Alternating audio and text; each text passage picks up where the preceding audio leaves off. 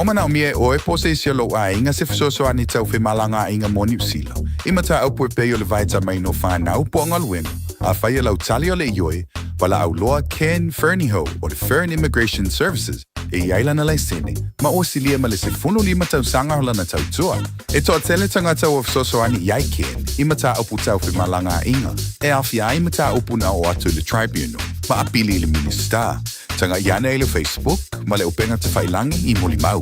Mo nisi whamtalanga, wala au mai le Fern Immigration Services. O luatasi, tasi lima tasi, o lima. O le ese tatupu funeral directors o se fale maliu Samoa o le tali foilea o taimi whaingata o na o le malanga al maliu maleoti. E mawhai foi o na latu awina atu ma awina mai tino maliu o e pele mai so o se atu nuo lalolangi. Wala au no le ese tatupu funeral directors I le lua no lua toru fitu o. Lua no lua toru fitu o. Pea Fiafia te fulu malebalu Norman Spencer Drive Malu City. Taraflava o David Tuale nei olo e whaafonga mai pēi le Radio Samoa. Tasi lima I watolu a mo Samoa I manuia le nei aso.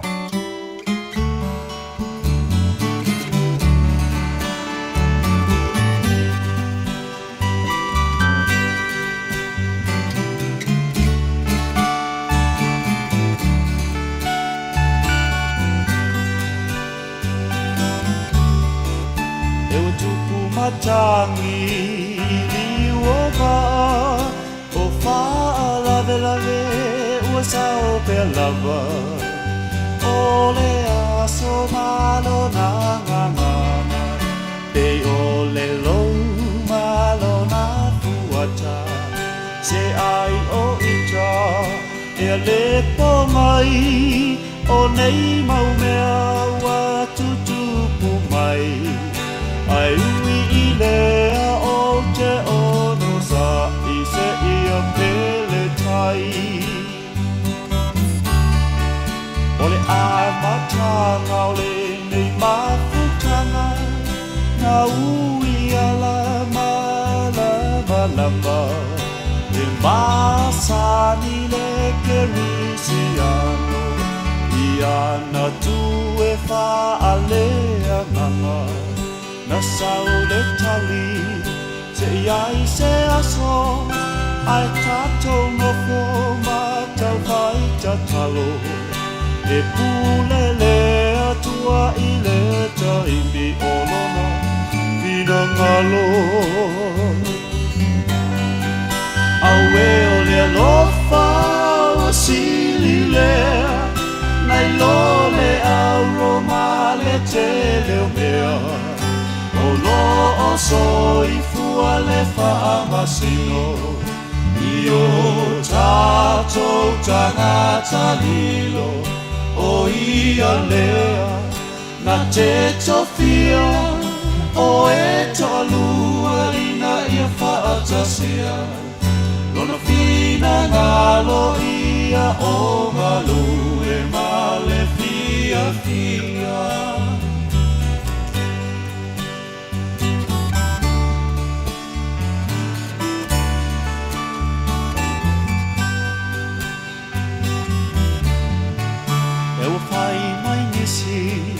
e le tatau e la ititi lona mawhawhau ai mana tua e Samuelu ia Iese malana whanau au e matutua sa Malu ali a e na whaauina lava le wiki o alau le atua soe ele malama ai lava se isi toe mana tuai fo ia kopo na fili o ia ilona loto I le teine la ititi o rasela o le na whaatau mai o sepa na whaatau atuai I ai kopito o le manui a le nasalilo o ala o le atua e whaale nganga e le Fa'ale tino Awe o le lofa o sililea Nai lole au roma le tele o mea O lo o so i fua le whaamasino I o tato tangata lio O ia lea na te tofia O e tolua ina ia whaatosia Lona pina ngalo ia o Malu e male Fiafia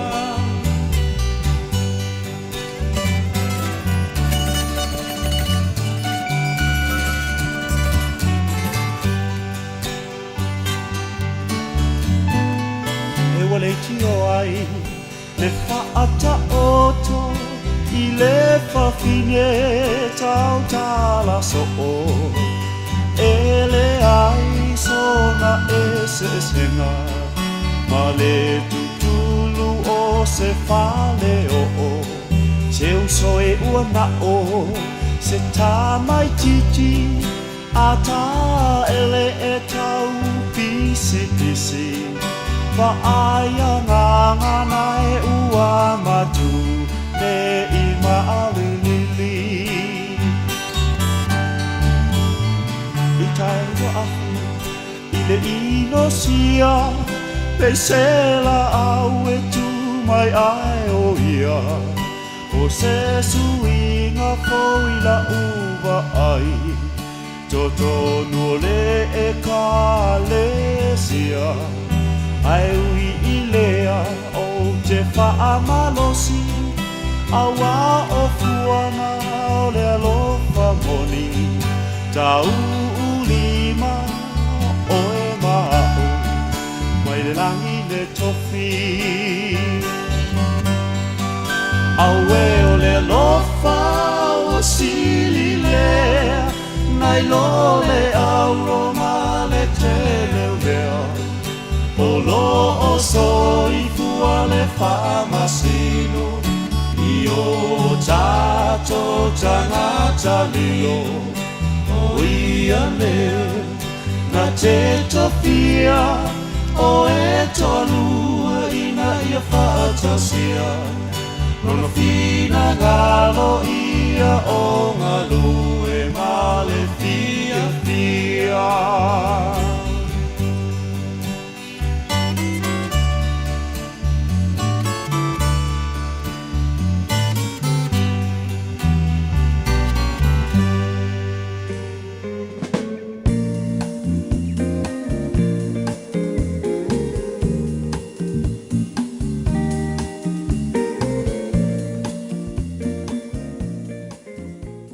Ua na o le Radio Samoa se furulima iwa toru a mo e tautuaina o e ilangu ngana fitu aso le vai aso.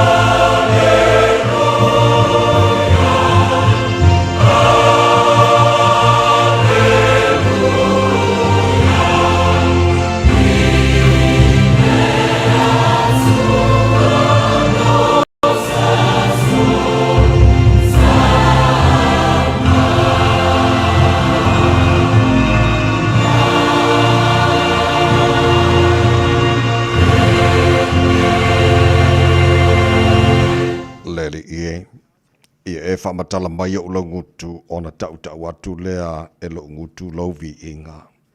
A wawa e le finangalo i se taulanga ana e finangalo i aipo ua amatu lava. Wa e le fiafia i se taulanga mū o taulanga i le tua o le loto momomo lea. Le tuai e te le ino sia le loto momomo ma le nuti momoia. Mātua lo usuma le loto fiafia. Ile nei Taeao se i muamua alanga ina vi inga i ate oelo mātua tua ua telefo i tala i manu ai titi mala. Ina ua mātua o liele nei Taeao sengsengi i lo alofa. O le fo ua mātou o le fale ma le loto fiafia i o loto a. Pese ma le langa whaafitai. Ua mātou maru malo o wa oeo le tua i maru malo i me oma. Ile nei lava Taeao fau. Wa mātou wifo i uluma, ma mātou whaape atu e pa ia lava oe le atua o au. Le atua ma Malu, o le atua ma mana, o le atua siri ese ma le matautia. E le ai lava ma se tu sama oe. E pule au oe mea ma lava. E ifo ia te oe o mea umana e whaia. O oe lava o le atua e mali e mana oe me le lei uma lava. O le ale whamane o meka o le amatanga marangata anga o le mua ma le moli e tu mau lava o lo walofa o lo whaamaoni ma lo wanga le lei e o le ngata anga o mea uma. O oe lava o le tupu e soi fua ma le vavau e o le whaavavau. O le atua lava oe la e le vi ingon ma malu o le atua oe e pulipulu le matango fi. Ta maa whaafitai tele lau mea lofa lo fau mātua mawara nei Taeao. Whaafitai lo lofa o tuta fo i manu. Pai ngā malo longa sa tofa whaai o tangata, sa tau matele e te pēo lia le nei Taeao. O le nei o mātou sangsangi fiafia, lota whaafitai. I lau mea lofa o le nei Taeao fau o le ola o mātou maua. Lau pule lea. O le mātou malanga o le nei aso lo mātou tua. Le ai lava se tasi mātou te malu ai. Le ai se tasi mātou te manu i ai wana o e lava. Ta māwha mone. Tau te maile fōlaunga o whai nei. A wali tia whaiva le whangai mana tunu le nea so fau e mai. Ala whangia na e mātu whanau fo i a o onga le aso. Maru tia ma leo ina la tau le paolo o lo walofa. Whamonia fo i whaiva o whangai ma lim tamata e whaia onga. O lo ngafa ma leo o ina o na e mātu whanau. Le ma whaona ngalo Samoa la tunu pele le loto. E mātu le talo. Ia iei le manuia o oelo mātu o tua. Whamonia i ona tai. Na ia mātu ainga, mana ia mātu tangata umai le ngate Samoa, au le alala ma le papa awai so se tafora nei ke lope. Whaasa fua e le lofa ma whamanianga oelo mātu tua le tua e whaavai e le malotu tu tasio Samoa. Whapena fo le nea tunu ni sino lo mātu nofo mama wai, o le nā fo le te talo mua tunu umar nei la langi. Le tu malu mo le panga ma le tapo e ngana e mātua tu asin sino le tunu i malu maa te malawa nei aso. Le ma whai lavon whaangaroina le mātu te talo. Te tolu aina la tolu mafan whano lo walofa e whafoisia pelo lato si fua laure le tino sili lava i le nganga. O me oma la whana mātua whaia nea so fau, e mailo mātua tua, mātua whaia lava ina ia fo i atu ruvi inga i ate oe. Tama, wha manuia mai, le tau tua reida sa mora ni aso atoa.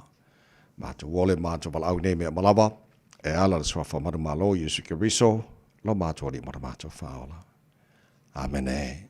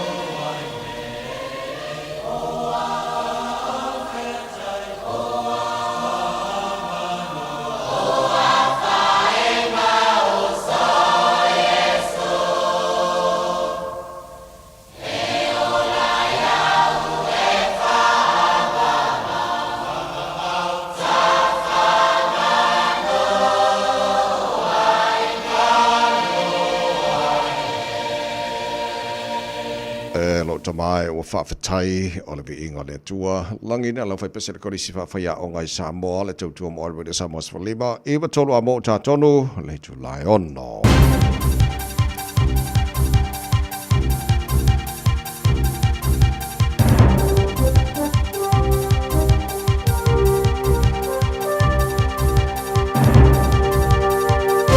In this update, former US Vice President Dick Cheney has died at the age of 84.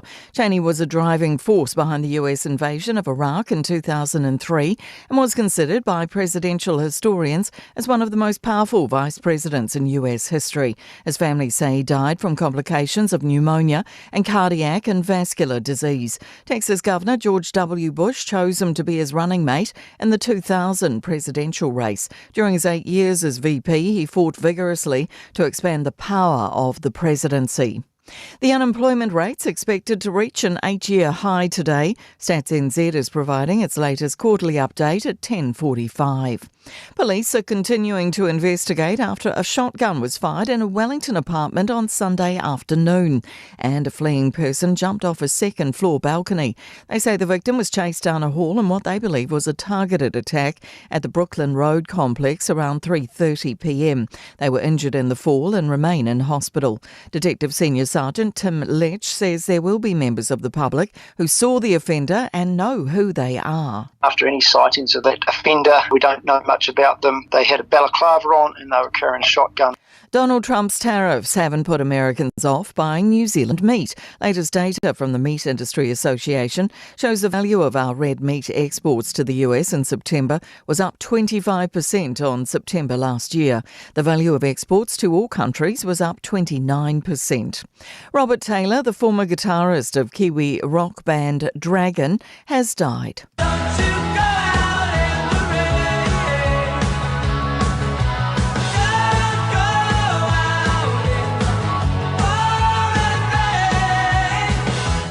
The group formed in Auckland in 1972 and is best known for its songs April Sun in Cuba and Rain.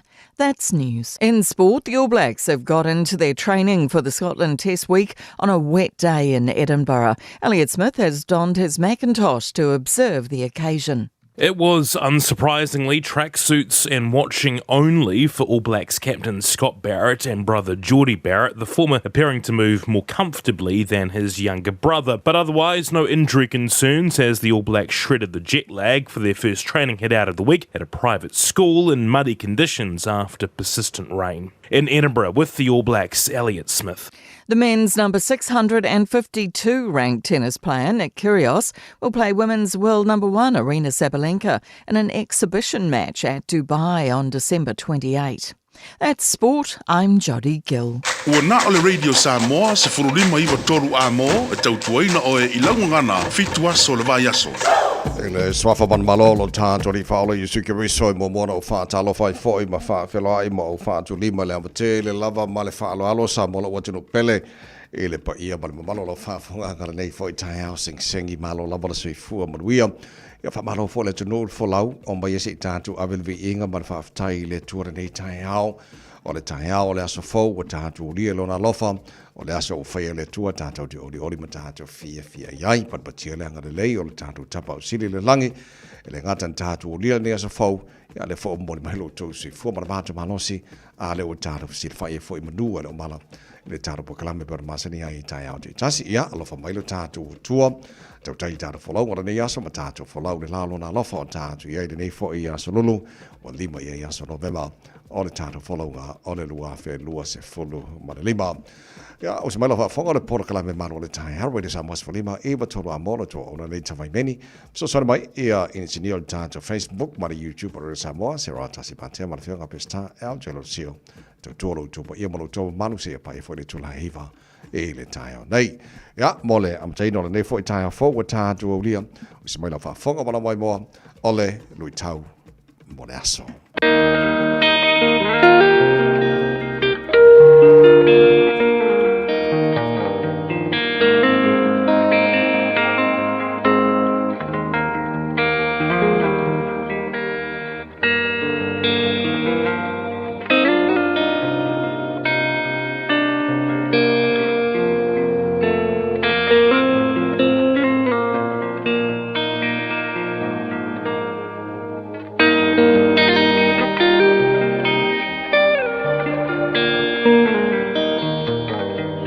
Lui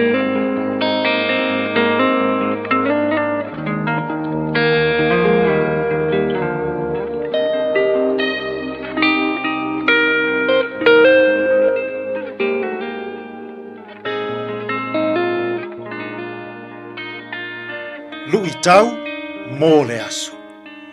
Lui tau wina oe I puapua ngā. Challenged by suffering. O le tusi mua Peteru, I lona mata upu e whā, a o lona foi upu e se furu maleiva. O le nei, o I lātou ua tinga ina e tusa male fina ngalo o le atua. Ia lātou tuu ina atu, male a mio le lei o lātou lava ola. I le na whaia mea uma, o ia e wha maani. Lui tau wina oe I pua ngā. Challenged by Teru le so o lau I loa Yesu. O ia lea na tūsia le tusi le nei a Peteru. Na tūsia I le vai teimitonu. O le vevela o sa wanga ale malo Roma. I nai tangata kerisiano. I lo lātou whaatua I le suafa o Yesu. I totonu o Asia I titi. Na tūsia e Peteru le tusi nei. Se I wha mawhana I tangata ua sa waina. Se I wha loto tele. Se I wha malosi au. Taimi o pua ngā ma sa wanga. Whai mai Peteru I tangata o loo sa waina. I pa I o Yesu. Ma ia avea wanga ua whea ngai malou whaatuatuanga. Malu I tau. Soi fua whaatuatua I le atua. Whai mai Peteru I tangata sa. O sa wanga whea ngai ma Yesu. O le whaavae la valea. O le whaamawhana ina ma le whaaloto teleina. A o ina toe tepa I pua ngā na whea I ma Yesu. Toe vai I whao I ona a ao. Toe vai I tui I lona ao. Toe vai I le tao na sunui I lona itu. Ia whai malu I tau. I lou whea ngai ai ma pua ngā o ma mea leanga o le nei o langa. Samoa e. Tau te whesa ngā I pea. Wanga ma pua ngā o le nei o la so uma. O pua ngā o le tino. O sa wanga o le mawhau. Ma mawhatianga I loa nganga. A o ina tutupu ia mea. A o e whea ngai malau ngā luenga. A o e ngalue ai I lau e ka lesia. A o e tautua ai I le malo. I nuu maafio anga. Siou ainga. Whai mai Peteru sa waina. Va aia I pua ngā o Yesu. Ia avea o pua ngā. E whai malu I tau. E tā ua maonga I lou o langa tautua I le atua. Ia pua ngā. Ma wha malosi au. Ia whai o pua ngā. Ma wha loto tele. Ia whai o pua ngā. Ma wha mawhana sili. E lu I tau wina ai pea oe. I lou soifua tautua, ma lou soifua ngalue, mō le atua. A whea ngai ma pua ngā, I le nei aso.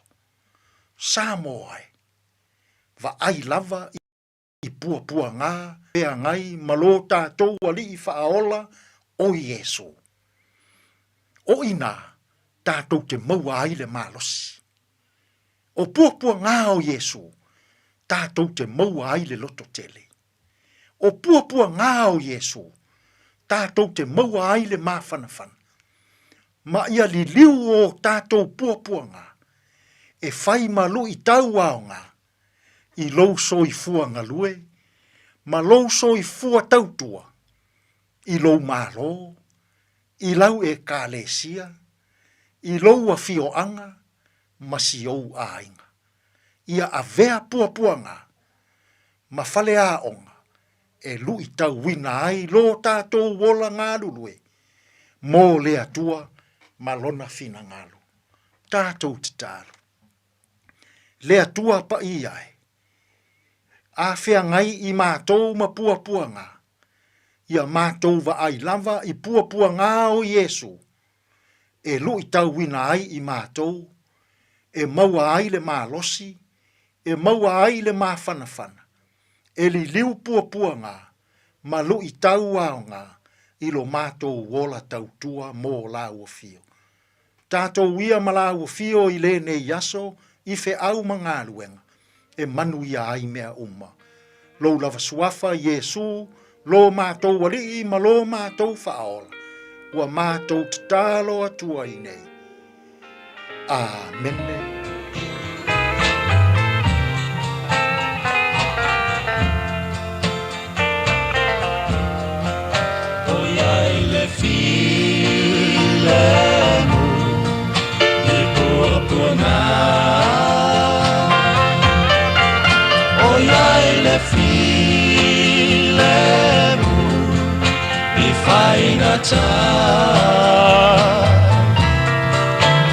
O Yesu na apa mai kona alofa matai taya tua uile sa olotoma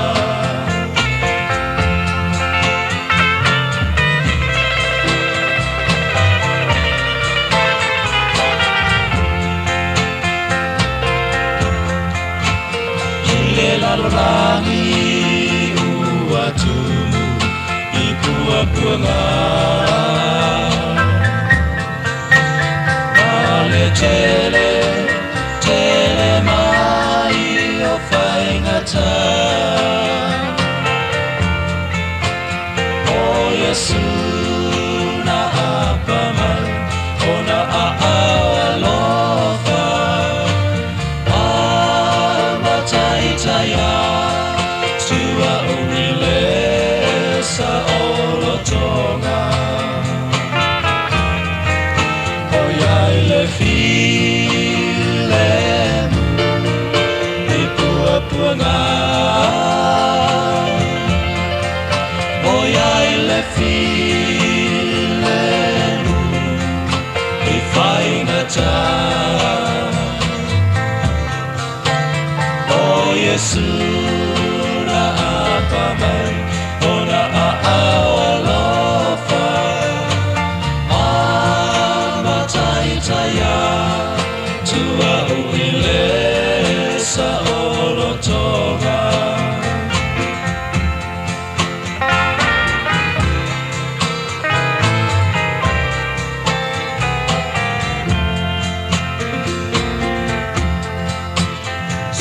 Taeao o se fatu na tanumia ai ua leola i le tele o lutia ai ina ua sulumia o le malama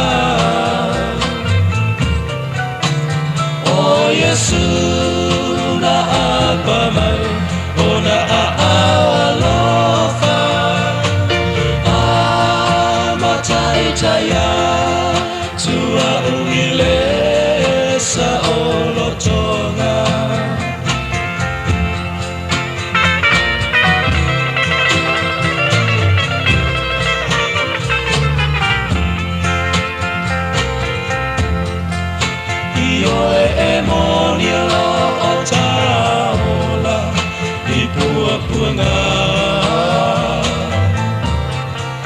ai ole oli oli sanga e tuku pea awane I o tapo pole I batani I awa malei fua mai le tai tai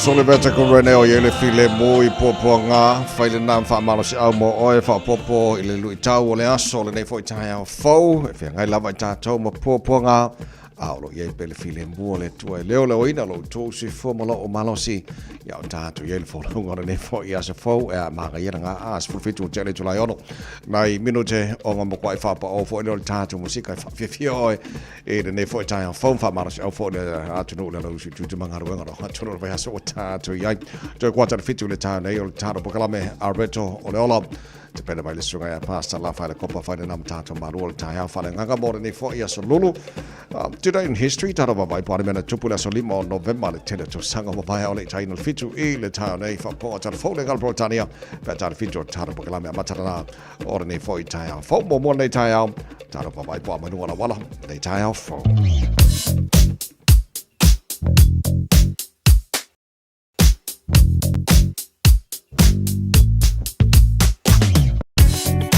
Lunga la wala le Taeao le baba pa fo va ngole mo mai le ma ku meu ma fenua pai le tule sifo au kilani au te lom sana peto te tanga te la le pito no la toi ngam po la ko malanga mai Helensville ya manga fo va nga ngai bai nei nga duwe I taulanga po nei fo tu sau te po menga ku mo I ba ma pisi so le ba nga le kai au fo pa wana ba nga le mo mai o si ba nga mo na wala Faisi pisi la titi foi o le ba papakuram takanini le Taeao la sama lo winga la pisi la flow le lei le traffic le Taeao sama mai le malanga malaba le los puru a mai lo ba le misi sala po la to po la to ba le le si ba ngalo to ba to le sama mai highways fu maleono pasi mai o Royal Road anga Lincoln Road Teara 2 pa una ba ngalo fo sama mai Bono Shore pasi mai Albany ya anga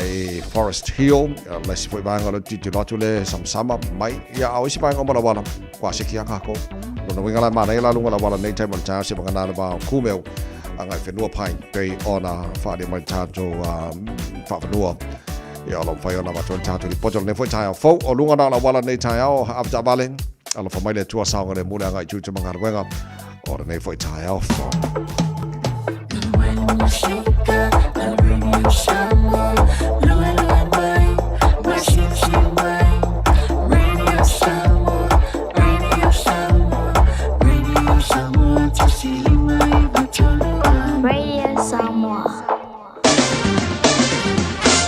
Pai mata talo tawar nei foi Taeao fo no whanga whasalanga Radio Samoa tamaki makaurau au ki lani Sfutasi lo Malu lulu nei vanga o le Taeao winga wha mawino le tau le so le aso suru mata ngō whiere la le tele vanga au ki lani lelo wa mata tafa mai ata wa veaku oka so le mpa manga ia wa mata na suru mai le lao le Taeao Fiafia au suru malaya ka polo ngi kaya fo los futolu o le maurunga na o ele bevela po le mawhanawhana le ea mo au ki lani leo ngā tono vai aso o tātu yes futolu lona mawalalo Taeao pe au liam ala whasaro poi na awa olang le leile tau fai fui sip vela le aswa Taeao los fut wha lona maulunga lo vainga yo tuatu las for regularly awa olang le lei oile awa opa o timu so le lau gofo kwa wha alang le lei las for leli pe o runga mala eri ade pa u kimu ia le lei pa u e pe ko kim astona I pa u timu ngal tela vainga o kilani pa u timu ngal tela vainga o kilani le sa mala so fua mala so lua ora na vai solo mana ia tu e ka fefe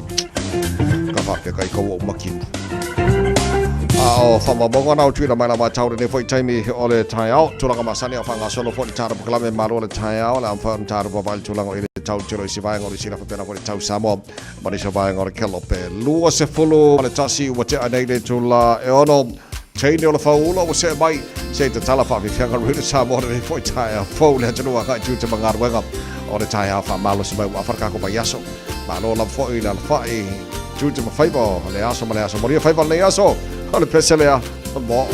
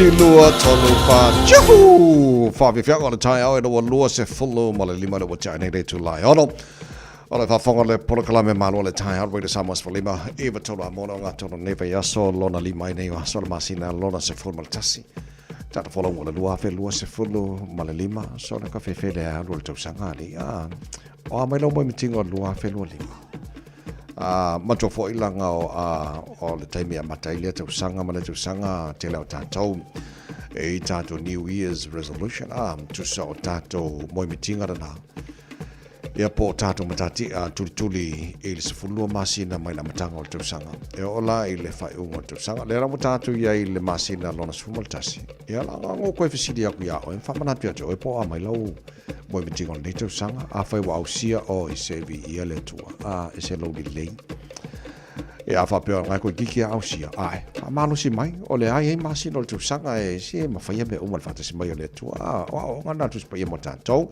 ia ku ia i malou fai me le ngai ai ke lo ape ke o mai fo no ve ma wa ausia na moi mitinga o le tau sanga ai a fa pe le wo sfulkasi o masino tusanga a ngai le ma se me wo fai nga lo kam solo ama e manga o nga o lo mo kinga ngai ale mo se me fai ele ai la or karia nga o le mo ko ai fua mo kaka ma le se me mo ele lua filo lima ya wa fo nga tau no fa ta si fa tu manga or kasi fo nga o nga tu pa mo tato ele fa pela manga o nga o e au si o mo tinga lua filo lima ale mo se me fai ai o ya ele ai la ele ai or karia nga fa ta no fai pa ngal tara pa me we mafuta mai nei foi tai fo Christina Tanovasa malo lava sui fo manuia la fa tala fa mai o melpone e kai ala popo fo ngi melpone ia la fa tu Christina malo lava fa tai tamali Fritton malo sui fo le nei foi tai fo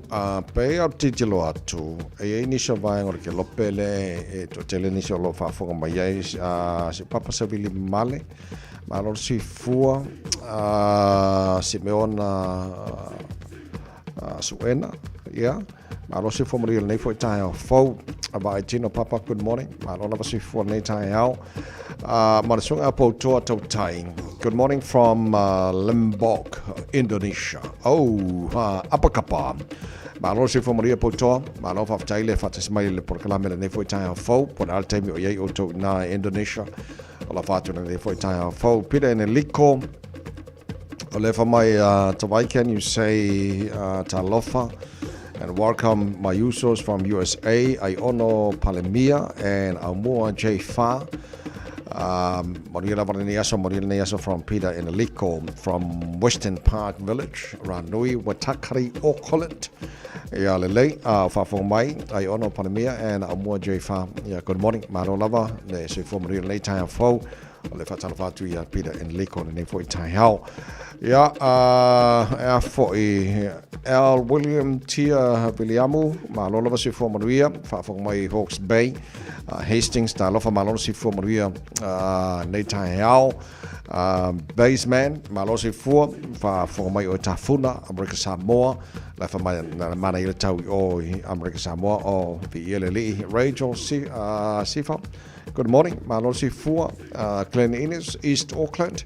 No fa fong mai te mara Taeao mi we fa mosa malo si fo maria e le nei Taeao ia male to tele lao pa anga tana pakalame o fe no mai le nei fo Taeao fo ai ua fa tinga talinga yo fonga malaka fo fa longo i mengi o me fa papa fireworks ia de mo fo lango nei asori mana nei ole kai folks day mo nei sila ole taimine nei e makuai fe e moino ke kilungo le langi ia mo le fa pa le tele na tamno e tatou o tele o lola ia to e awa ele matou pitono o sisifo sole okay fa e le leia la au fa pa fireworks e pe tale a fole ono fole le porfitu o lawa mata na fanga pala ko e mangaia e le te fa sole a kamala ia e kar se fulu anga se furkasi po se fulu lua ai fa maka fa papa ai sale se mo kwa fa ki nga karinga mo iala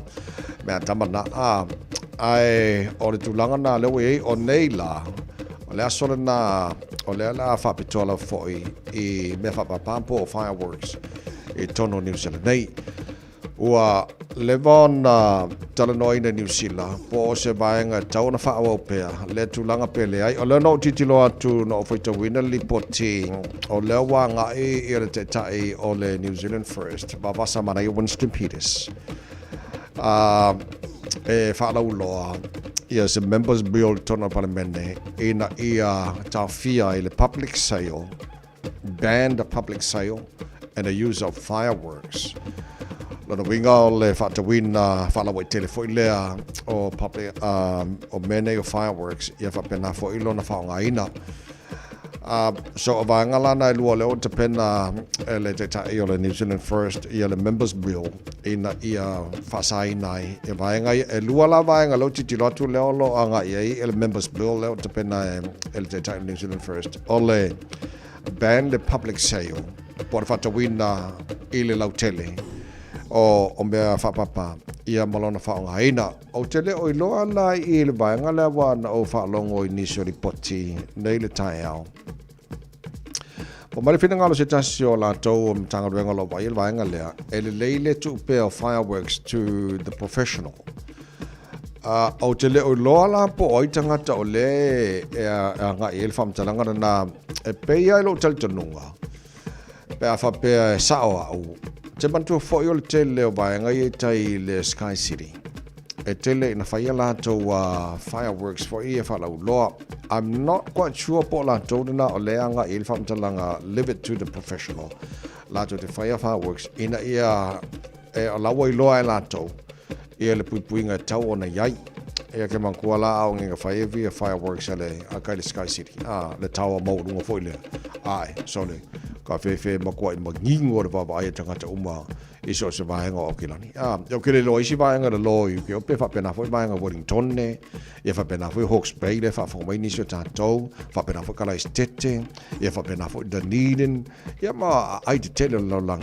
E ala la to e fa pitoa la to. Fai o le la te titulo a fa pela o le members pe o le te pena ele te New Zealand First o le band o le public sale.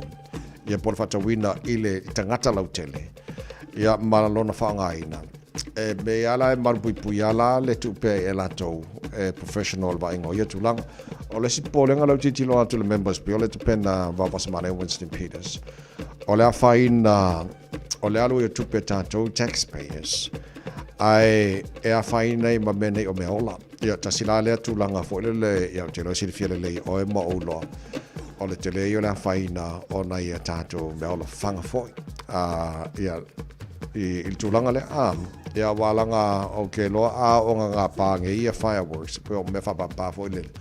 E makua i masara pe ngumila langi a ko ia ka ko kai fa ka ko pusima va foi le pa la ngai me po me wo mai le unga langi mar ka wolong ko lo alo winga la for nga bai so va nga mana le ti lo nga ia le tata i o le New Zealand First il members bill ina ia pupuia uma vaenga ia le ngata na fa ina taxpayers le ro ke lo la ko kupe ia fa bena for impacts i pets ia matulanga o isi vaenga uma o afi e ona muai fale mai isi vaenga uma ia ma pisia koi emergency services il tulanga na so o le tulanga na iai au tatu iai la il tulanga la wa tele lopa la va ve o tono le parliament New Zealand members bill lo te pena le te tai o le New Zealand First ai e tu watu i ante oi ma umatato uma le saunga le mu ele ngata o nei whanau au tātou uma, saunga le mua whale, whapena foi saunga le mua tātou me ola whanga,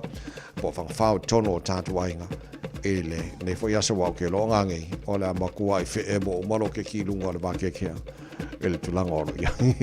Ia, al tulanga na ila whate talipo a whetau nua i tono Parliamentary Members Bill, lo te pena le ba wasamana e Winston Peters, ia peona le patia, ele nei foi Taeao fau, o le tamata alo foi lea tonga Elias katoa le tala no tole por kala mena nafi o maua li poti o lo o tilo le NRL ele tulanga na handle ai ele la fali malato umai tonu le taimenta alo ia le awatonga ma New Zealand il pola sa ia la vel tamale o titilo atu i te tono le iwa se fulu minute e fa tolu leon la vel tama i le ulu o le ala e titilo le NRL po le mesa te tawana taufi i le tama awane i toi adu tono malai a mesa walo kikila fo i ai le i fail talonga na manu fo i ma fa manu rielo na lona utu ia ma fa lua i tono le taima talonga wale walan tauna faise fa ia wa o tantunga na le NRL le titilo nga ia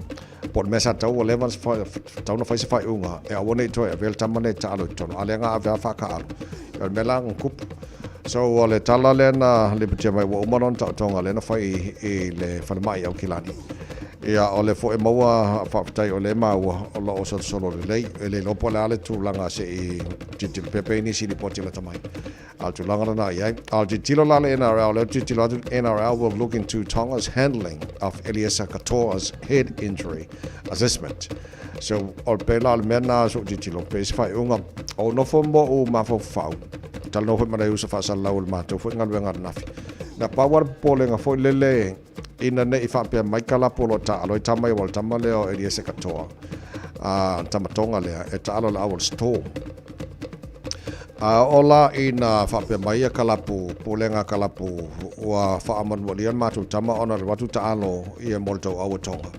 Waka voilang whai se fuafuanga e le mwhai ona release at tama taalo e paua nai la ita concern in le te wa whai na le tulanga lea. Ia wa whapea le tupu tama le e whai fon tupu i ala fo o Samoa. Ia ma whai nai le leo tātu au le wei nei. So wala tātu wa vaipa ni so tulanga. Wala whaono i e fo na vaenga a no wa vatu ia o whanisusu anga le NRL.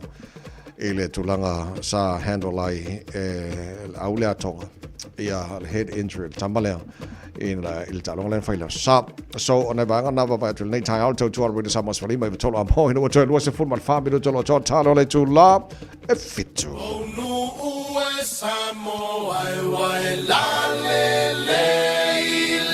vasa la le oi inu ole vasa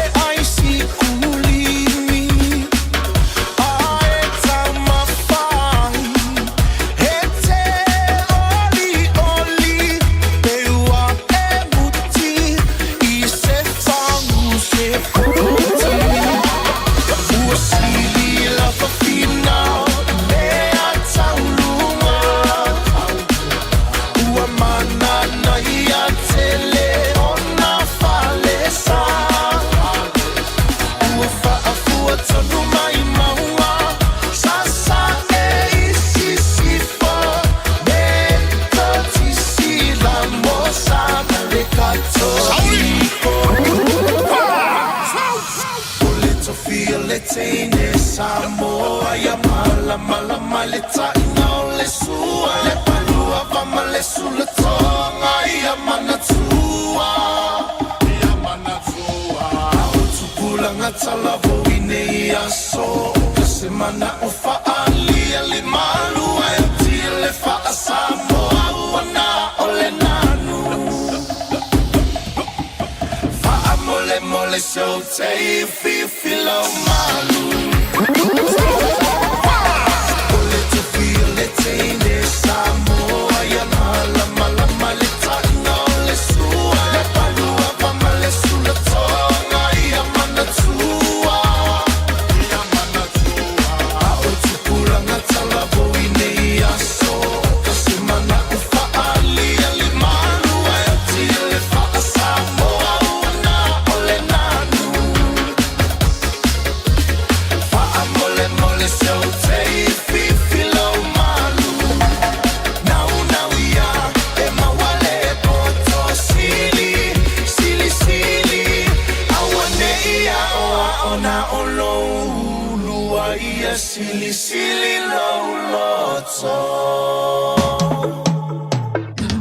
Shika, a radio Samoa, Lua Lua Mai, Washing Shimai, Radio Samoa, Radio Samoa, Radio Samoa, Tasilimai, Vatolua, Radio Samoa.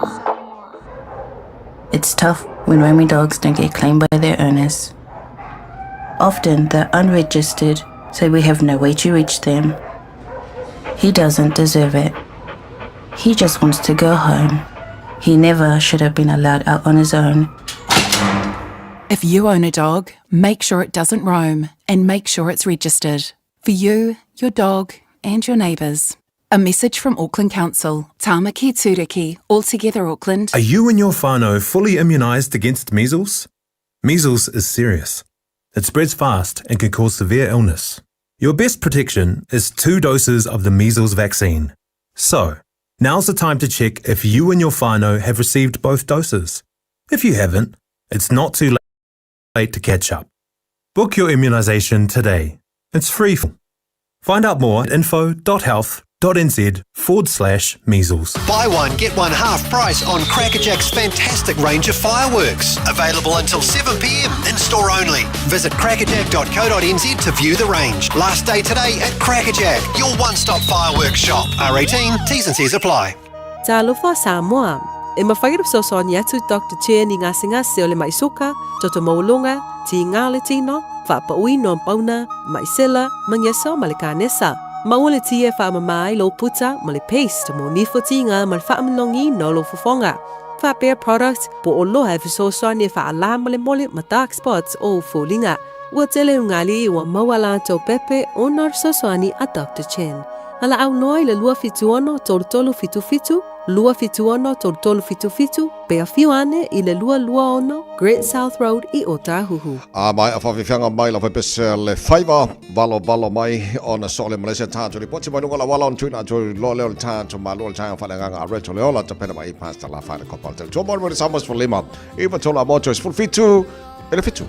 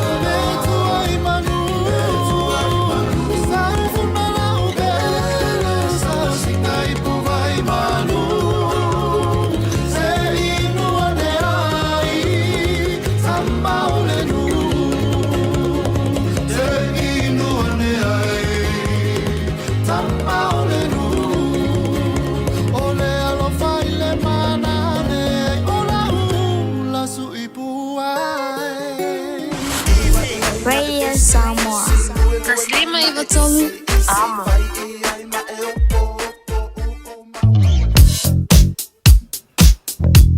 Mai se vai ngā runga la wala nei taimi o le Taeao fau e vai ngā lo te wawatu whasoro na pisi o lo tu mauna pisi le wā ko mewa ngai whenua pai mo tato lo sifo whasoro mai le i le o mai le highways full male ono poloka mai i a mata mai o Westgate le Lincoln Mars full balua ngā is full ono Westgate whasoro mai Royal Road Lincoln Road poloka na nei vai ngā Taeao whea lolo le wā te ara tū nga i Ponche Belia ka koe poloka lava mumu mai ia le highways fu male ono around Western Springs and nei tema le Taeao fau tatou lunga le highways lo se fulu o lo te vava atu mumu mai po poloka mai ia le va Dominion Road on Rambanga Hillsborough Road and nei foi banga le Taeao pasi mai Hillsborough Road nga i one hanga le wala papa flow le lei lai okay fo il malanga malava le lo se fulu o lai pisi lai flow wal nei tema le Taeao ia a matafo ona sama mai le pasi mai Puinui Road anga i Lemby Drive on ramp around Rainbow's End ma le link o le luas fulu anga le southbound State Highway 1 anga State Highway 1 city bound lo tumon sama mai le boundary anga i Papakura anga Takanini anga i Manurewa fa solo to lava after mumu mai lava i le pasi atu Mount Wellington nei time o le Taeao o tato lo malanga taulanga o Kilani around North Shore Silverdale city bound northern motorway buying a polokara na ne bang Taeao pena for around Wairau Valley and North Coast by for polokara ne bang Taeao lunga na la walam le se fa lave o tweet na mai leo ele nei taimi o le Taeao after bale malol foi malol se silom to maun sang le bulanga juta mo kanwa ne foi Taeao for to to mo samas for lima iba tolu amo ina wato se fulu maratasi i le fitu ya o se mai la fa fonga o le fa ponga o le proclame a reto le o ne foi Taeao. Bread of life sent down from glory. Many things you were on earth, a holy king, a carpenter, but you are the living word. Say it now. Come on.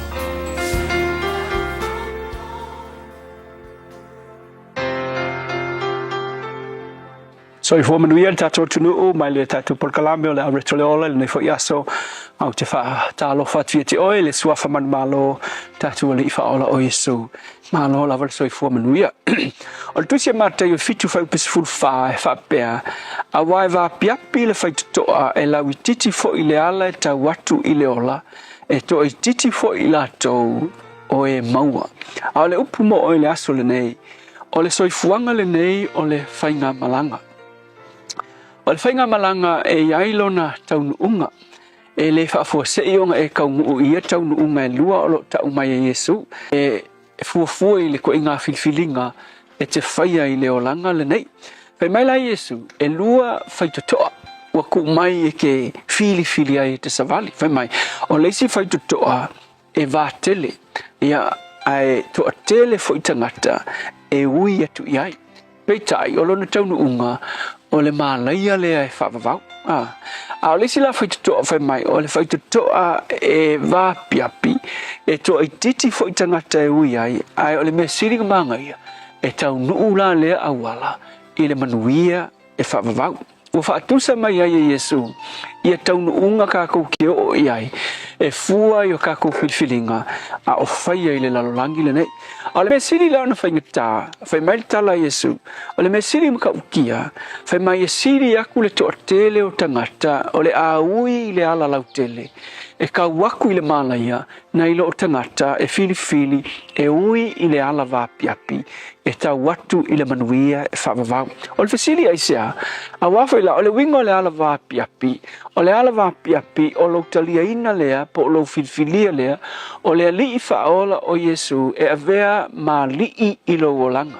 Lona winga, a wai ke filfilia lo Yesu e avea ma lii i lo wolanga, e le to e whamerka la fo le la poskolo pol, e le o koe ola, a o ke riso ua ola i tonu ia kia, winga e le koe pule au ia kia. Ai ole a pule le mea manga o ai Yesu ua nofo i te tonu ia tia. Mafuanga lea, whaingata inistangata, o ngā whiriwhiri le ala wapiapi le awa foila, la kou ke whiriwhiri lo le wapiapi no winga, ua le ke le se avanoa, e ka whiri sau ngoai, i mea manga ngā oe whai leo langa le nei, mea o le nei lalo langi, tu ina naungo le nei lalo langi ma le anga sala, ai e ke whiriwhiri lo le wapiapi, nonga winga, ua e whiriwhiri e sacrifice lo wolanga, e ala i le avea o Yesu, e whai mali i ma whaaola i lo wolanga. O le siri mo o le aso le nei, o le ala le nae te savali ai. Whai mai le tasitangata, ia o ke le umangingo po le ala, se o ke le uloa po le ale po Fiafia le kue le uala pea, ke loa le whailonga ma losi e ke loa ai, fetu nai le ala ngai ke iai, o Yesu i lo wolanga. Wale mengi, e iai lo le li whaola o Yesu i lo wolanga, ma avea o ia ma li i lo wolanga. O le mea le atupu, o le a narrow down nungo winga, o le a amaka o ngā kipi e se mea e ke mangao iai, mea sa e loko iai, o le anga sala ma le tino sa e Fiafia iai, ai wa amaka o ngā e whaia mea uma e tusa ma le finangalo le ali whaola ua e talia i lo wolanga. E iai le tala luitau mo o i laso le nei. E mangaku ni stangata a filifili le ala wapiapi, o le ale se Fiafia, a wafo ele akau fia i latou, mai tu ina naunga ma Fiafia o le olanga le nei, ale luil nei mo oe. Sa o mangaku fo ia ufa bena, o le filifilia o Yesu, o le atau fia ai, mea mangangai o le olanga. Ai ina ua o filifili le ala wapiapi, ua o tofo ina nei, o ka se mana ia, e ui o se ala wapiapi, ai o se ala siringa sua malie, ma matango fie, ngai lo le ala sa o ui mo muai. O le upu mo o le asul ngai, filifili le ala wapiapi. Le ale wingo le ala wapiapi, o lo talia o le alii o Yesu i lo wolanga, e avea o ia ma lii, ma Lord, ma tai o lo wolanga, le tua whaafitai. E o ina wapiapi le nei ala, ina ua matu talia ina oe i o matu wolanga, ai o se ala e sili le manuia, ma tau nuu i se tau nuu ngalelei. Whaafitai Yesu. Amen.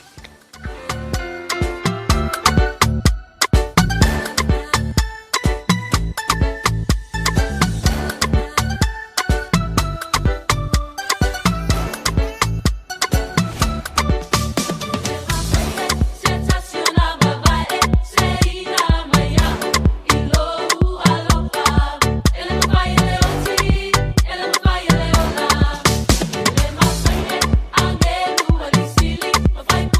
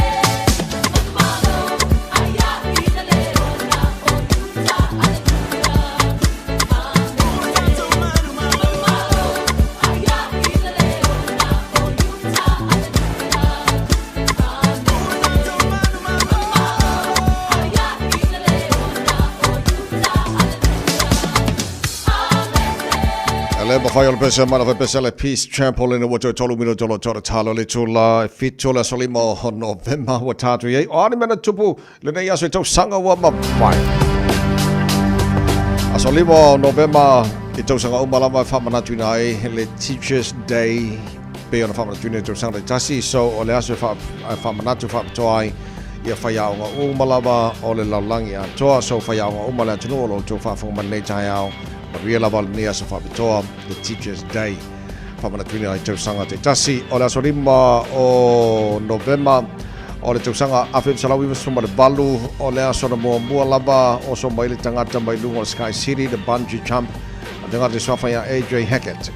E le tausanga aso lima o November, o le tausanga awhim salawi masuma le balu, o le aso lima fo o November, o le lua awhisuma le tasi na wharangai nei le maa arena, a shipwreck i Talawhataio Bay of Plenty i la solimo November lua fesefulu ma le tasi o le sina mena tupu i la solimo November le tena tausanga ma vale tau tuarwai le sama sifalima i tola amonte lua mino tola talo le tola fitu telephone ngal projani a pea mai a tara whasalonga wha business ina. Buy one, get one half price on Crackerjack's fantastic range of fireworks. Available until 7 p.m. in store only. Visit crackerjack.co.nz to view the range. Last day today at Crackerjack, your one-stop fireworks shop. R18, T's and C's apply. Are you and your whānau fully immunised against measles?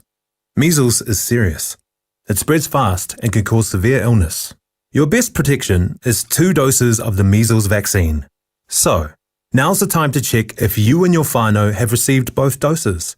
If you haven't, it's not too late to catch up. Book your immunisation today. It's free for most people. Find out more at info.health.nz/measles. E Fiafia le mana rental se whailonga antula na whabitoa mole masino o September o ke topa ma November. E luse fulu paseni o le apa uma walalo ai le tongi o tavale. Pe a tolu aso pe silia to foi le umi e te whao ngai nai. E mawhai ona piki le tavale mai le malewa lele i whale olo. Po o whangali, whabelo tātou ofisa au tui ala fua. Pe momoli e to foi le whale tali malo o loo e wha mautu ai. Ai ngā whabitoa. Olo ia tātou insurance cover e te fili mai ai. Ina rei tupu se whalawelawe ai olo iai le puipuinga. Mara tuolo yele tanto account i Lucila, be la fo sao fo ile Moana Rentals, e fa nga ile Pacific Easy, be fa nga fo ile credit card, e fa tino ile tongi no lo sa. Mori si fa talanga vala ile Pacific Easy ile over selau, o tasiono, po numero masani au kilani o le lufi tuono fitu wiva fitu fa, po le lufi tuono fitu wiva valu fa. Matalo sanga e transfer o e ile Moana, be asisi ane ile Facebook ale Moana Rentals, po le tanto upengata fa ilangi o le moanarentals.com. Moana Rentals o laupa anga e taitoloina oe au e malanga asiasi i Samoa. Baby, lobaki! Hey, hey! Oh!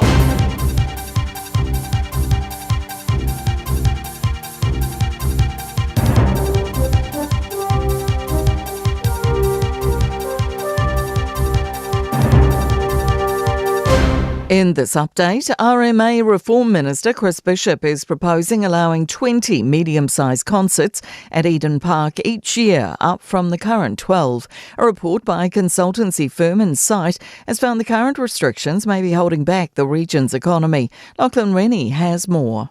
Insight's review found the current rules could cost Auckland more than $432 million over the next decade. Bishop says after consultation with the public and the council, he hopes to make further announcements by the end of the year. The unemployment rate may not be telling the full story about the state of the job market. Stats NZ is releasing its latest quarterly update at 10:45. Most economists expect unemployment to reach 5.3%, a small lift from 5.2% in the previous quarter. The numbers don't count the many young people choosing to study rather than look for work in the tough job market. Dick Cheney, the driving force behind the Iraq War in 2003, has died at the age of 84. The former US Vice President's family say he had been suffering complications of pneumonia and cardiac and vascular disease. Iwi leaders are pushing for unity in Te Pāti Māori. The parties face weeks of turmoil and infighting, culminating in Party President John Tamahiri calling for the resignation of MPs Maria Meno Kapakingi and Takata Ferris. The party's leadership has agreed to a meeting at a Wellington marae to work through the issues with its MPs, following a hui with the National Iwi Chairs Forum. Fond tributes following the death of Robert Taylor, the former guitarist of Kiwi rock band Dragon.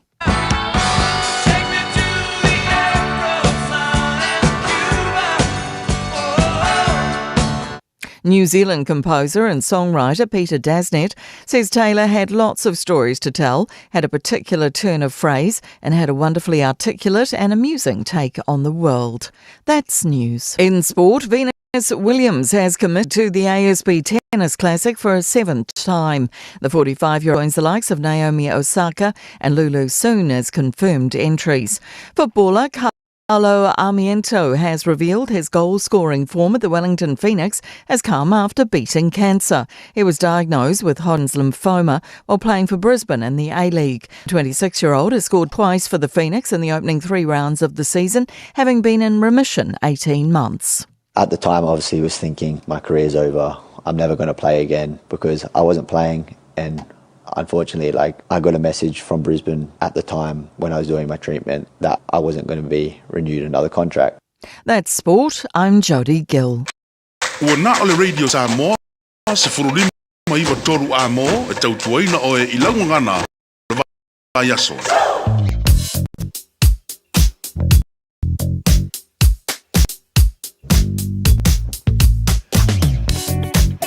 Vaingala tamale nei hinunga ole awala nei taimale Taeao papa atua i swinga ele tulango ele pisi ole nei vaingala Taeao ia po tātou mesala tātou lo malanga le taulanga au kilani mai vainga ese ole ayu au kilani nei foi Taeao fau tātou North Shore alo te papa atu faisi poroka tele Silverdale ngai Wairau Valley fape fasola toi te kapuna fape na foi North Coast nei Taeao poloka ia o tātou pasi mai North Coast fasola mai dunga wala papa lai PCF flow de leise pa el taulanga ya kilani ai malanga mai sifolo tumaon poloka ku mewa ngai fenua pai fa pena foi ona poloka ia le pasi mai o sfulvalu link ba sfulvalu mai o Green Height pasolo mai Westgate poloka Royal Road poloka Lincoln Road on ramp poloka pa pena foi Teatro 2 lai feololo mai PCF flow de ma Teatro 2 ngai Rose Bank fa pena foi Rose Bank ngai Point Sibelia Pasi atu Morningside ngai Western Springs ale o le Lincoln Spulono ngai Southbound State Highway 1 bale Northbound State Highway 1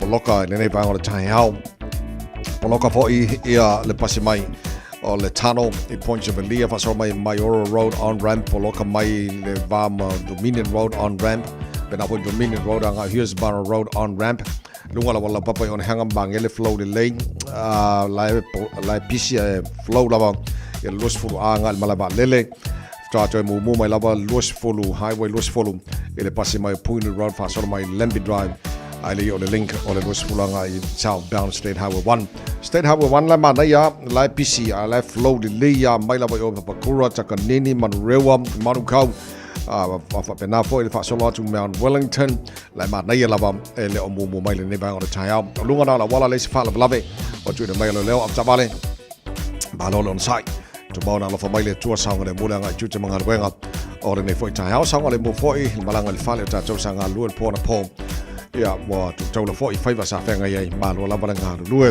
al tala mai na lunga ona wala nei Taeao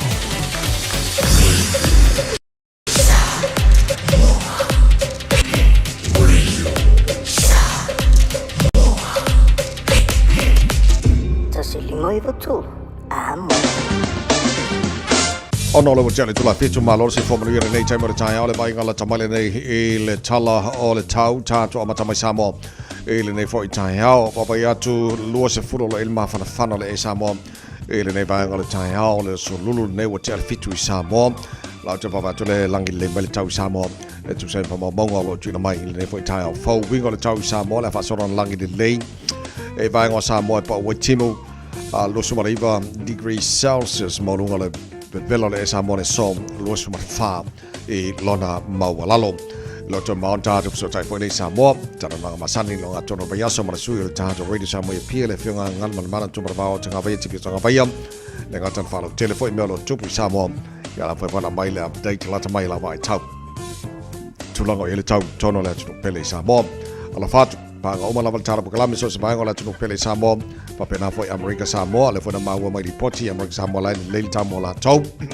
ya foi vi inga le tu ala fatu ia lau mai boma la fa mai ne foi tai au fo se mai talo tau tono New Zealand nei ile tele vai ngor motu saute ile baba ya tola fa soro langi le leili tau Alexandra os fulono maulunga le vela oko coffee fe fa soro foi langi le leili tau Blenheim lo su fara maulunga le vela ile tele vai ngor invika ko la fa soro awa pa utimu langi le lei foi lo su fulima maulunga le vela le so kai kora la fa soro foi langi le leili tau su fuluiva maulunga le malu le air Nelson langi le leili tau su fuluiva maulunga le malu le air le so Queenstown langi le leile tawe awa ni so taimi lo so malua marunga ma fana timaru lo so tasi marunga ma fana le ai awa ini so taimi langi le lei fo il tau mo tau langi le lei wanaka lo so fo marunga le ma fana langi le lei fo West Ports fo marunga le malu le Dunedin wala pa so fo ina awa pa una wanga di so taimi langi le lei le Fiafia na nei lo so fo marunga ma fana kala stete good morning malo si fo nei Taeao fo pa soron awa puo fo ini so taimi langi le leili tau agi mari ma savidi mai ma tu se sai se futbol mo runga le malu le fa ma wina mo kala stete le som e le motu ma tu pi tola po lunga le motu ma tu kai taia los futbol mo runga le bella fa ma wina la fa soron awa langi le leili tau le ni fo yaso le mo Wellington ma lo se fo mo wia pa angal tara po kala me so se ba ngol la mo lo fa fo mai mo mai tara po kala me nei fo Taeao fo winga le tau mo o tau le so o le afa solo in langi le leile tau a wawa ni so taimi fa solo nangi maria marsavidi me matu marosi ni so taimi le awa ulis furbat o maulunga al malu le afa mawina ya mo le lambo Wellington o le nei fo ia so lulu wata to yai o telo isi vaenga e tau ranga la langi le leile tau los fo tau maulunga le bella langi le leile fo tau po los fo maulunga ma fana rotorua los fo tau maulunga le bella le langi le leile tau mo tau le so Palmerston North awa langi le leile los fo maulunga ma fana New Plymouth langi le leile tau fo river maulunga ma lu le air le so Napier langi le leile tau los fo tasi maulunga ma fana Masterton langi le leile tau lo su fa mo ngor bela fa mo ina mo to le so leven awa pa utimu lang le leis fu iva mo ngor malu le ea ile tele ba ngo Hastings lang le tau le so lo su dual mo ngor ma fana Gisborne lang le fo le tau lo su tol mo ngor bela kiri do good morning malo se fo mo le Taeao Hamilton lang le tau mo to le so lo su tol mo ngor bela fa mo ina bolo nga tonu va so ta to yai se mal talo le no fonga fa salonga radio Samoa tama ki makaura wa kilani se fulu al maunga ole se fulu ile malulu ile ne va ngol Taeao o winga le tau le so ole fa solo ina langi le leo te baba ya ti papo o ka e se iva ai makua ile o fo se si le ma ngai or su le la ne Taeao fo ma na ia o winga al tau mo au kilani ile so le asusuru mate ngo fiele la ile telo baengo au kilani nei fo yaso luo se fulu mal tolu le bolunga le belo le emo au kilani ile so ile va tu la so Taeao wala fa solo fo in awa lang le leil tau ile telo baengo au kilani le so Taeao lo su fa bolunga le belo le so Taeao baengo yo tu la pa uti telo baengo au kilani le sporele pa uti le sto nai Pauti mule susa aso ngafua aso lua o ia we ka fefe lo ngo pe fo nga mai o nei Taeao aso yo le asuru mai le la mo tatou ya o kulas forele e susuru ala le la ia ai o mai kimu e wala fo le la le mala mai la lo langi nei e susuru ala le as forele ia pe ka ko o dia nga lo mai ngala mai le na e le tala le tau nei fo Taeao fo ya la tunu ala lampa pa au ni sabai ngor kelopen pe ile tal tunu ngolo maria mari tau mo tau ile nei fo ya so fo wata tu liam to jor be sama swali mai to amom futasino wata nei le tu la fitu alo fa tai le tunu la mai mo la fa fo mai nei time le Taeao fa tai tali mai tu tu tono lo mahota tono ta vale tono fa fainga wenga mai mo mai lu on Facebook mari YouTube ro Samoa ye ni so pa angal jar program sa fa tal fa mai o Indonesia o ka se mamau nga ba ngol la langi ya ma lo fa tai lo mo no ta so ta yai ya ma fo la malanga pe te we malanga e sa tu mau kilani e te le misiale radio Samoa wan fa nga ya boy po fe al ta fa lo lang e te malanga yai e ma fa yanga al mo ave radio Samoa na pa wal mea fa ina ile wifi internet and find so ta mai yai lu on Facebook mari YouTube radio Samoa o ka kau ke so kai pe ala ki ngi au kilang ai malo fa tai le tunu ile tali mai al tua ile nei foi Taeao fo mal chan chunu ngolo mo mai oi ile nei Taeao Fiafia mai la so fo mai le tua tatu ori maka ko Fiafia fa mo ke le maka ko pide ko kongi ia ma me fo e fenga me tatu le aso male aso ai wona I fa o ia me le ori le tua mai mo tatu nei foi Taeao fo ia fa ska ko piki manga yo nei foi Taeao fo fa ska ko polesi ia be fa ska ko la isa pulean ka male lo makua ia pa wal me e fa le piti o Taeao le sole kuai marka longa le manga mo ia ta longa yo le final le o na filenga fa ia le fan day Sydney Australia kile mo ku skala ka ko Sydney Australia se ma se update ro kulang ol ka ko fan day nga FIFA mo ka ba ko ol support la ku le ia Australia so le kuai le ku mama inga Australia le mele support ka ko ia a Chelsea ia ba veona ta pena fo tatu au alo tau nu le au nei le tau na fin tau no tatu au ia ko la to ko le ninga ia mo le final manipsila ele asosa sa ne ko ma ga ia so le se la persene e mo la final ta mai tai le la ka alo ele Julia Rose Australia ia mo ki we friends in New Zealand ia final lo ia to sa mo male ia mo Pacific Championship o lua fe rusu malima na ia ka ko ka longa na ia ta po i foi la fai vo Samoa talo sia la le na pa tar po klam nei Taeao o le ti tilo ne na pen fa fena handle tonga le manu o tamba le Eliasa tako katoa o le polenga le ia o ne ia fa ina le availability o tamata alo i la totolo ona la to kalapu pe le ona handle le tatou ia au ia pe o le sitting ia tonga ele bainga na handle lai le manu o tamale landa o le na mau na manu ai le amatal talonga ai fa do fo na la vele u el temol talonga so ke le lola po mela titilo na le puipuingo tamata alo e kakaua ona fa mo puipuingo tamata alo ia ina nei te ua fa pe mai kala o ile ai lai de ko ba ko ma ko kamaka alo ia wala ngole foi matou te fa moi matou tama tau veina le leo kala pu tono New Zealand kama leo Eliasa katoa ta alo le our storm ia o tasi le fa moi ngole storm ia fa pe mai la le na handle la to le ia tama I te me talo ia kalo fange ki o fa pe mai le ko me la ko kamaka alo ka ko ia ga fainga fo lo au tato o tunu mal Pacific alto langara na ia ia ona vanga na lo o anga ili ni foi vai taimi malo le fola mo ni le tunu tato e lo na lima ne waso na masina lo na sfutasi hol tato fola mo le lua fe lua se fulu mo lima lo chale chola fitu ama fa fianga aswa la tanga mo feliz me kaele ma so ile ma fa pongol nei Taeao le por club ngal por tania think about it John tato so tai lo le Samoa falo tele mo lo tupu Samoa ia ma ni si fo vanga pena ele fianga ngal mana tuma ba tanga vai tipe tanga vai o suel tato le Samoa I pia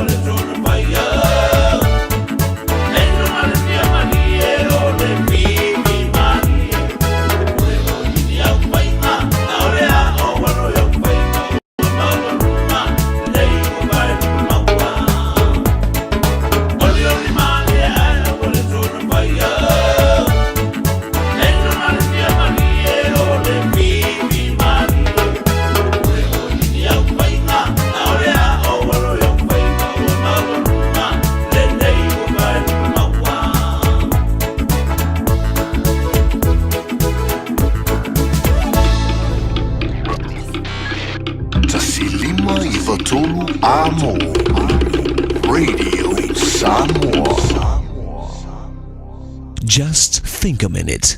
It could change everything.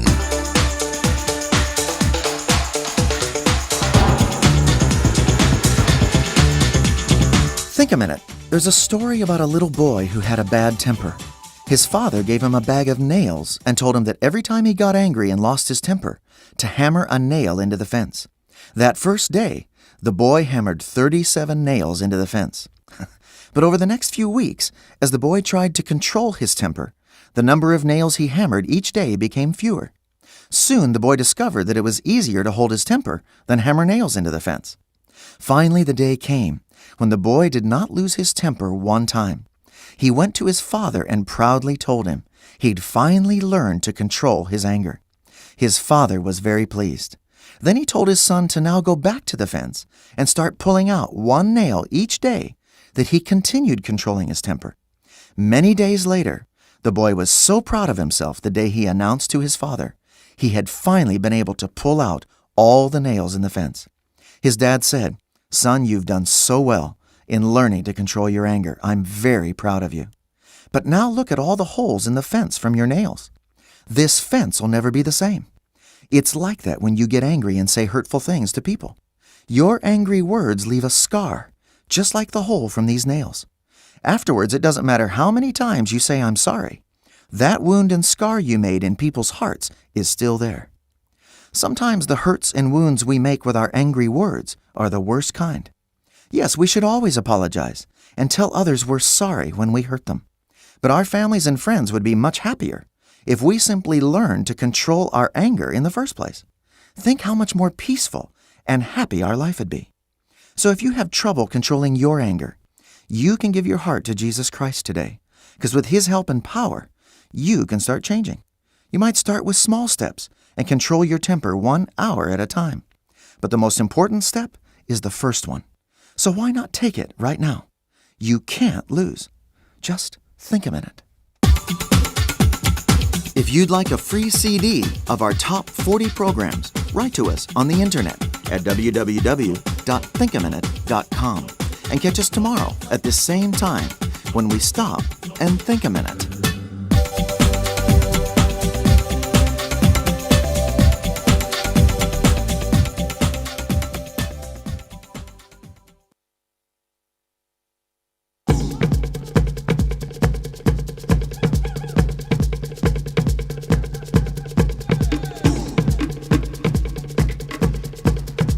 Tomo wele samas fulima eva tola moina walua se fulu malelua mino tela wati ai nei ia le tu la e fitu malo fa ftai le tunu la mai mo la fa fonga nei tai mal Taeao asolulu ava no so tai fo ta tu pokala me Samoa ia fa lo tele fo tele mo lo tu pu Samoa nei fo Taeao ile suil ta tu re Samoa fa tes mal ta pokala me le fonga ngal man mana tu para ba tanga ba ye tipi tanga ba ia malo si fo mo ia na fonga ngal man mana nei Taeao Sa vo maruia te vai malo le usu malo sa tua patalo ko tiu tatu tunu ua. Tatu mapu to ko i le nei Taeao ia ma le nei asa ko o mai le ni. Malo fa tai le fa te mai male tau tu mai fo tatu ngal wega wa afal tatu wa yaso mal nei masina fo tatu sabalia. O le ata amata lo titi lo atu o le tala Fiafia mo le tamao ainga o Samoa o le si tio tangata ta fau tono le tino te lo foi. O le baanga le wanga ia le mtangaruenga o tangata ta fau fa ia lato fa lau loa i le ngata i New Zealand nefa pena fo Australia ina ia tu mau o na tel pe tangata ta fau atu Samoa ngal mana Ia tulanga na i potile na o mai nei le lata mai le vale o Januari mai ulai. I was fulu valu afe mon tupu ia tangata ta fau. Wow. O le tu au fa inga le na no melo tangata sa fel tata utuno. E mawalunga auto ina New Zealand fasu 50%.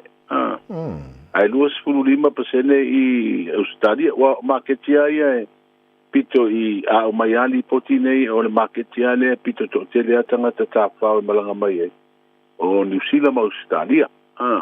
O tele foi na le nganga na mre autu o le fa mo le te pena le pulenga tanga ta fa.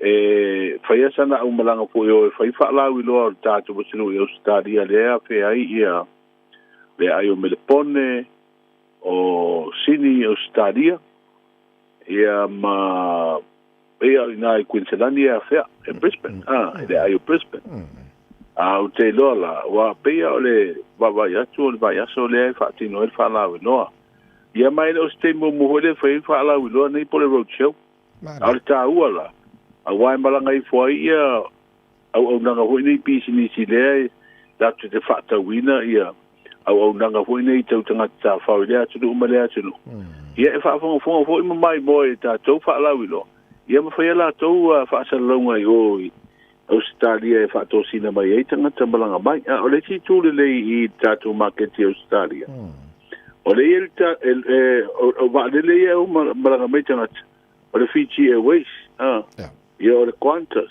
ia male Virgin Australia pe o I vale o tatu ma Australia e tele ia e tolu va le ia malanga mai se vanga na de va tatu mai na New Zealand ia ngar ko va ale fa sa o lo I fa wo ia nga o ia va le e pe o si la tu langa la e ko ia la lu ia fa wo nga o ia va le ta so ma I New Zealand o le si a wala le o le malanga mai ma fer ta tu se nu e tanga ta fa o le tu langa fo ia le tina ia ele to tau fam te le tu langa matua lai ia le ati na ele nei le temi fo yo le covid ia matua fa le tu le na ta tu me se tu langa la le taluna to e tsala uma matuna ia mo mawulunga tu langa fo ile tu pe maua mai le ati na no tu le te dola o le si vai ngata wana fa la wido ia e watu I Australia e o te le maua pe sa ia se fa la wido fa pe na watu New Zealand wa New Zealand ia wa matua la wido ai sa mo ai so se tu manu o Aotearoa Australia na mai pe fa si ke le o le kuuda ia o te lo le si nganga ma le tu na o fa la wido na o se atina o le ave mas malango malo si fo I tu pe maua ai tau whainga o se le ni fo I fa tu pe nga ruanga fa ia le malo malo fa tai au tata no I le vanga leo tangata ta fa tu tono Samoa ia toi ia la palangi la to ai ole nganga fo le lenga mana e fa tai le tunu wale fa fo mai le tunu to te le o la to ne o lo afia o mai tono tangata ta fa tono Samoa e wa ku foi fa aru la lenga ko pase se le tongi a la tu pe la fa aru tono le tunu ia ma wa am so swani fo le economia Samoa la to moni le lo finalo te vai ele ngata la o tulisia ia o palangi e o mai stanga to ia tunu e o mai afe mai e ta fa nei o la to honeymoon ia po afo ini po nga ma fo na fia ta fa mai nei a o ta tu lava tangata wa le ngata New Zealand Australia o tulisi pito fe wa ina ia o le te lo o tatu tulisi pito fe wa ia o tatu tangata awai balanga mai fa velave ia ko ia ia o mai fa ta singa ma reunion ia to malanga ia male tele o isi ngau sa o mafuanga e malanga mai e o tatu tangata ia misi o le tu ta o hone to te dona o tatu tangata wa leva tau sanga o mau fafo ia wa so ifua e fo isi au ngā tūpulanga ia pe o mafuanga na e renga mai malanga to te le misi ai nei New Zealand Australia e malanga mai e renga te fo ia o America e mo ia lai America e pe o Australia New Zealand e pe o whamomongo ia mai pisto te le tangata malanga mai tatu tino ai moni lo pinangalo o le si vai ngata ora le atina tu le so tatu tangata le malanga mai fa nga iwa lele ia mai mau pena fa pe te tatu ba lele au ke roe e alua ka ko vai ku wo fele le iwa lele wa le wa mau tu tatu fa nga malo fo le wo ia a le tu langa ta ua na le atina ele ma le sao fo o tatu tangata lo fa pena na malanga mai tatu so ba le sia tu langa to te rau tātou atangata o malanga mai I o whaale alala tele la tu ainga ho nei Samoa pe o mai o whaanga o nanga ia whatani malo I o mo tele swinga o soifuanga nei aso ia o lava foi faso a tau seleni ia o baba I foi la tu a tu ainga ia o te o le afo kinga inga ia mare mea nei o kua kule asinga kua kule asinga e awa i mere ako uma ia asinga ai mana ia le asinga e sau infantet malo wa mo mua ave o le pavo e faisina me i duho le sua mani ia kakarangoa ia koi fo ia le mera ia Saturday. I love of take. Tata no le ole ma mount tala no fanga fo le motele sala fai to se nei tato to asin sina ma to fo le tele no po ani ma nga le ba nga o ma tale o lo ma wi mo le te me le u fa le ia nei tama fo na tina la to se to le no fanga fa mo mo le ma ma ole ma tala no nga ma le fionga pa tele paulo filo eli o la nga lue o kla stete lu su live to sanga o tautua e fo ima au na de ngā ruenga whaatara leile fo i tama whanau o tātou tunu u vai ane fo ilo na tofinga whaiwhi au pātele ai o namalanga mai mo mori mai so swani ina wata tala le no fuanga le o whaingo ne o longo pulotu vai sa amata mai o whaingo wape o mapu i pulotu a le ua i eise whina ngalo le aki e kupo fo i o lo whaau e le kalesia whaonga pēr e ngō longo i pulotu le angolai tātou tala tuu fo i nei o mapu i pulotu le le mapu kai mapu i longo i pria le mapu ai ya tono le stulanga taua na le fatu mau pe longo i pulotu ia wa le sai ngoi fo le kolisia le kalisia katoliko o tapunia a le maula le fionga pa tele paulo e moni o lau te tala no fanga o mutua matango fia wa tolu miliona ma un tup tolu decimal lima o le ala e mana o mia ia pe o moenga o isi mai ngai tauna te pena le le loto i fale no fuang a o le fa uru fale ia le urua i ia vai no fo i o te mama tina matu le a mo la to no fo ia longo i ploto a tonu la o vai ngana le sa matel no me le fionga parte le paulo filoeri e o lo fa tenisi ai ia le au fo i ma le loto fo ti ai fo o le tātou tunu e fief so swani i tūlanga lea. Ai au te lo o mata i ata po iwa o kere i ai tukanang.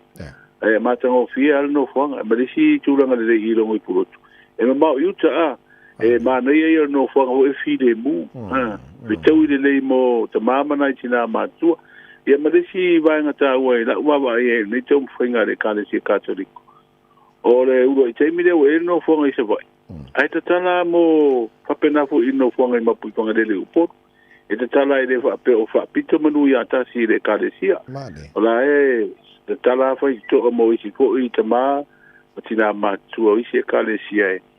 E mawhai o na tausia i e te mā te isa. O ila no whanga i longo i pulotu.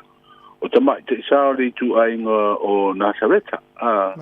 Sisters of Nazareth. O la tōna o le whapo ina i a ia no whanga le i longo i pulotu au te rota vai o se tau mwhainga le lei tele ia o le fuwawa atu i talo le tūpena malo se lau wafele ave soaswani i longo i pulotu se lau wafele ave i mapu i whangalele o le ala uwawa i atu fo i tau mwhainga mga ruenga le whainga malo fau ia wa lona lua le whainga malo al whatu atu le tua sa mo utasi o le wa apa atu ai fief soaswani ia au nanga tu maoti nei wai tā ua e moni lava e o la e pia whata wale tau si peo tātou ta mama tina mātua tātou ai e wale tātou soifua galen tātou ola ma soifua mai ai e peo manuia e te maua pēa tau si ia matua tau si ia e o nei aso wa te le ia le suinga o soifua ia nisi ai ngau tere ni whainga runga pepo ia nai ni usida tere na ngā rurua mo whanau lea onga ia wa tia inga matua tau si ai tā uala no whanga nei o le eile o nanga te mai te isa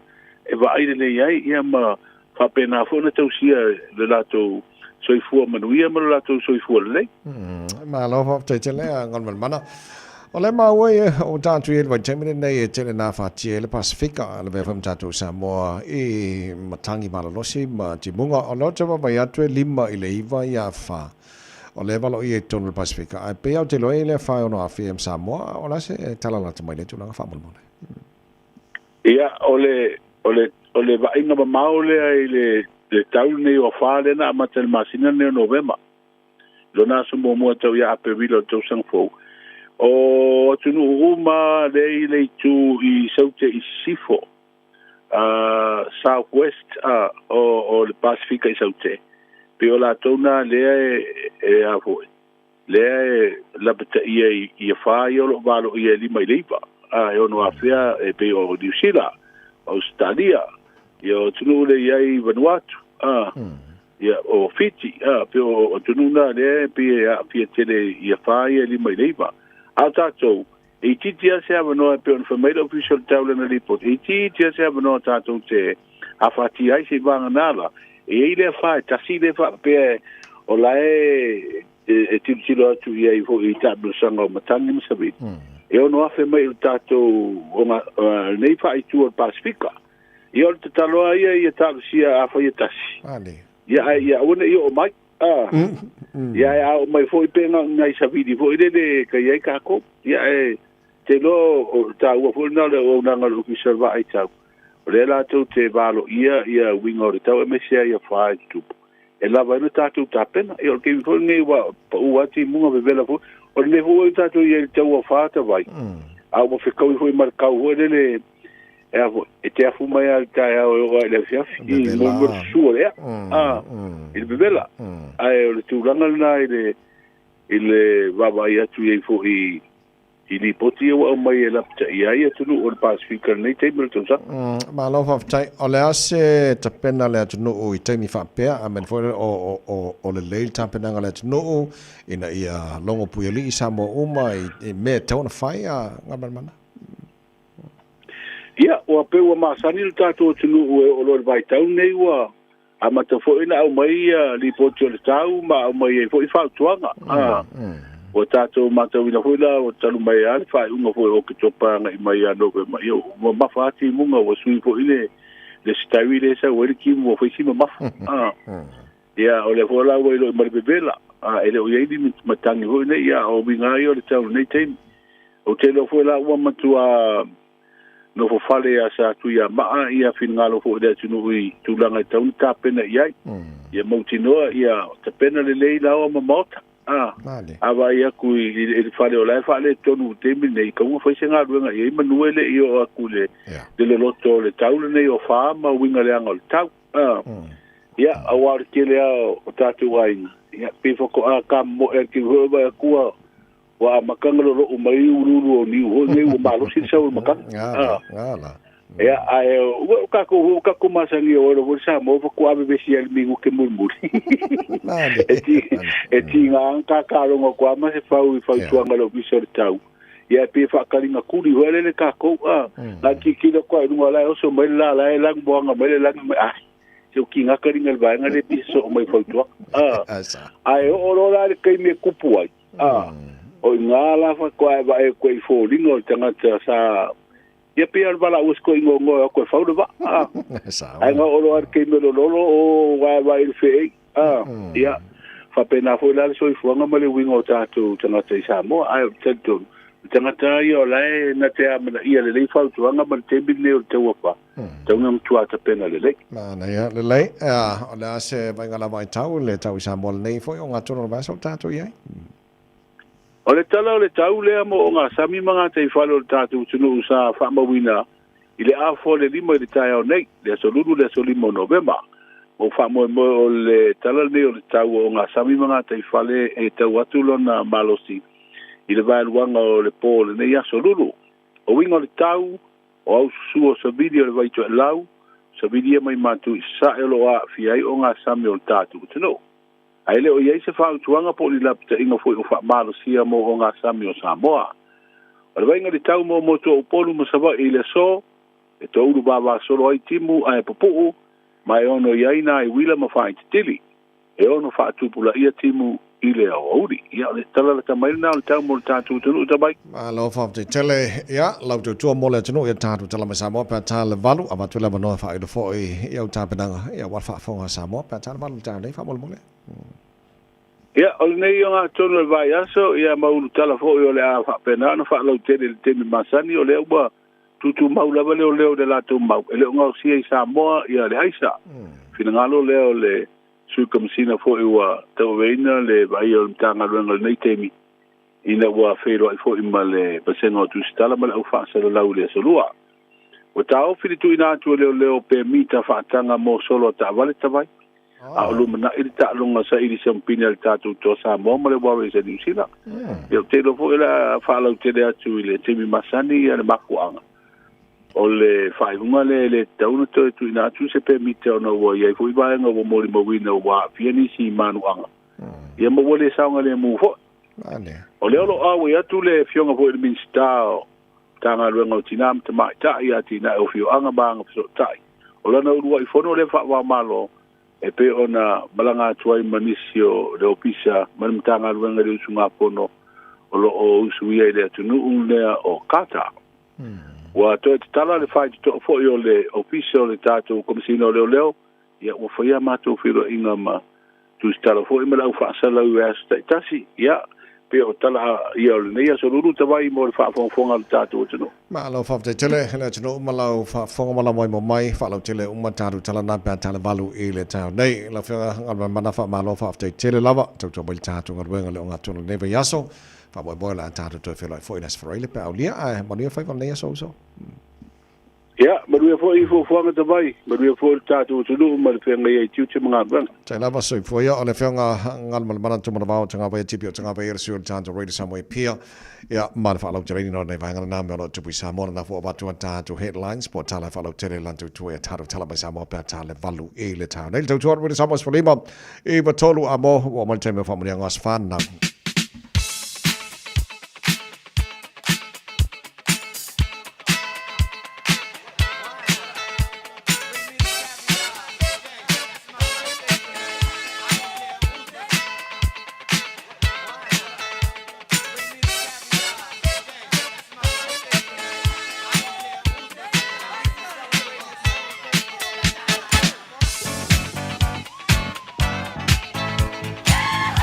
Nangas whanau so lulu nei so lima November o le tātou jet whoni na umtalanto mo oe tolu fitu tasi lima iwa tolu ma mo pena manolo ngal tātou emaili on air radio samoa.co.nz ia whapena whoing ia lungal tātou Facebook mari YouTube radio Samoa pule oi po whea wala nai wawena mai la whamani angas whanau na nefo i tai au fau tātou whamani anga lo te wapa i atu se mo mali tātou jet whoni ma lo si fua nei tai au fau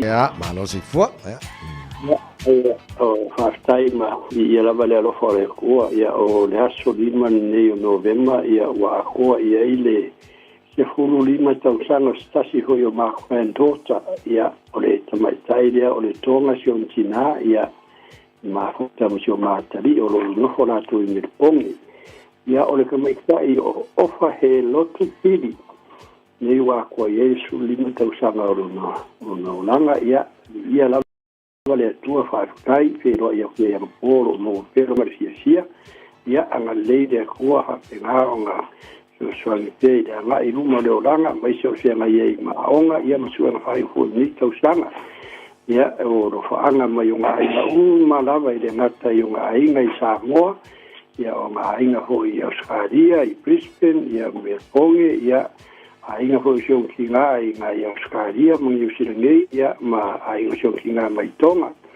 ia dai pe malo ofa alofa te ia tu mania ro asfanga kai te tawai ia alofa anga mo maua ia le pepe masalamasina fa tai lofa tai la pepe mo ria fo le nei tai au fo Nesho famnianga lo ilungol tanto imeli o le famnianga mo le anto inol tasto sanga Malu nei ainga Joanna Sepuloni ma Faith Sepuloni me tamatanga le nganga ina mo fai ona ria mai male manuia lo lua e tau sanga e oi ina tatu no nofo valabalai ai le mafai i ona ngalo lua tau sanga i o lua i tau sanga ia so uma family tele la vale tua i lo lua ola tupuai ia mai ave o lua oni tamai o live matango fi tonu o nai o tatu ainga ia mai se foi o se famanianga matango fi mo nai o lua matua ia nai o tatu ainga mai se ile kale siolo ngalo luai nai o lua matua le faka sa puleia sunga ia Paulo ia matau fau se poloni matau talo tele mo o lua and God bless ole famanianga mai tasha ba lua ia le tatu famanianga na le si famanianga mai le tatu imeli ole famanianga le nei se vavai atu happy 17th birthday, Caleb. Vi ele li mo lana tausinga ia te oela tali pele lea o mwhai ona e au lia manuia mai ai ia nei tausanga tele o lo si fua o na mātu te talo ia sanga whaupenga ina oele tua ia walo wala tuputupua e tonu o le tātu ainga ia mai sore kanesia. May the Lord continue to bless you with many more years, oh dear boy, and all the best with your end of your exams. We love you very much. Ola whaanga my granddad Leana Alo, your nana, Abe Alo, your dad, Reverend Nelly, and Ella Palmer, your brother Joshua, Fafawina, your sister Abigail Esapeta, and your little brother Macarius Taeao, your Auntie Rosa from Japan, and Auntie Shalom. And Uncle Aumatangi le sa lani alo manu tele lava ia loa sa whanau I le so. O lesi whamurianga mo mali tātu telefoni, alo si fua. Talofa. Talofa. Oi kalofa, pea ki muri mea ngai walau mai, oi koe kamwhai mai. O le whamurianga lunga tātu Facebook, nei Taeao. Taeao il nei Taeao fo o lea fo I whamnianga lea whanau was your grandson Montel Tiboli o lea sola nei wato iai lona luas from fitu tau sanga. Son, wish you all the best and hope everything goes well with happiness and love, and hope we'll have a blessed day filled with joy and prosperity, and may the Lord of our God bless you and keep you in his loving hands. Alofa tele atu ia pa, tele vao, ia Malitasi vao. Love you, son. God bless. Manu ia tele lava ia loa sa whanau, and that's from Malitasi Annie vao. Se koe kamwhai market fongi lea talofa. Na talofa tawai hoa mai oe. Manu ia lam whawhatai, ia, whanau le mo oe. Yeah, whamon mole fi whamon ia turea whanau se o grandson. Yes, yep, whanau le. Yeah, areas Christian, Fingota Tanuvasa in Melbourne, Tony Ilo, Toluta Sanga, Tali. Yeah, Famanuia Telele to Moe. Happy birthday, grandson. Love you. Nana will see you soon today. Yeah, Faftai Tele Lava Molo Abanoa. Tai lava, Maria Foyle, a Taeao, falling away your title from the Omanao, and a for Taeao foe. Se o wawai atu, yes, o tātou whamneanga wana lelei, amantangi le sāla ni alo, ia alofa mai, mai se pese se whamni ele tātou proklame nei. Whengala pulenga, mana whengala wenga redi Samoa, mana tātou proklame, Malu le Taeao, le tino whamana toto wasu. Whamas whanau le so, maria tele lawa le lofa, mananga le lei o le tātou matai le langi. Joyce full whamiro jolo tōna tāle o le tūla. One. Usolela, susulu mai, na tuai la Samoa le nuu o te nofo ai pe wha pe whea na ngalo atu oi lewa ai Samoa o le penina o te Fiafia I ai o solela susulu mai na tuai la Samoa le nuu o te nofo ai pe wha pe whea na ngalo atu oi lewa ai Samoa o le penina o te Fiafia I ai hangi mai se matangi e momoli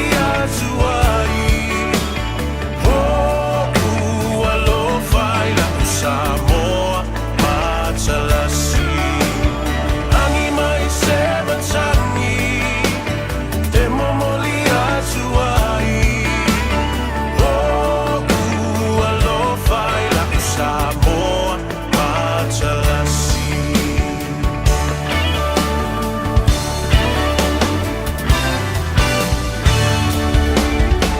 Oa olelea fa solo solo la poia o na paolo lona sami I la pe asulungia ele masina Befa apefea Nangalo atu oea ita Samoa Ole penina ole vasa Pasifika Tangi mai se matangi Se mamoli atu ai Alo faila Samoa Matalasi Tangi mai se matangi E mamoli atu ai Alo faila Samoa Matalasi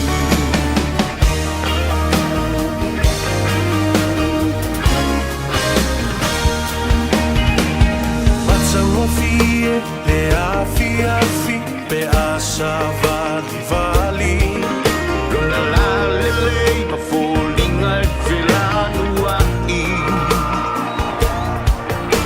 Pe fa apefea na ngalo atu olo wingoa Samoa ole penina ole vasa loloa Anima se matami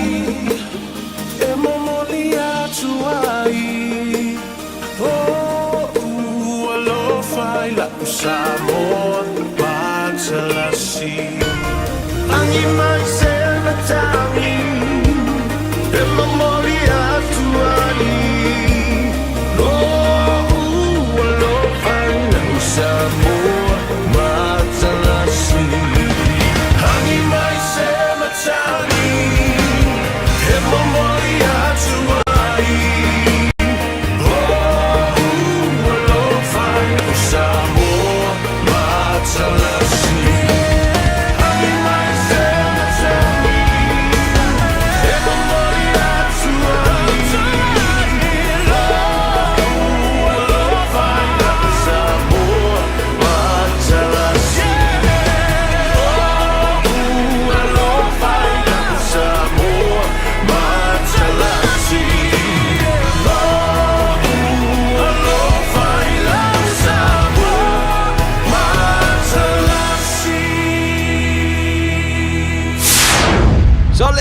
Eva mali pese malo le fafonga Samoa malo fo ile vai le musika Radio Samoa #1 New Zealand akoa Simpson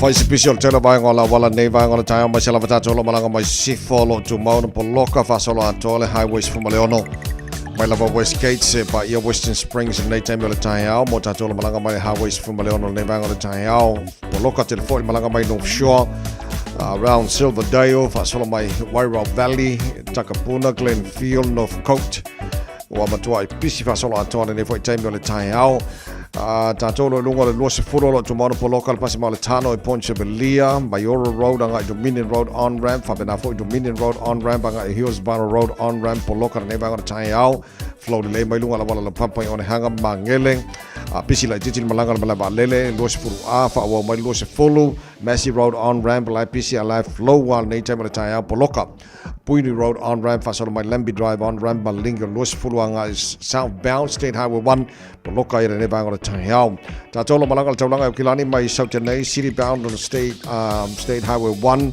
poloka ba Druin Papakura Feololo Papakura nga Takanini Manarewa poloka fa benafoi around High Brook nei time Taeao kala so kilo Manarewa on ramp anga Manu Kaulesi banga poloka nei banga Taeao East Tamaki Road on ramp anga High Brook Tip Top Corner Mount Wellington Ellerslie Pine Rose poloka nei banga Taeao around New Market Faifus poloka nei banga Taeao o tatolo malanga atu I Southern anga taulanga kilani o tele na vai ngola wala after vale o le lava on side lunga wala ia ona tulanga ile pisi tele nei foi Taeao fo le poti la tamana nai lunga wala nei foi table Taeao to tour with Samoa for lima totu am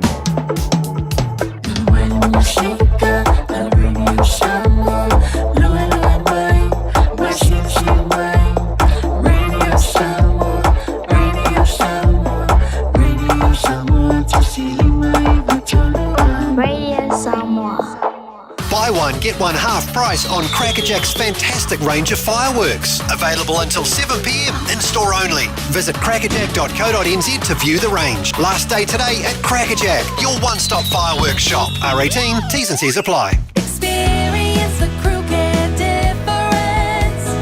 Crew Care. Looking for an opportunity to build your own business? Start your own cleaning business with Crew Care. You'll be joining one of New Zealand's fastest growing commercial cleaning companies with 12 weeks professional training, flexible working hours and a guaranteed income after 2 years. Find out more today. Experience the Crew Care difference. Crew Care. crewcare.co.nz. Poi loe mawhai o na whaongara o Q7 e whai ma te pause moro whare muamua. A whai fwoi e Yeso mō kesi e mawhai o na tato susuina o nisi a wala I whare tupe e sese a tonu e whetau I tūlanga o roo langa timine.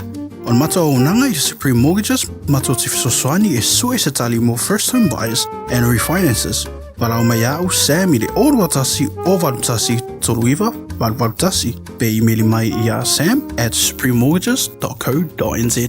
Ua whaatonu lau whanau sia o ngā amata. A whai e te lalai mangele sa sae po o nuu tūtua oi, whaafafonga lele mai. O lea wau whantu ele whetūta I ala o ngā amata, le tolu se fulu I tūla e a o ngā fuai whanau, mai le tasi o I le 5 tausanga le mātutua I le vaiaso. I oe, maua fua fo I tau mawha, walau lo le whetūta I ala o ngā amata, I le olua tasi tolu 5, fitu valu iwa fitu. Olua tasi tolu 5, fitu valu iwa fitu, mo se avanoa o lo walo. Ready Samoa's for lima, but tolo mo to lima, minu tolo jora talo le tula valo le fafonga le pokala me Malu le Taeao. Ne foi dia so lima November, le tano polo ngolo pe lua suma lima. Ya mingo yange mo le peselea. Mr. Cowboy, mabani atolo so mataro tala me Samoa nga tolo ne va so ta tu ya Malu la versi for manuia kia ora good morning. Desmond has a barrow in the marketplace. Molly is a singer in the band. Desmond says to Molly, girl, I like your face. And Molly sees his as she's taking him by hand. Oh, bloody, oh, blada, life goes on, yeah. La, la, la, la, life goes on. Oh, bloody, oh, blada, life goes on, yeah. La, la, la, la, life goes on.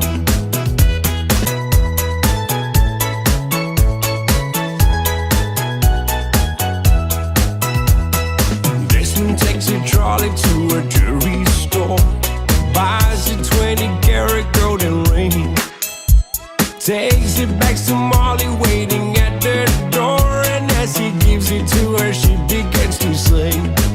Oh blada, life goes on, yeah. La la la la, life goes on.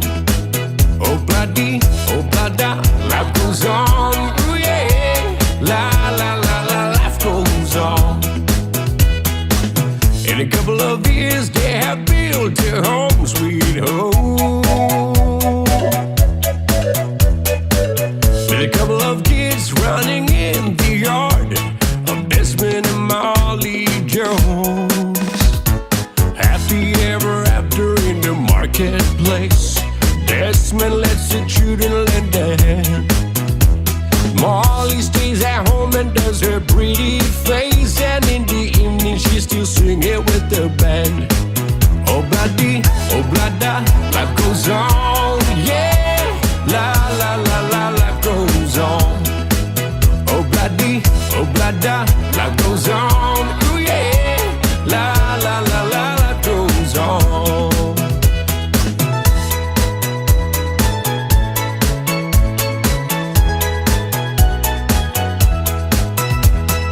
Desmond has a barrow in the marketplace. Molly is a singer in the band. Desmond says to Molly, girl, I like your face. And Molly sees his as she's taking him by hand. Oh blada, life goes on, yeah. La la la la, life goes on. Oh blada, life goes on, yeah. La la la la, life goes on. La la la la, life goes on. La la la la, life goes on.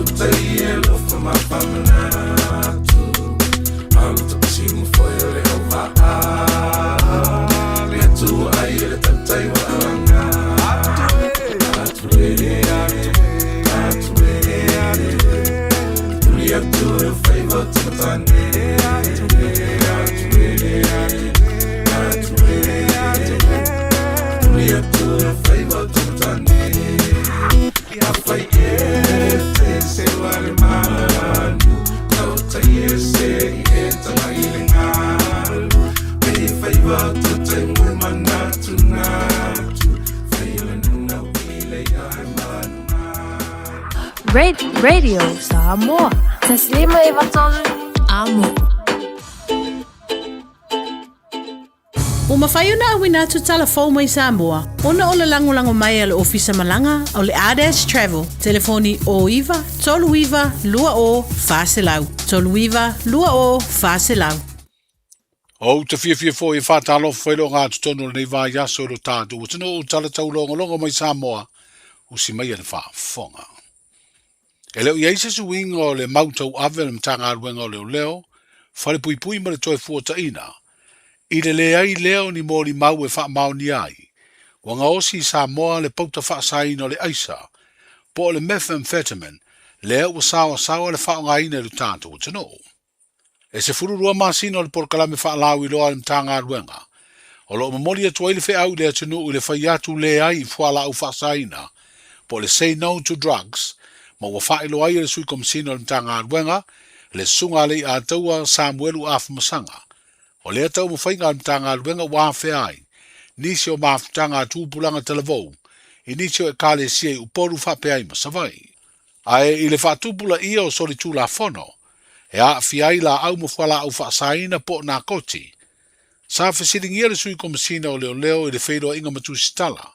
Lea sa ia talo ina i le solua. I sona fina ngalo i le maua le komisina o leo o mai alo na teimi ngalue. Na ia wha ino ai o le tua oi o whewa inga i le vao Samoa, ma Amerika Samoa, o loo pito tele ai le fuala au wha saina, o loo uru fale mai i Samoa tuto tasi. Nga duenga i o leo. I lako wha maunga mga duenga wha kingo i whala au wha saina. I leo ngausi ge. A wa pe isi se o lai eisi. Se o si la fia sin deo ngausi ge. I le na wha kalia kura mako. Ai o whala au wha saina, i mako susu enga masanuiana. I o lea maua mai ai. I le pora zane a mea waalele. I a marunga le wafu. E le wapela ui e nike mi e kia o se kari wapeo kukuila pe a. Ai o le nga fua sa unga komisinga mawai. O ngo gaka inga moria mai mana whamkaranga sa kuinga mai nkanga wenga. Le na sa whawai e fo i a whamaumanga umanga o le i aso mi e. Aru whalau sa inga ia mo ki ngoa ia. E whai sa whafua kota kotu. E se mtau i nei e whamasino ma lea tau kora o whasaina. Mai se o so whai ngā leo. I se pitonu i ngā taurama. Ia i leo ne. Lea rana mau mai ei ni se o kora o whasaina reisa. Mau mai ei ma se tino i tupe whape e lata e tau skuli mawhe. Lea la sa ame whamasino. Whai e whina ma. Lea na o mai le polo i ngā whamasino i leo. Ia toi whaafo i le tupe leo. Ona i lea, leise a fia mo tupere, i le ngā runga rei kora whasai, na whiota oto i nana ta akuma koro i ure whamasino. E te loe, ai tupu mta apuna o te rei tau veina i a tuwhinga na. I a eri sim tau fu e whai tantai. A whai sa whai whina unga whamasinonga. Mari tu te e po i la konga mōria i le kupere, a e sau se pola inga whamasinonga, i rono winga. Ua le whamle inga whamasinonga, i le kua leo whingā ua ka ofi kupi. O se vaenga la ko morianga i lunga whamasinonga. Le ranga sau polo inga whamasinonga, i a mea mo ki ngonga umanga release. A umanga whamasinonga i le kupere, sau se ora, winga umanga, kilo umanga whamasinonga i vaenga umanga sinonga i lua. Winga sa whingā umalosi leo leo, o le kupere. O se vaenga a fia i morianga whasopula fongo i la kouia. A whai ai li whamaringa, i leo whamaringa whingā umanga i kuke. On mafuanga ke long sa uri orang ka musika e fuira mako e se mai mare oranga lo ko ki kilo mako ke se la pio mako fa ki ngoi ngor ngal i le kula fomo o mea masangi ai so se mea e mau ku kongo e annual proceed of crime me o manga sai ai mo e ali me fo ngale ko ki kilo i le process a fa ki ngoi fo i ngal ngale pe e se mea sa misia mako ia la fuese me sa pika mo famsimo ia fale le ia nga ilu mo mongisi nga lu nga fale le sa ilu ngo fala fa sa nga tu do tu le si le fam lo we we le fam ringa o fam tu fa fo i tu pe Le fionga le sui komisino leo fale pui pui ma le toe fuataina, susunga le a taua Samuelu a whamasanga. O whawhita uri sa mori mawina leo leo I solo a Taavale, I le mai o le longa talua I nei le toa Samoa matonga, o taunu waile sui komisina ma le pulenga o le tanga aruenga o leo leo, fale pui pui ma le toe fuataina, I le tau filo le toe wha matu ina atu se pe mita whaatanga ia I latou, o lo ta pena ina le solo a Taavale, e wha ilo aile lango malosi le tātua au luka piliki, I lana tā longa I le wha unga o le vaya so nei. E leo talia ngō fie lea wha unga le tō te leo o sauni, e whaia lātou solo a Taavale. I lalo ai o pula fongo I le police ordinance 1961. O ngai ai e parade pe o ngai ai le manusi anga komisina. E isu ai e komisina le pe mika, e wha ngai le main beach road. Aga ko vai ai le inga. Pe o upu parade o marcha wha ngai pula fongo. Parade sa vali. Kasi vong kasi pula fongo le wha vai manusi anga komisina. No winga e kuanga isu pelika. O ngai mo ki ngoi fa nga I vai ngole wala le piko singa pe senta e ka ulanga I lumo I. Ia mai kumu foi ka wala. Le ma sen ka sa mai solo e fa kingo. Inga ua saule World Cup le to Samoa ka rua I le liki. Pe o ngale pa vai mo sa ka sa mai. Le ala ka fai foi ar ko singa mo vai ma ko sa ia. Vai ele upu le parade le sa kula fongo a fa liu sa o ape a fu ele o singa kula fongo ele ka van o sa va ai wanga ma ku fa ngana inga ia ma ku ko fa ia inga sa le mu ka ngaka fe wa I fa ngana wa ka sa va ma ia awang I kula fongo so ia na fa ki ngo ma ku le to sa mo World Cup. O solo la I e lua inga ua proving ka lua inga. Sa follow al ka ialanga. E ka sanga mai o ke nei sanga mai le fai le fonga wa kua kua lalo fai ia inga. O ia inga o mai ia mita le au ngai Ia saunga le muka ka whanganga le awana. Awa ki so linku la fonga runga le awana. O ma solo mua mako mai kau inga. Ua kau ese ia mionga vaia. I solo mua. Ka alonga le fai mi usila. Ya, ko kalo mai se le kalo ngalo le foi nga be ko ala a fai ai ele mo fai o mo se sa le mur va ai la ke le mako e mo ki ngo ka fia on me magi ngo o uma na skonga ele I solo nga le da skonga I vai mako ku la fo ele I ona ya sane le se pe mi ka fai mai e ke le men ku pu o uma nga ti sai da skonga I le ka ko fa wa ya me e lua ma fuanga o le saunga le mu ka ka lunga le wala saunga le mu ka ka le aver ka vale ka le savani pa se ka vale ma awangi e ku na fungo so ele ka se ku na fungo ya fi e lunga le wala inga ya mauki ngo ka si ku na fungo saunga le mu le olo ka ko la sane ki ange ele se parade nga ka sanga inga ya pe ngo fa ku na fungo nga o pe mika ya pe nga faya o luma I le main beach road e sa vale ngai o Samoa ko e se pe mi ka mo mi alo winga e le fa ka ngai un parade I lungo awana ke le no pa ka ko ku la fongo ia mo ka si o sa mo le mo inga o ma la sa ma ko mai ka la fa ba ko mai ka ulan o ke o mai mo fa ke le inga ka vale sa fa le ma ko ke o le mako kiuki ringa la kiki ki me o kupu mai. Al vai ai fa leo. I langa ka fa yo sanga le mo ma kupu inga le olo. Ma me ko kingo le ku. E le sanga le mo. E le sanga le mo. Ava pe ese singo fang. Anga isi a wala se kele ga ko ku e fa inga. Ka o fele le si a wala fa nga por. E e fe ro. Ya aquilo foi o frapo ko foi ia ka vale ona sa no fai sila ko mei I pakam kam sanga e bi fe a manga oi a lunga ia wala mal parade fu mi ya e ngau fai ya e le fai un ko e fakala ina spe mi ka o kilo le saunga le mo e lua fa la pe na fia I ka kai na sa ma hu ka kai fa le asi le solo la vetas ia ma o lu mala pia pa no mo winga o uma no miki miki o e ma mo kunga ko kasi la mele la o lo se ko la lo foi ka ko ia ma no foi ka vale ia fai si wala ka ko e ka ko au Le sui komisina o mtanga luenga leo leo, fale pui pui ma le toe fuataina, le sunga le a taua Samuelu a masanga I sona finangalo, e wha manino ai le mafua anga, ma le wha ai unga le toe wha matu ina atuai se pe mita whaatanga,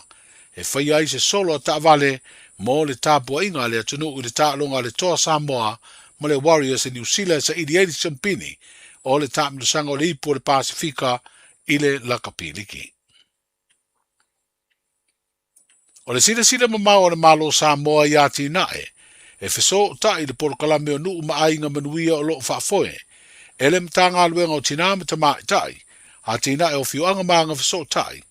O tā wai le a wai o le usunga fono o Samoa I le vai o sonei, I le fono tele le rolangi o loo whaatalano ai a wala matau mawhainga, e si ti ai le a tinae o tangata, ma fo I ai le ola mativa. O se whaatasinga whaavau malo o lo usuia le ai tele o toha, le lau mua leo le atunu o kata, o lo a wai le minsta o le mtanga aluenga, le fionga moe wha ua Julius a kui tafunai, ma le wha ururunga o le mtanga aluenga. O lo au fia I fo I le usunga fono, masui o le malo Samoa o lo ngā lulua I Europa, le fionga I a fatua manava upolu le tolu Dr. Paolu Teru, ma le fionga I a tole a foa nela Pepe Levi. O le urua I fono wha vau malo le ua a wai le minsta u tau veina nei, le vai o mtanga luenga o tina matamai tai, a tina e o fioanga maanga fiso tai. O le solua nei va yaso na amatali ai le fon tanga, o lo a wai le minsta o le mtanga luenga malana usunga fono.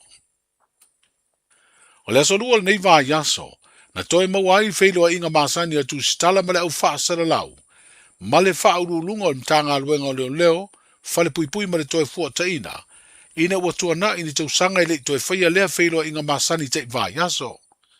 O le tāua o lea whailoa inga, e tāpā ai se whinangalo le komisina, po o ofisa si ni o mtanga aluenga I mata upu, e whesiringi ai e le vasenga o tu stala. Stasi leo avano o whaafitai e li mata tai o ngā lulue, I le longo puia li o le tātu mutanu, ma ua whausi ai ma se so o tanga mawhanawhana ma vāvāla lata, ma lea au nanga tāua le malo, o lo wha malo sia, le tūla whano. O lo tālo sia I ave ai pēr lea suinga le lei, ua toe whinangalo I ai le ua tau eweina nei le vai o le mtanga aluenga, a o tāli ai se whiringa o se tasi e avea, ma komisina, lea ua wha mauni mai ai le sunga le a taua Samuelu afa masanga, o lo avea nei masui komisina o le mtanga aluenga, o lo tālo sanga I le avanoa, lea ua wha moe tāpunia tu si tālo sanga uma, I le aso se fulu, o le masina le nei o November.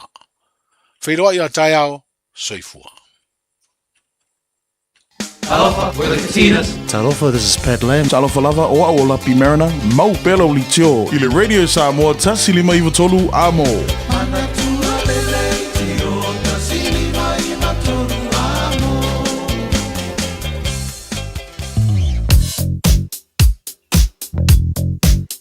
O li poti mai lunga o le alatele, ua awina atu on o le langolango mai ale ofisa malanga ale A-Dash Travel. Telefoni o iwa, tolu iwa, lua o, whaselau. O iwa, tolu iwa, lua o, whaselau. Na siaka tu nei le waka kotahi o lo o tu maona le se whala lave lunga la wala ai e lau tijilo atu a poloka tele lunga la wala nei vanga na Taeao maise lava lunga tātou highways. Ese mai lunga highways.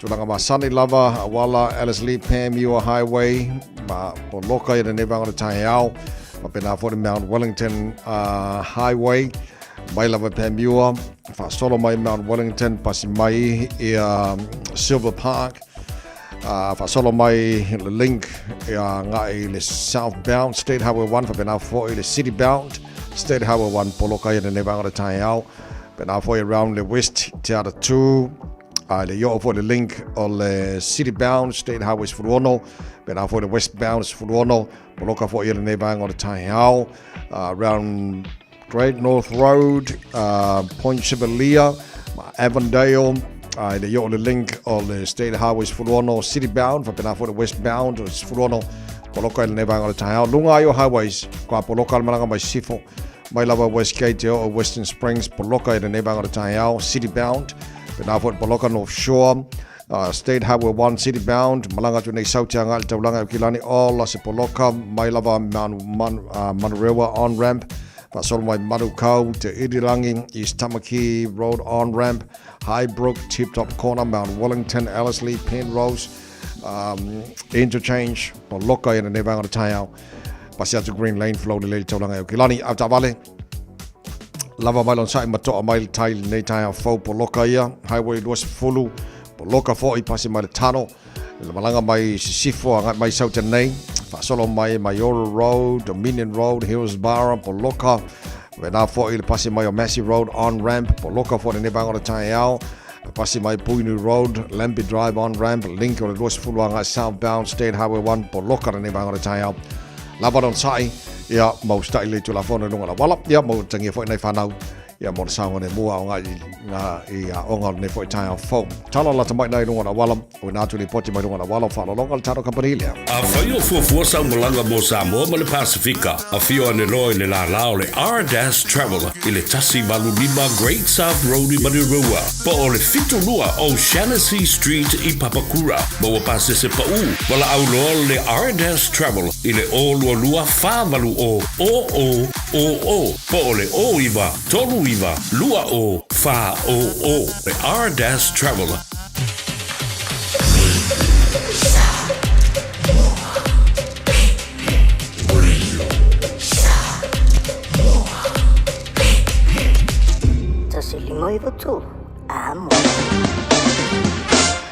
Malo whaftaila tino I lau mai mama lau whafonga nei teima o le Taeao o le vainga la tawane nei le tala o le tau lua se fulu ma le whānau te wawa atua I le vevela I Samoa te le valu Samoa nei teima o le Taeao tu mau winga langi le leo le tau le atunu se wanganani se vainga o Samoa pa wai timu ma whaina o le lua se fulu I vanga le tolu se fulu degrees Celsius morunga le vevela le Samoa e le nei aso lulu lua se fulu ma le 5 e lona ma walalo tu e whatalo patu e fo I pa anga le tara pakalama I Samoa ma Amerika Samoa ma lo se fumaria Nei teima o le Taeao. Whatalo whan malo le tino I Australia. Good day, mate. Malo se whamaria le nei fo I Taeao. E le mama iatu. Leo mau mai tulanga I le te leo vaenga o Australia le nau lungo le tātou map ma le whamamongo lo tira mai. E le nei vaenga o le Taeao. E le la mua I Canberra. Leo te baba iatu o le whasoro na awa oalang le leini so taimi se fruiva. Morunga al malu o le efa mawina mo Canberra. E le nei fo I aso lulu o tātou. Iai, e le telo vaenga o Sydney, Australia. Good morning. Malo se whamanuia, Sydney, Australia. Malo whaftail whatis mali tāra pakalami le nei fo I taimi o le Taeao. Whasolo in langi le leini tau mo o tau mare suru le la. Lua suma le ono whaisi vela le elus fuluono. Morunga le vela le efa mawina mo Sydney, Australia. E le nei fo I aso. E le tele vaenga o Melbourne whea kako o la whasoro na awa oe pa o timu inisio taimi o le nei fo I aso lulu e ma whaina o le sifumaliwa maurunga o le Malu o le ea le nei aso se furu lona mawalalo so whasoro na awa oa ia pa o timu inisio taimi o le nei fo I aso ia ma nisi vaenga iai ia Darwin vela I o le nei fo I aso o le whasolo ina o atu I le tolu se fulu ma le wha anga le tolu suma le 5 le morunga le pevela whamawina e awa oa pa o timu ia malo si forsabili e niso taimi ia ma niso whawhong mai niso vaenga o Australia whamai mola o manuia ma le tau mo o tau e le nea sa whaua tātu sa malia sa mali talo le tau no whanga whasalango reini sa mom tamaki makauro o kilani se fulu 5 o ele malu lune ne vanga le tau wa tu whafo o ka se manga I o susulu le lane nei taimi le Taeao hallelujah vi ia le atua Los futolu marunga le bevela le so o le a matele lava ina langi le leile tau le aso atoa le ai ma se timu pa o langi le leile aso atoa Taeao pa aulia pa solo fo ina langi le leile awa oni so taimi los fufan marunga le bevela bo au kilani le aso Taeao o le vainga yon tuatu las foreile pa o timu te le vainga o kilani pa o timu las tonai pa o timu las saso ngafua pa o timu las lua o le nava aso lo mana I atu au e mafafau e mo le vau pe vali le fale po ala manga luenga fai fafo o ngeia Taeao ngeia Taeao aso na fai ai la ngalo te baba atu e pa utimu las foreile ka fefe ole tulanga na ile tau ane ngata tele baenga Australia fa pena fa Samoa ia ma au kilani nei ia mo niso lala niso baenga o New Zealand le manato lo maria vale tau mo tau ile nei fo esa forward tato o lia to mo il radio Samoa fa lima tolo amo luas fu cha ele to la Malu ia o tato tala me Samoa nga toro nei va so per fa fonga le tuno che fa sa la wina mo per tale to la se fu mo le lo la le so mo fitul po ana nei mo le fa pongo tala me Samoa ile tala Malu ile Taeao pe audio lo tu se fu mo ma to malosi e pe ia ma nei le fin ngalo ni so pa angal tato po kalame operatio walu nei wa pei wa fai ma wala fo ile fai fa ringa ta vale ma fai ma ki finga tangata ai wale fai o se support mo tatu to Samoa so a fa longo tele lo fa fonga a fa longo atu il so no nga su kom sino leo pe on fa tala no su el tatu ready Samoa pia a fa pe ala le parade o sabati fa matala ma faina available no sava vali la to fia sava vali ia ma fa ngeng ia la to fu tapo ia e fa lo la to tapo ia tato to Samoa ia ma fa no wala ngol ka longa le ese mai si ka longa e wo mat ka longa nga kai ka longa su ori champin so tele lo la pe avela la no tawo na mo la ka wa ia fia sava vali ia wa ma ga mo fu man exercise e mo exercise ko mo ma le no fa ngeng ia fu e ta o tu support mo tato to Samoa ia ai mo le o ia ta vale mo le si va ngai lo titi lo wa fa ina il to te lo isi o ta vale ala e usta ia tu la fono no la wala o la wingo le tala o la ia to fa ngala tu ta vale ai e usta ia fo tu lango ia tu la fono mo no la wala i Samoa ia fa te tenga in le foi la ia New Zealand la to e los futolo e tickets ia na fa sala la to ia wa o soli tu la fono la fa mai le okay la okay al fa io solo e fa lo ai le support ia a lo le time solo tu la fono ia paulanga al mel fa sala so los futolo tickets ia na issue e le weekend le tatu nei e na wa mai ia talonga foi sa ia ia te dei lo ai tu atu ai finangalo au te lo ia la to io e fia sava vati ia ave foi mala bono ila to la fa nga ta wala tu tabale ia ai manu pui pele ila va inga leo a se banga o si la tu leo wa telefo il fa le ton we ni so su telefon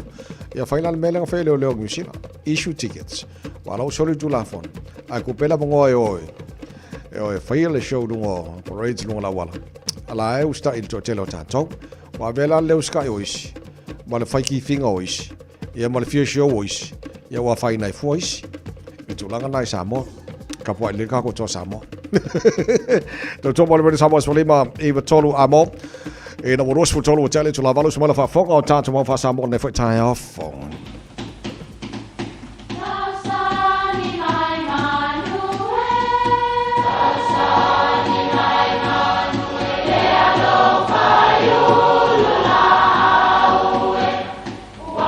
E o whanga manu i ululu o la au, awa e whawhanga i funga o la au. A o le tangata e whawhanga i upu matala. O le mawhileo o alanga upu mamuanga ngana Samoa maona whaapongai, e a fua ilo na sio mianga. O lona lea sao i le whaatufunganga o le iloa whaale aso, mai le tautua se ia o ina pule. O alanga upu mamuanga ngana, ua lanto mamanuina le tō whamanino a Samoa, mana tua fo'i, e tāo fitau muli le atunu. O le pā ua le soo. Whapea le tala o tama whai ngā, o ia lea e whapea na whaile na pā, sa te tanu umai le tele o tausala, na whai mana wā. Ai o le mea na o iai, na maliu le li, ai le isoo la na pā. O upu ewe i se mea na mawalunga ni fuafuanga a ua le taulau. E le whaingo fie le whataunu ina o fuafuanga. A wae whiri whai e sea le soifua. O nai le ai se tau maasina ma le finangalo le silisili esi. E iai le maangao ma le paa le soo i soo se mea. O le paa ua le soo a tama whainga.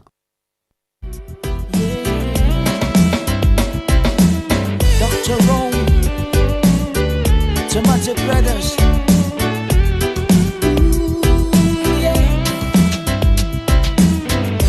Oje pesi ma ufa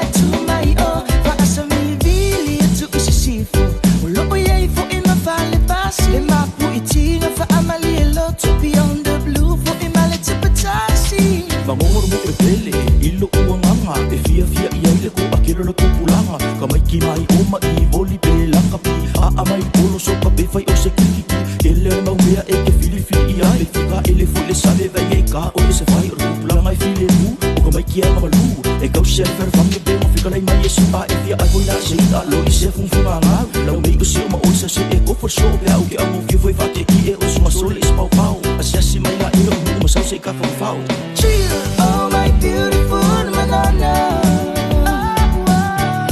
You're the only one and me me tie love lata Oh my beautiful banana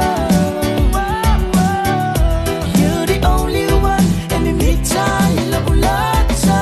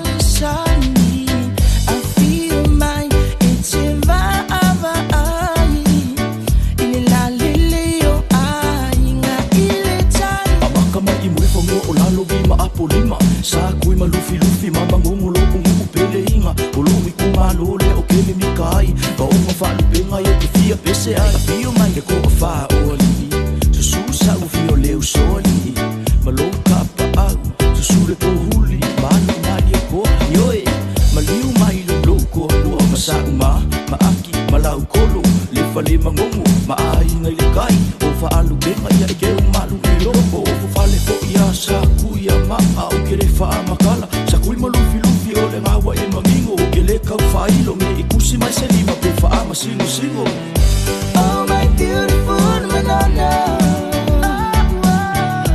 You're the only one and me me tie love lata Oh my beautiful banana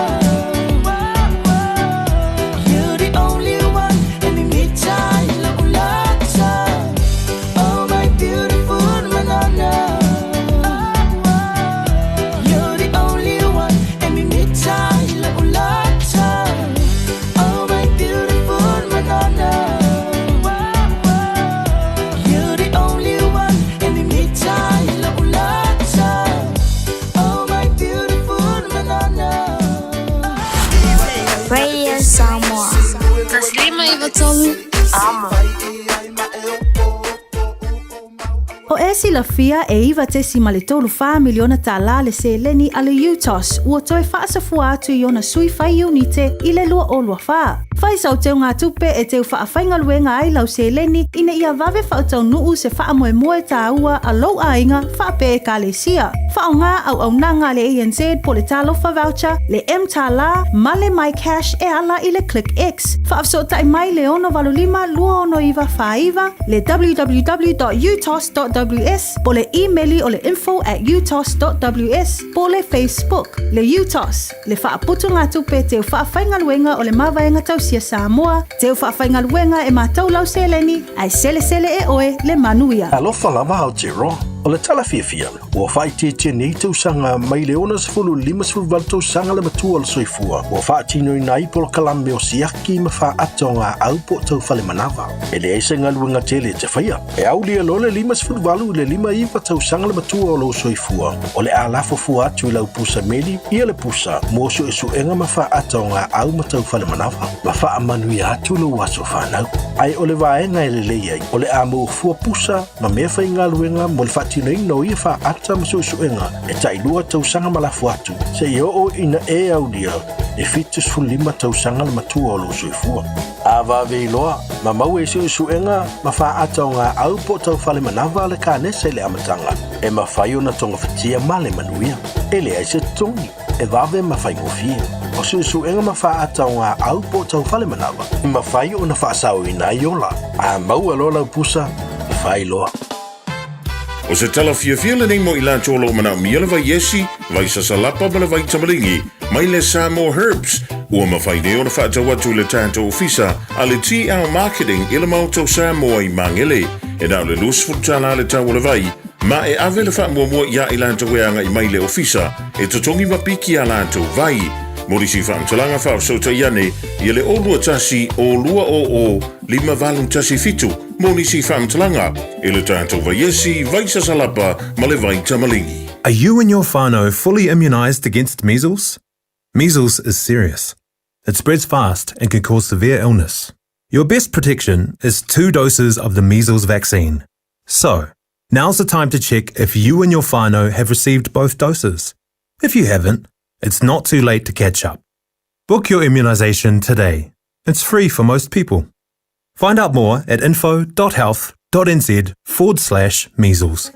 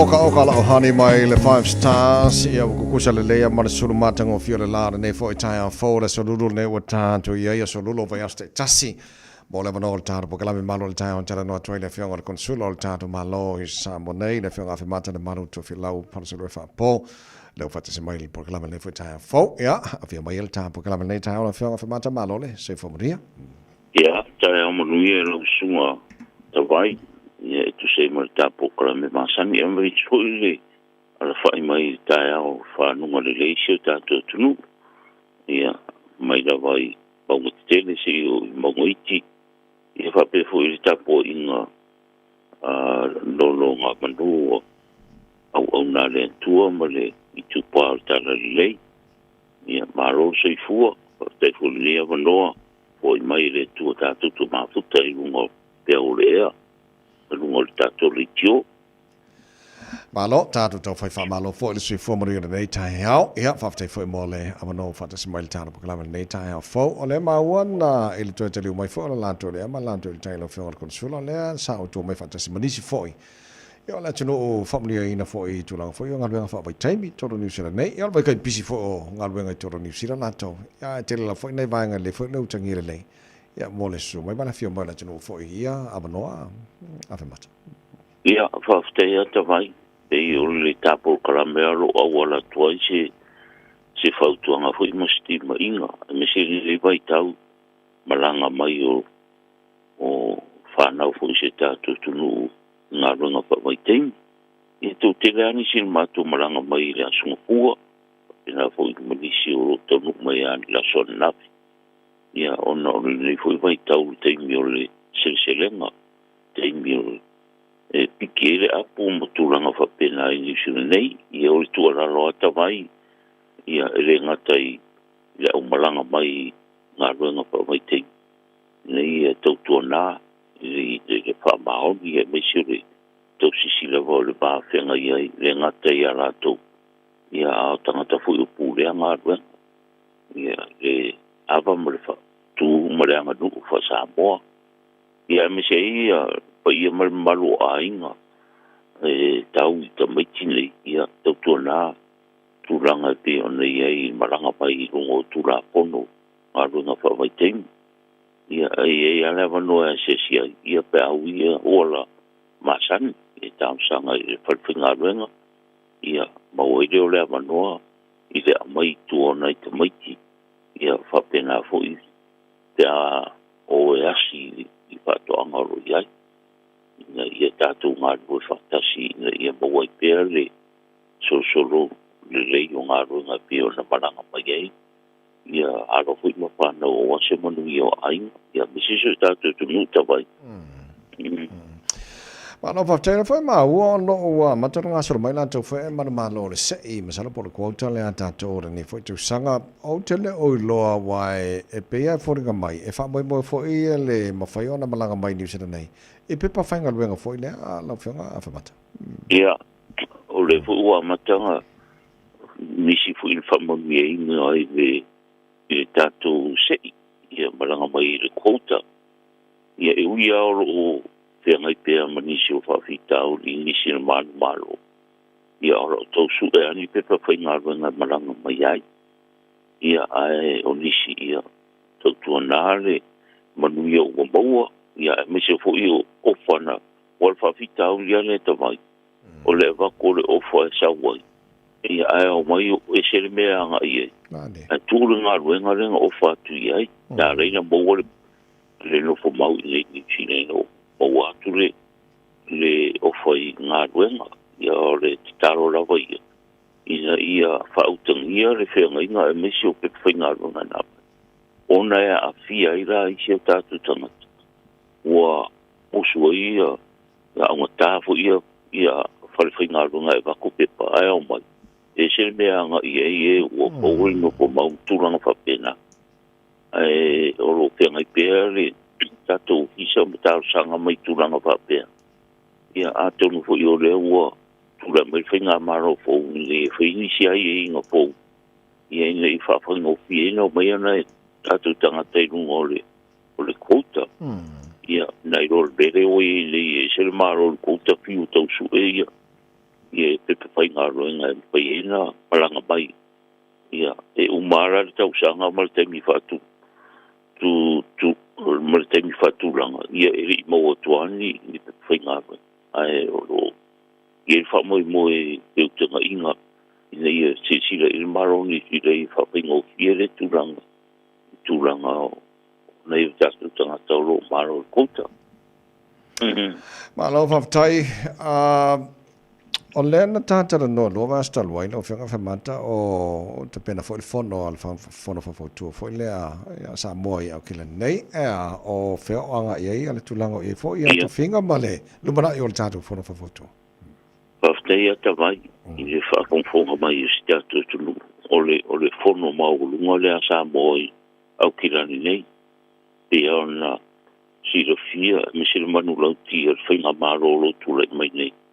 Ia ona o le ngā lue fantasio o le atunu ia whapeho i karesia ia ma le whainga maro le la ua toe fuatai ai a mesere toe a mata le lei o le tātou whono whautua ua mai a le whono ma ua tōwhia ai se komite ne ngā lue mo se whawai po le constitution ia whapeho ma tōwhinga ia ona toi fono ai leo le tunu ua wale pasi e ino ia tūranga uma. Ia ma whanga solo i roa le wha moi moi. Ia oro ia fwoi le se tūranga fwoi le so soani le maro se ofisa e le ngate mawhitanga whi te au Samoa. Ia e me se fwoi fono whapoutua e wha tūranga i tātou office tu tonu mangele. Ia o le nganga ia talo to i tātou tunu le rangolang sua. A vila rangolango i tūlanga o tua. A tā iei i le matau pule tawai. Marila.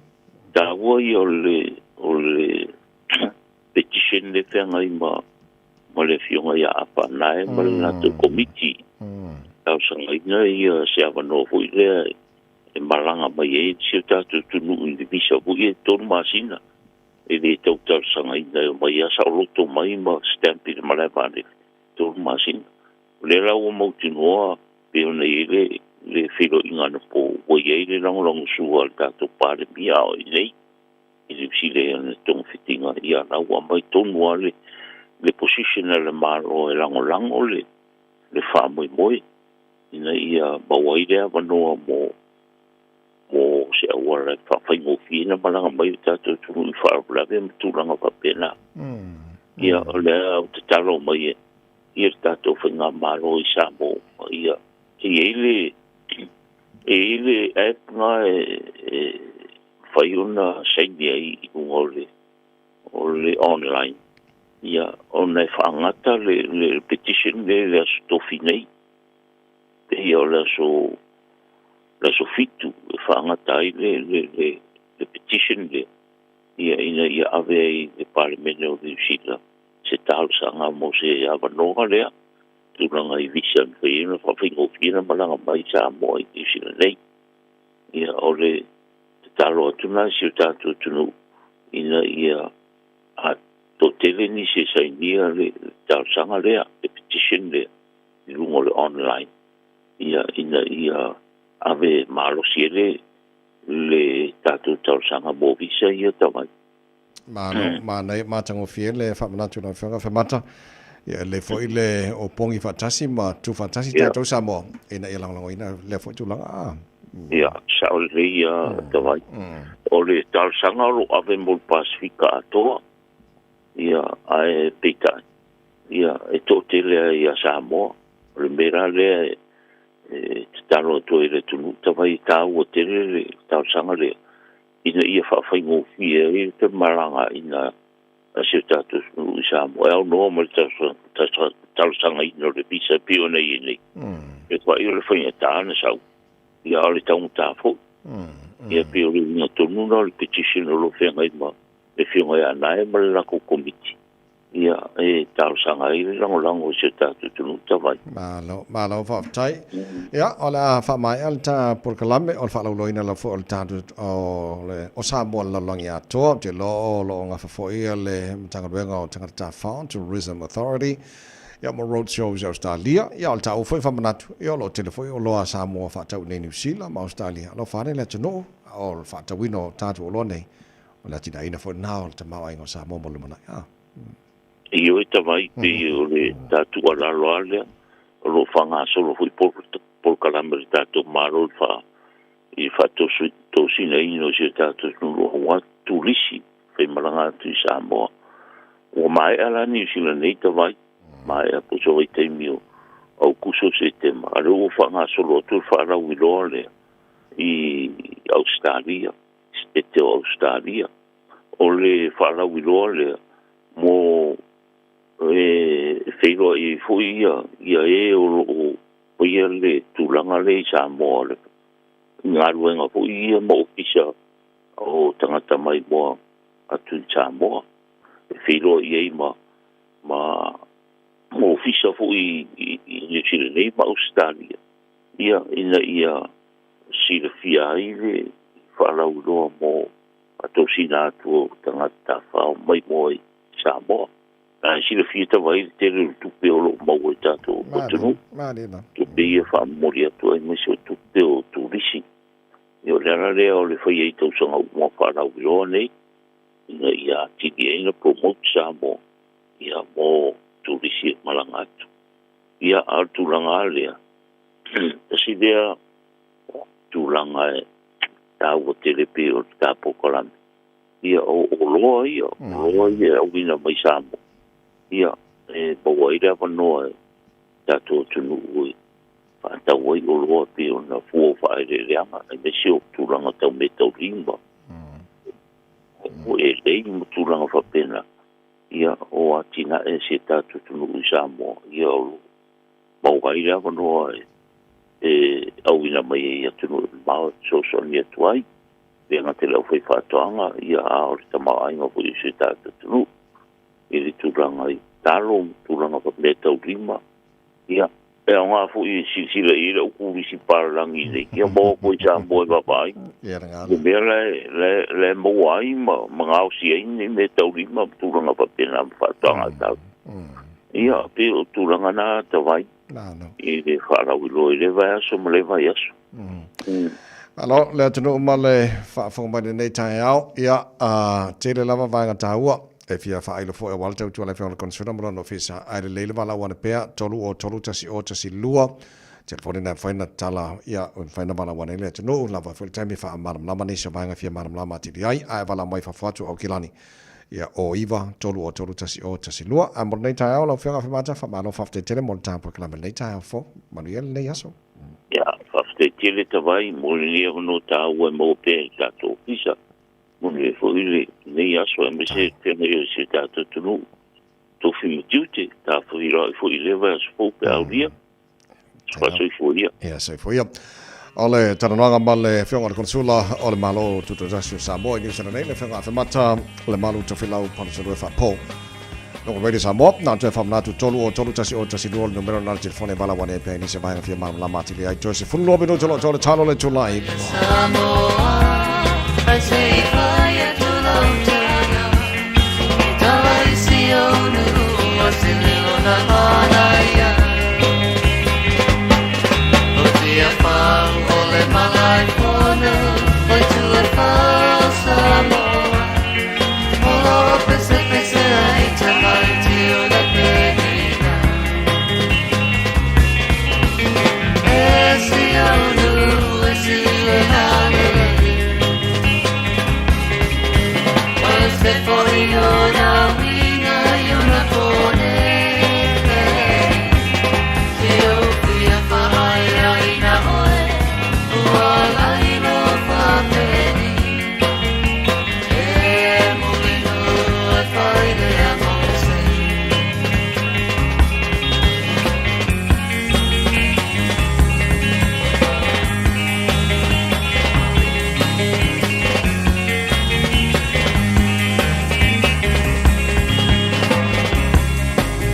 Somebody and lady lay down wala Naibaile yung wauta May ofisale no pamasino Maupanu a masuapa Olo oya I mare tulepi See if I fall no Samoa May ofisale fitu e yo island to Samoa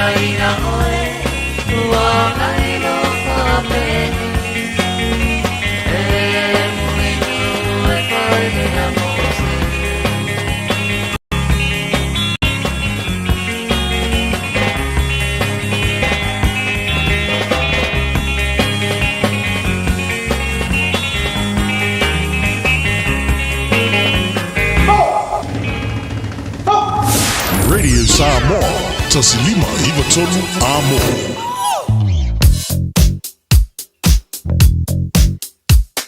O li poti mai lunga o le ala tele, ua awina atu on o le lango mai le ofisa malanga ale A-Dash Travel. Telefoni o iwa, tolu iwa, lua o, faselau. O iwa, tolu iwa, lua o, faselau. A mai al tātou le Spotify mai runga na wala le foi Taeao phone tātou a sielo le tua le Taeao World and Auto Limited le foi Taeao phone runga na wala tu mauna poloka le telo vaenga la wala nei Taeao mai se lava tātou la malanga mai civil highways fuma le ono wale loa au pona mele poloka i il vaenga lea pena foi malanga mai North Shore o lo tu mafona poloka le telo vaenga le highway state highway 1 mai se lava pasi mai o Manu Rewa on ramp ngai Manu Kau fe lolo Manu Kau ngai te irirangi ko poloka foi ia Istamaki Road on ramp ngai High Brook ma Mount Wellington mai nga mana ro tomorrow poloka ia le highway lo se fulu ia le va Dominion Road ngai here's Barra fa pena foi ia pasi mai o Massive Road ngai Puini Road on ramp Malembi Drive on ramp ne foi Taeao Falls southbound Taeao Taeao up tabare tulanga na ro ilunga na wala ne Taeao Taeao to maona ustai tu la fono lunga la wala mai saunga le mufe malanga inga o le nei foi aso a faio fo sa malanga mo Samoa ma le Pasifika a fio ane loi le la lao le R-Dash Travel i le tasi malu lima Great South Road i Manirua po o le fitu lua o Shaughnessy Street i Papakura ma wa pase se pa u wala au loa le R-Dash Travel i le o lua fa malu o po o le o iwa tolu iwa lua o fa o le R-Dash Travel.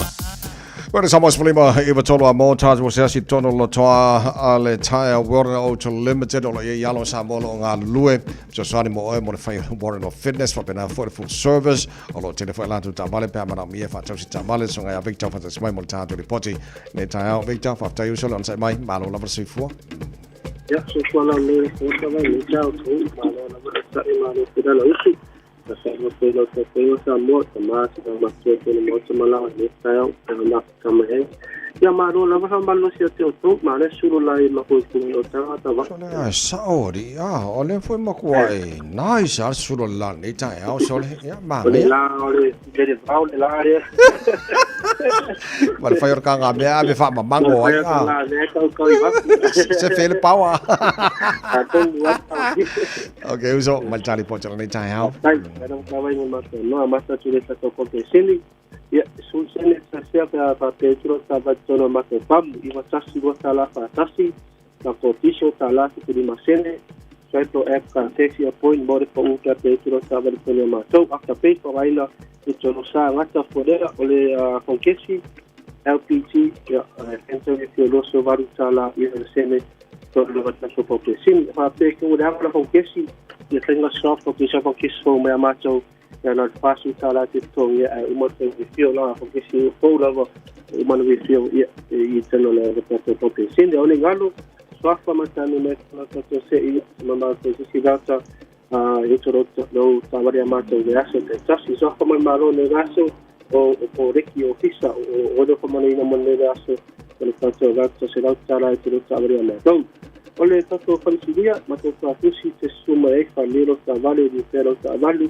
tasi le matolo stomaki go e a fama so service le transmission service ya isi mato tavale ya so se ya kilo po so Ifi na matou doi nisi tore nisi matou pari li loi mo matou fokas loko pupas teno fatia matou toko loa na whainga whaitoni le aso lua ki tala le aso lore matala le aso lunga tato whainga te whangi aha te tuolau ki kele pa orau ka avale ha pita te pres teno ki refresh kato LP nice step pa lefa matou tono mawhakorosada pe sema whainga tono mori sono sport ako scanner fare teno le ta vale te pare uno su kala te to ya pok mo no ta vale le ta te pare sili alo mo ko ma ta ver pa ta vale so ta vale suai te le ro firinga SUV to ye to hai te car to te apu le to renta hai glasia o mo na te ta vale mo na ri ya como te ta una forma ta le sto como pa pi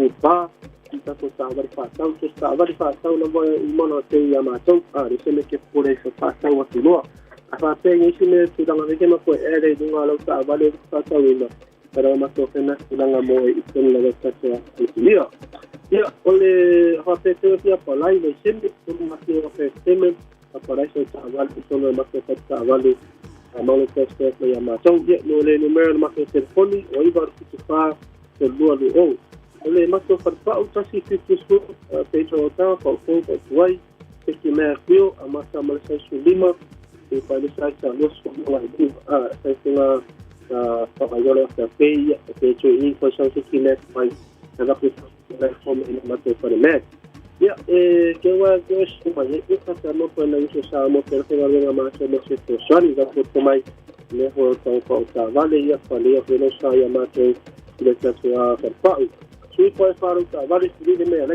ai ya ma to ko la mo da se que su ma se de me o fa de ya lo ya alignment le ma to a fa la sa ko le ma to fa ri si ya ole fa ole marca to tashi la to fix ko se pe no ma to va pe ko si yo fa marca ko lo po ya li sa mo ya o se pole mo sa ma de la ta fa mo oi ta vale le da so hori como go ole 3.5 ya to la ki tu mai de aso uma na teu o se focala uma na teu uma na lo ole spoiler mo sa fi for the tu na lo uma na teu ina ta ta vale sai lo ki tu mo le de aso se la ki tu mai de aso ta to focala e sai mo ki tu ringa te sta to si sei a pei le non fai ma de gesto che va da si le testi ina ta to fai nesta tongi fa kai ta vai mo ma to no Victor Fiafia mo le potil nei Taeao mo ni faiva o le nei fo yaso sunga Victor mai le ta to company le Taeao World No to Limited le nei fo Taeao fo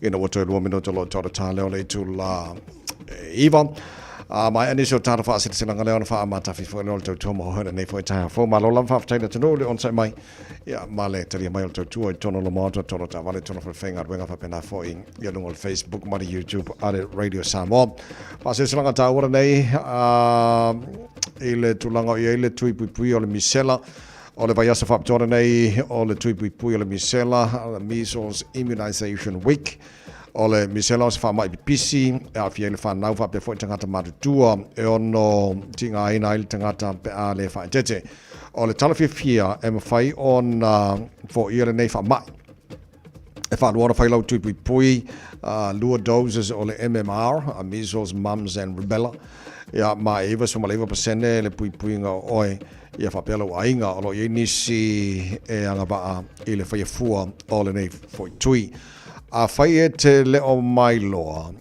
pe o mai ona whai alo tui e ma whai ona e tanga iane i leo penga ta whailangi info at info.health.nz/measles ia pe te whafso taila fo mai ia po se whale talavai ia pe te vili foi i le free vaccination helpline o por se lau lua valu lua iwa lua ono a wet fatali vili nei loa o le vaiasa whapitore nei o le tuipui o le misela measles immunization week pui oe pui lau whanau pui foi ia lau pitano o Aure ngalo sa lo minga o le tusi o le songa whatase ma le lo minga o le bao filifili e mauai wharupenga o Samoa tutuila mamanua o nisi o talatu o Samoa alanga upu o le matafa ioi o le matai i le whainga o whalavalave ia pe o whaiponga Malu o sio singa o ainga fisira whainga o polo si i whaaloalo wharanginga o e kalisia ia ma le tele o ngana o whaalolonga mau o mai tono tusina lua fitus fultala al tusi e tasi so ngā fitus fultala al bao fili Nā lo official level radio Samoa maua iai i le numero tolu pātolu sifurona Hobol Avenue i Manukau. Maua i tātou tusi nā mōne se whaamtalanga walawana i tātou telefoni lua ono lua tasi lima i vatolu. Lua ono lua tasi lima i vatolu pētanga iane e le shop radiosamoa.co.nz. Ia whai e sau oka mō tātou tusi nā lua so ngā. Whapena foi ia le vau fili.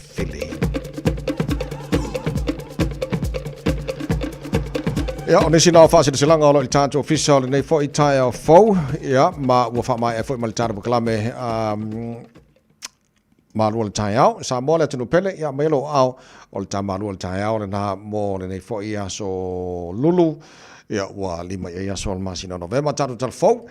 Leo le aso ai, ja, mali tātou bukalame Fiafia Mansunga te tia whanau tusi te tia wha wauta tuara wele Samoa mo ohe le nei fo i aso lulu. Mo le nei taimi wha whtai lau tala mo lau tāpo ingam. Manu i lana nei aso, God bless, to wha. Soifua.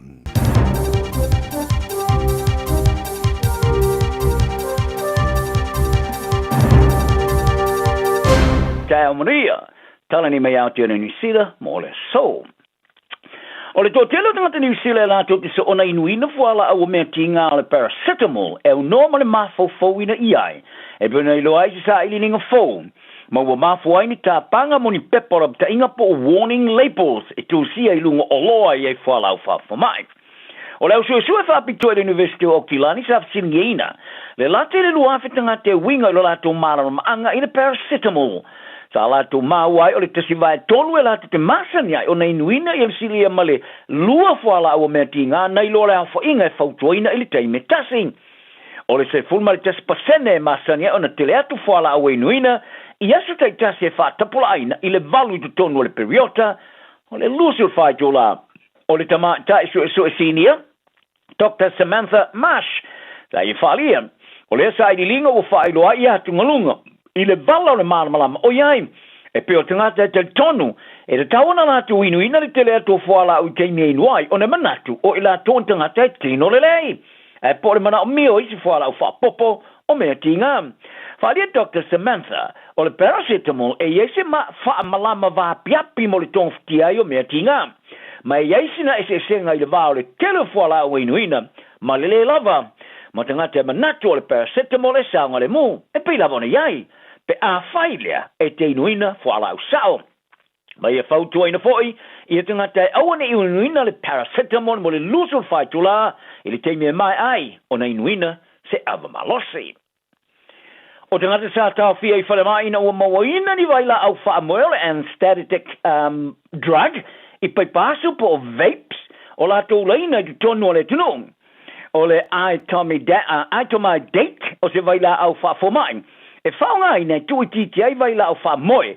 Sa mai tō wina i nei pai pasu sa whatawina I lalo I ngoa pe o le space oil, Cape Hot, space vapes, ai po le ito. O whailoilo mō mua le vaenga mō whailoilo po le high alert. I whatinongo la pita inga mō whaala umtau tia. Sa whamatuina na sona na whiri whaali ai. O nei pai pasu, e yeso tanga mani whaala walawe o awhia ngai mafua i nei vaila au e awhiai, ma se vaengo ni tangata sa ta awhia I whalemai. Whaalia le high alert, sa whaalongo I li poti o tangata sa lato whaalongo ina le te o tino, ai po se whaalongo na o ngongo le palasi maulalo le suka I le toto, po le hypoglycemia. Whaalia le high alert, o le aitomai date, e mafua I le oso whaafose o le maso o malo maso ni niva le mautonu le mafu fau whaingata o le manava mawalalo le tata o le fatu whaaswati ma le matapungia o nei pai pasu sa mawai le vaila au o le aitomai date sa uloi mai tawina I tautua e sia kia I whaala o New Zealand tanu mai an warul to sanga nei lua whima le lufulima tanu mai le taimi sa tau fia le official Tuesday tua oi ma fa tupla I ai le mau I no whanga e sia ki ai vaila au te tono le tunu.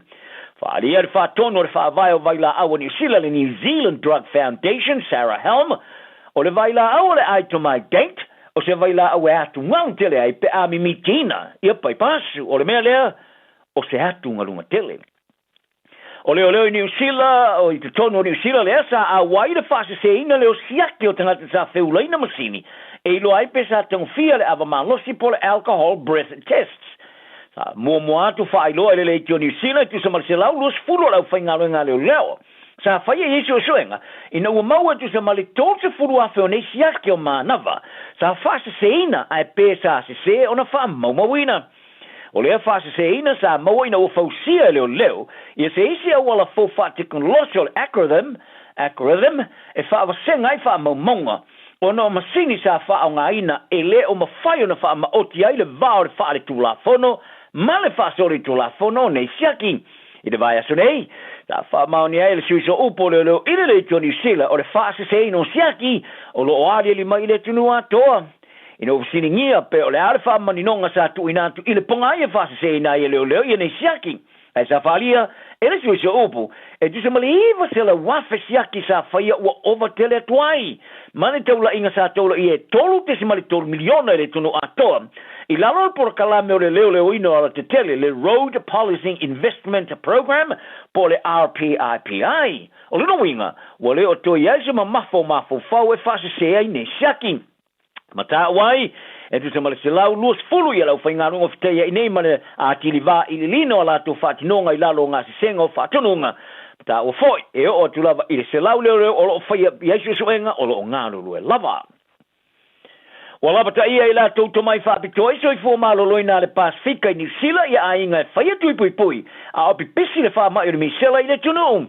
O wha mao nia le matanga luenga so i fōmalo loina New Zealand i le se fulu fito i la tau wa fia e o mai te minei. Ia i la tau wa fia o li potia Northland au Kilani Taranaki Wellington e Nelson. Tala noa le porokalama le Pacific Mornings o le ri fō mai Dr. Chris Puli Uvea. E whapitoa i tui pui pui le University o Suesuenga SS au Kilani, le Auckland University of Technology, sa i whalia o le maua lalo le whatulanga no tui pui pui e whaia o CTI le avanoa e a whiai. O virasi o le misela e matua i whaingo fia tele on salalau, to e sa o le pipisi, o na e o peo pea i le umia o tulava i le lua i tula, ma ua vea i matulanga pito silio na matau tia. Tiro i le tūlanga maolalo i ere whātūlanga no tui pui pui, ma i le mea te tawanda iai whādia e Dr. Puli Uvea, o se isi leo la matianga whaopopo ma whaingatai ia i la tōle whainga. Wa whautua i nai e whaalabu tonga o tui pui pui mo tamaiti ni sila, National Childhood Immunization Schedule, i a tamaiti e whaia tui pui pui mo mora MMR, mo whaamai o le misela, mums i mali rubella, is fulu male lua masina, so o nei male tuilo na lua, is fulu lima masina. Petai, e o mai a iuni o le tausanga mo vai na o le fast fulu iwa tsi male ono paseno pepe Pasifika, ina se fulu valu masina le matua, sa whaia tui pui pui alua, wharia Dr. Puli Uvea, o isi o sui o a inga te tau lava, o na whaia whaia lato tui pui pui, na ia pui pui ai lato, e whaingo fio na fia. O Mark Thomas, le ri whapito o wha mai pipisi le University o Kilani o wharia, o le sao le pipisi o le Russell whatulanga na i silia male. Afe tingata e a fia i te tonu o le isi tonu masina. I le a lua afe masimale iwa o New Zealand le sa pipisi te le misela i silia male lua afe la to sa fia. Le sa i ua nei ina whauru whali natu i Samoa stangata sa malangatu, ma i ua nei ina whanoolo te mai te valsu tolu i te tonu o le tonu. Tālonga, e tali tonu se Rome luai ua malo si atu Samoa i te minei nei lo le temi sa qualify ai mo so anga champini le pololangi le kapiliki i le loa femba le furulua ma ua manao ai e whaavaina se tala anga fōli te ia lo le to Samoa se manu mano e susa i le so anga champini le tamarasanga moripo ni sila moripo Pasifika le tālonga mani sila in Malaya le Combank Stadium i Senior Stalia o luai e perea kapteni na to lua ma pesta Junior Paulo sa ia whailo ai le vaengo tala le NRL, o se tūlanga pito mawai, iai ona le tupu mai momoa. O sa mo sa ave masolo elo kapiliki ma le Pasifika o au sia sua ngā champine le polerolangi. Ina wala tō whato i le loina engelani le temi whaopopo, ma tā mawailo la tō wava noa le sua ngā champine ma Australia le malaya le Old Trafford le sa whai ina. Ia petai, e rito e manu maro lava le champine, te mai le talonga o se so lava fai i nei ono le to Samoa ai le fate ia le mate mahatonga to se fale ono i le Malaya Suncorp Stadium in Brisbane le talonga le sa o tu lava le kolu i kula le umi ina o Fiafia mo le iwa su 5 minute o no wila fe emo sa falia e Paulo o sa vali sa va ia i Samoa ni usila Amerika ma Australia malalolangi o se me matuai le tari tonu ain o le mea lea e te mana tuna tua i le mea o le ai e la sosa li e puti ai o le au tāpua e Samoa, o mai ona latu whatawina i le lata i le awha pe pauru whare o le malai. Ai le iloina po i le latu panga e sua sampini. Ai silia marsuli maa whitangata sali storina e awa iatu i le somo au tāpua i le solua le isini. Sifo.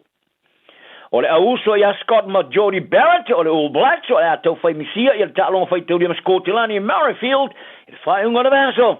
O le to lua e au na suia o na oni mnu o sa fiai le talonga sa manu malo ai ia e alani le sa Chicago.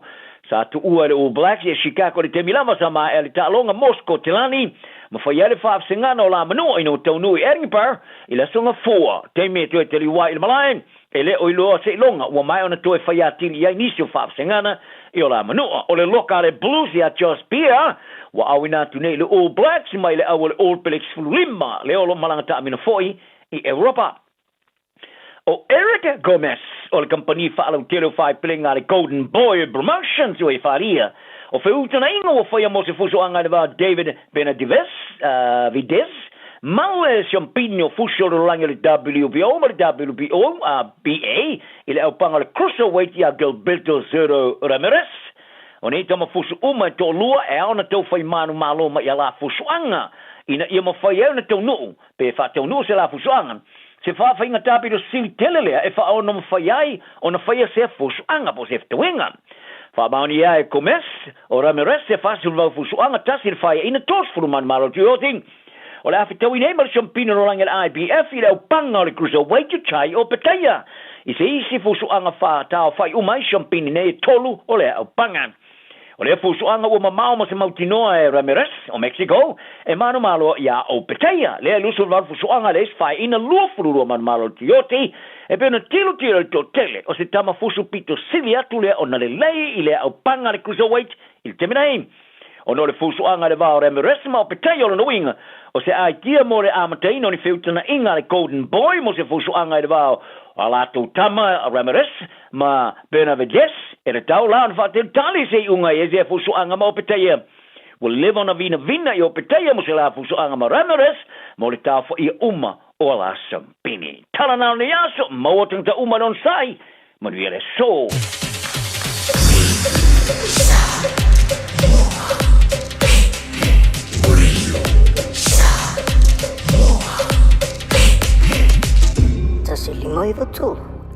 Buy one, get one half price on Crackerjack's fantastic range of fireworks. Available until 7 p.m. in store only. Visit crackerjack.co.nz to view the range. Last day today at Crackerjack, your one-stop fireworks shop. R18, T's and C's apply.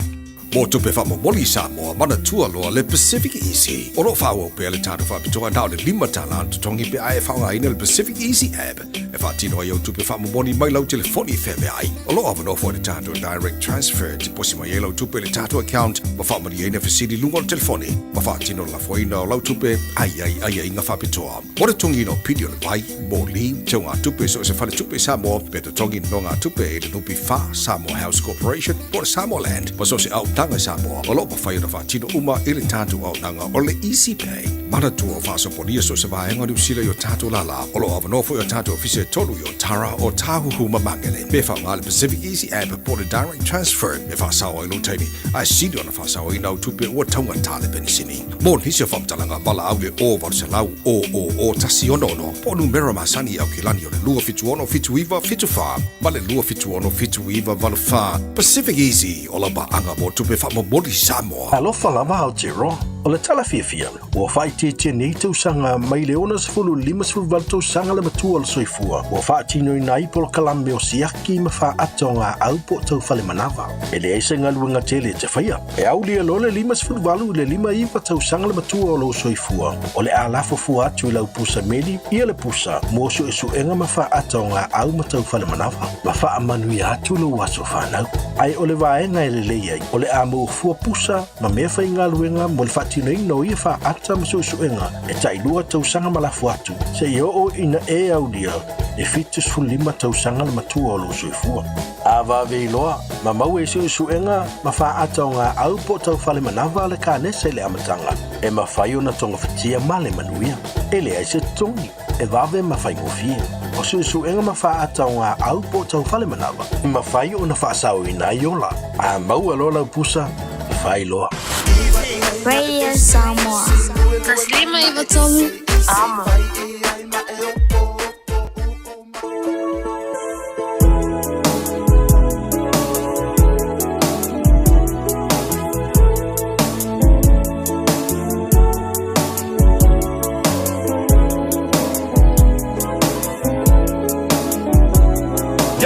Y'all know the name. DJ.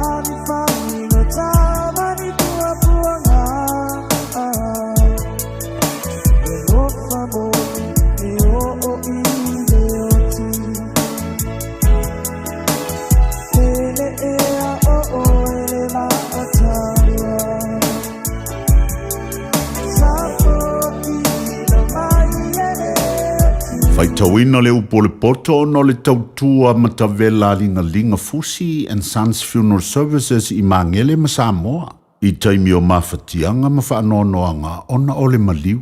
Mana tualingalinga Fusi and Sons malana au nanga o le a whaamama avenga atu mo oe ma le ainga. Wala au I le telefoni lua fitu lima tolu o fitu.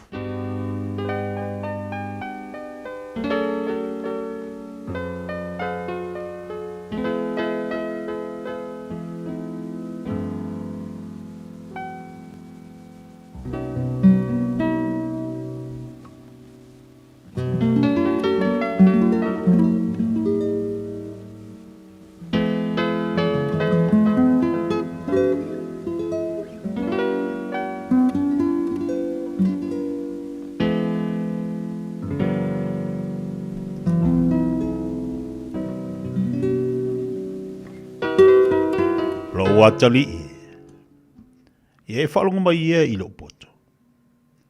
Ia o I mai au talinga I lo whau tauta. Na ia e tau siusi I le mawhau whau.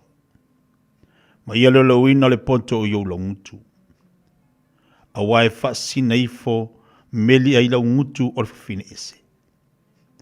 O lona ngutu fo ia sili o na mole le suau. Ai mulmuli ane ua o ia, wa ona ia.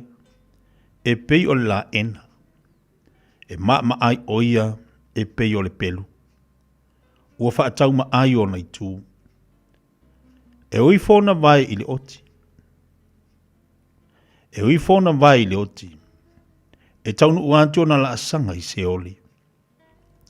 Inana I e maa fau I le alo le ola. O lea ua whesea I ai o nala. E te le mawhai o na eiloa. O le nei, le whana ue, I o tau whalonga mai I a te hao. Awa whong nei alo ese o tau upu o lo ngutu. I a tau ma maolo wala I a te ia. Awa whong I a te whaalata lanta I le whaituto olo na whale. Ina ni e watu lo mātang o fie nisi. Mau tau sanga I le uasawa. Ina ne I maali lia tangata ese iau o loa. Ne iei fo I mea na e ti ngā I le whale o tangata ese. Ona e oia I lea I ona po amuli. Pe a whau matia lo tino oma. Ma e wha peane. Sa tele na walo ino inao au ina. Ma ua te e atu e lo uloto le o inga. Na o le whaalongo fo I upu a e na o mai I a tau. Ma ua lewa I atu au talinga I o ua o ao. Toi lava, ua atoa me leanga ua o iai. O iluma lava o le whaapopotonga ma le sao whainga. Ia e inu vai ailu lava vai lepa. Ma vai e tafe mai ai ilu lava vai eli. Ia whaasalau solo vai puna, mau vai tafe malai. Ia whai mo oe ia vai. Na o oe lava. Ai au le whaatasi ma oe tangata ese. Ia manu I alo vai puna. Ma ia e Fiafia I lau a vāna whai au e tau le lea. Ia pei o le aila.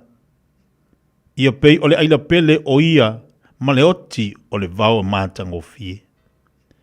Ia malie o iona susu iona iaso uma. Awa e le au noa e matua Fiafia I lua lofa I ante ia. Lo antali ie. Pe se hafo I le mea e te Fiafia ai I le whawhine ese. Ma e fusi le whata o le whawhine ese. Awa o lo I o luma whafongo I ova o ala o le tangata. Na te fuatia fo I o nala uma. O ana mi o leanga e maua I lava le uanga sala. O maya o ananga sala e tau fiai o ia. E o ti lava o ia, au le ia o ina, o le tele o lona valea e se seai o ia.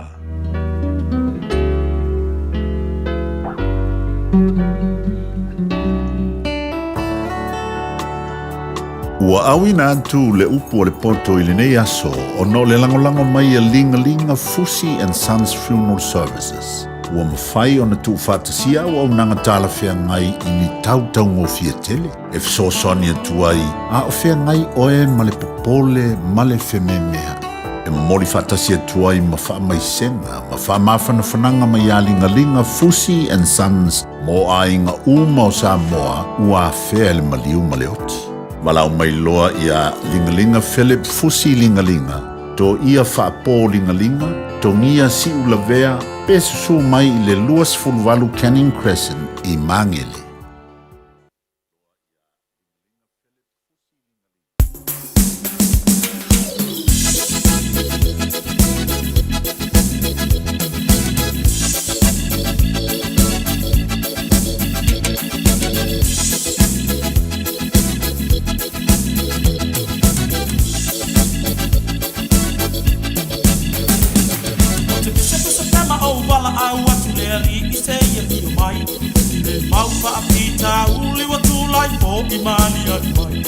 Paule vai forse Fiafia mai Yesu yo matuloto Fiafia ese ai ole loto le anga maleti a polo ita Bea ia watu tupu Bea ia watu tupu Bea ia watu tupu Sewa tabusu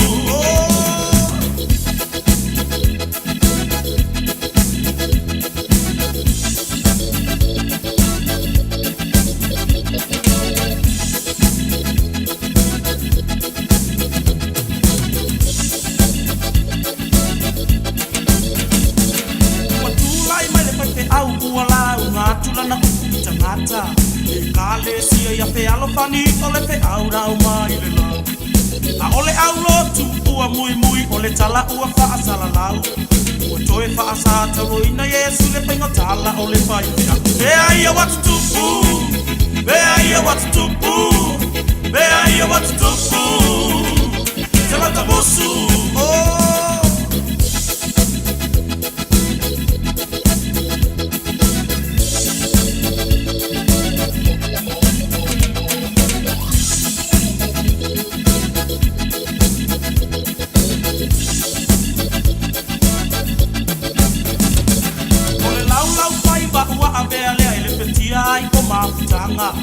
fai foi mameta aloi tangata ito tonu ole fa ola tanga ole mea le wanu merata si ito tono e kalesia na o sau ole tiri mafutanga balalanta e pasi male petia bea ia watu tupu bea ia watu tupu bea ia watu tupu se wata bosu bea ia watu tupu bea ia watu tupu bea ia watu tupu Levanta moço, oh!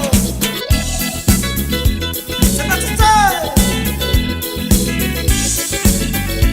você mete tay.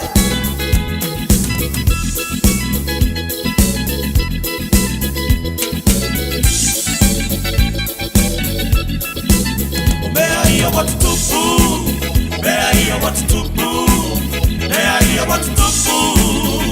Você mata moço. Bea ia watu tupu Bea ia watu tupu Bea ia watu tupu Se wata mosu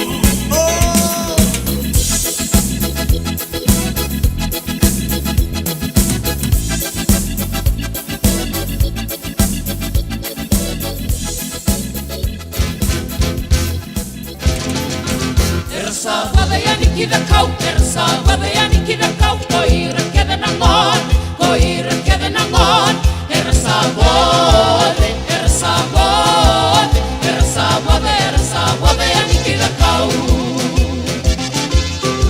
Sangkai di tunamat Sangkai di tunamat Ersa wala kiabi Ersa wala kiabi Sangkai di Sangkai di Sangkai di Sangkai di tunamati Towa de lesta leibanu Towa de lesta leibanu Sakau bi mainau Sakau bi mainau Sakau bi Sakau bi Sakau bi Sakau bi mainau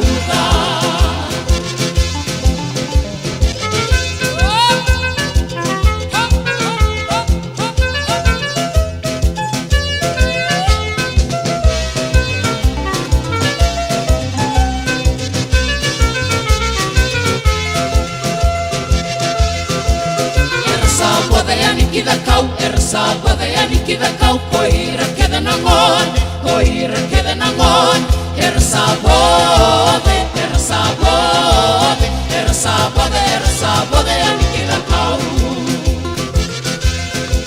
sangai di tunamat ersa wala kiabi Luas 10 minuto leo tene le tu laiva pe na fa fong bai lungo tatu pokalami le vai ngol Taeao. Ya le tu foi mala udanga fa o pele nei already Samoa tasiri mai tolo a momol pokalami le Fiafia mai. Tau ino tatu wa tinu longa tiro le vai aso pe tatu le ya sololo. Ya pal mala tu molungo so longa le mama Malu nei Taeao fo. Le lofa mala ngale le o tatu mo taisi langi. E na mo fai fo tatu to mafuta mo tatu to e fei loai. Ile nei Taeao ma tango fie. Le ua mai atu le tautua ma langa pokalame le Malu le Taeao pe ona tautua to le sunga le o e tawai meni. Tala lo ina tala lo ia foi tatu pokalame ma tatu tautua le nei Taeao le asolulu. Ia Malu la valusu Malu fo lo sa. Ta po inga mau nei tatu tamam tira ma tu mo te malawa to e fa felo ia tu pokalame atu to. Pa talo fa te fo le tapo inga la ufinga luenga tofi le tua i sunga fa fengainga. Ata fo leo tu tua. Ya la tu nga lulu nga luenga le tu so se fata fa taulanga pe fia pokalame le nei Taeao fa felo ia tu malenganga fa lalo ya va pe fa felo ia tu lolo tatu wa tu ila to umala vole umau mal pokalame le Fiafia mai le nei Taeao ma lo le usu ma lo fa ma lo si o nga tu tono le va yaso lo tatu ia ilo na so lulu aso lima sina sumtasi ya wa la ta fo ina umal nei tau sanga le to tasi de masina le to toe na tatu fatu lo la ia le ia lua o lo lima pai de kele va vele lo masinga kele va vele lo aso e ia yo fo fuanga mau pokalame mau fo fuanga fale ainga o uman fata oto mo tau sanga nei ia la sa e fau ma e fu mai le amatanga tau sanga au ai ke i wo me o November le me wai ke wa ngo November le mea so e makau kia tele vavela lo masina tele vavela lo aso a sawa la le lo aso sawa la taimi tatu tiro la ia le soi fuanga mo langa le tatu te ia e mingoi le se meta o se tu e mingoi ia le fa malo ia pokalame mo tatu uma tatu pokalame tatu langa ia le sunga le forma Samoa le sunga ile Fiafia le sunga le forma i Dr. Taeao taman tavai mo tatu le nei table Taeao pa malo atu tatu wa tino sira fa Fiafia mal korisio o vai maunga tatu le nawa fiangai manga luenga ama tole so tolo farfenga luenga lungo tavale fai malu to faiva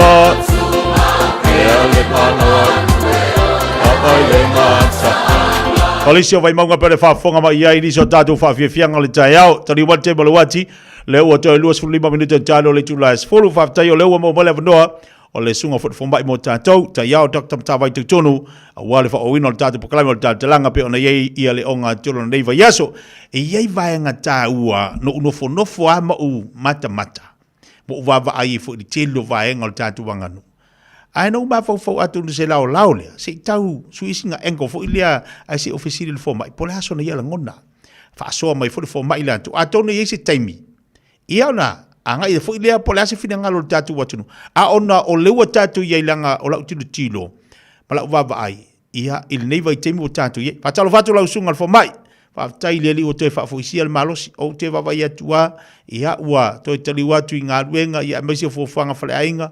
ya au le na fo iolo o mau i mai o tino ai fa taile li na ua matanto e fa fo isi lo malo si fa talo fatu wala nga fa lo sunga fo mai ni Taeao ia malo fa tai fa talo fatu tia malo le soi fo man via mal lange ma fo ilo telenga o fa penao na tu foi ma ba alua wa fo il pol kalame talanga fa talo fatu fo il pulisili mal mamalo le pulenga tenane le fa inga luenga le tio Samoa ia fa talo fatu fo ile mamalo le tunu o fa penao na mai mo mai le nei por kalame ia ma bea foi le nei por kalame malato pa anga masani ia e fa talo fatu ia o le nei por kalame tia ia e au lo fatu ai ia mamoli fa pito foi mo le mala au pa ia le tuai se tasi foi tina ma tu o le nei ainga le tina ia se ala taua Taeao fala niko le masani ona fa longo ta por kalame ia o se anti foi fa sino ia Taeao inai wai nui I Wellington New Zealand ia ua wala au ia le tua e wha maise tuai i le pa ia i sio mātou ainga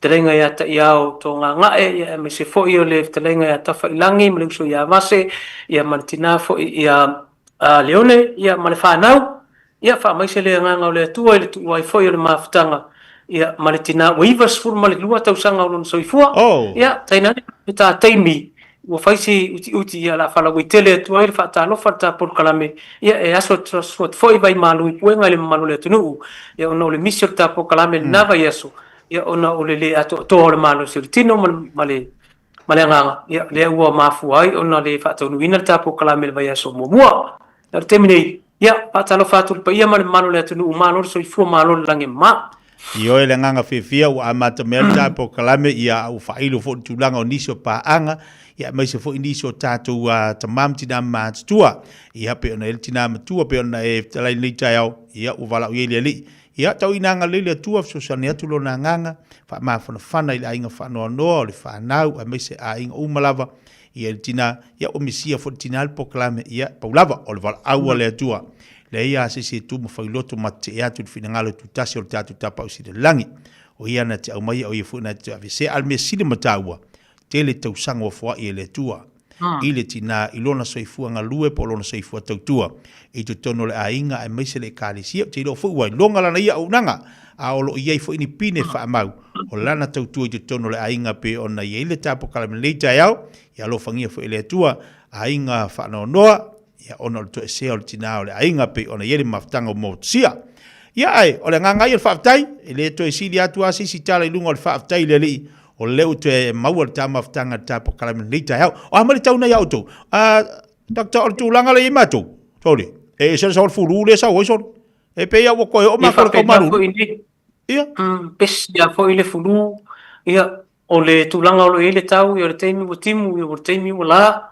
ia so mai po ia meli e lua len sau le masina le ia ele mas ele a seu masalo mia salo ai fo le tasi fo na au ala fa pena na o mai le fulu nei Samoa fai lava si special fulu ele ngato tangata matua fa na witi le fo wa matana malu ia le to fo i mai o le fa mai le o le misela ia ta lava malu lo ma vai forma sa o le lele so ni fa ile pula tori le moto moni sa na ia le mai ngalo sonanga la vale le malo longa io o le fo wa ia boto yanga i mai fo i mamalo si mai le telo fa mai na le misela ni ya matou la pta i fo le tatu atu no i malanga atu i Samoa ina ia mfai ona fai siaki mfai ba o mai tau fa fo mai ai le malanga atu ina ia pui o lava nei te pai tu langa sa ile tiro tausanga sa ila tausanga nei fa mai tono tatu watu al mesiri mataua la lava o a mataala le tatu watu mtanga luanga se fo maloloina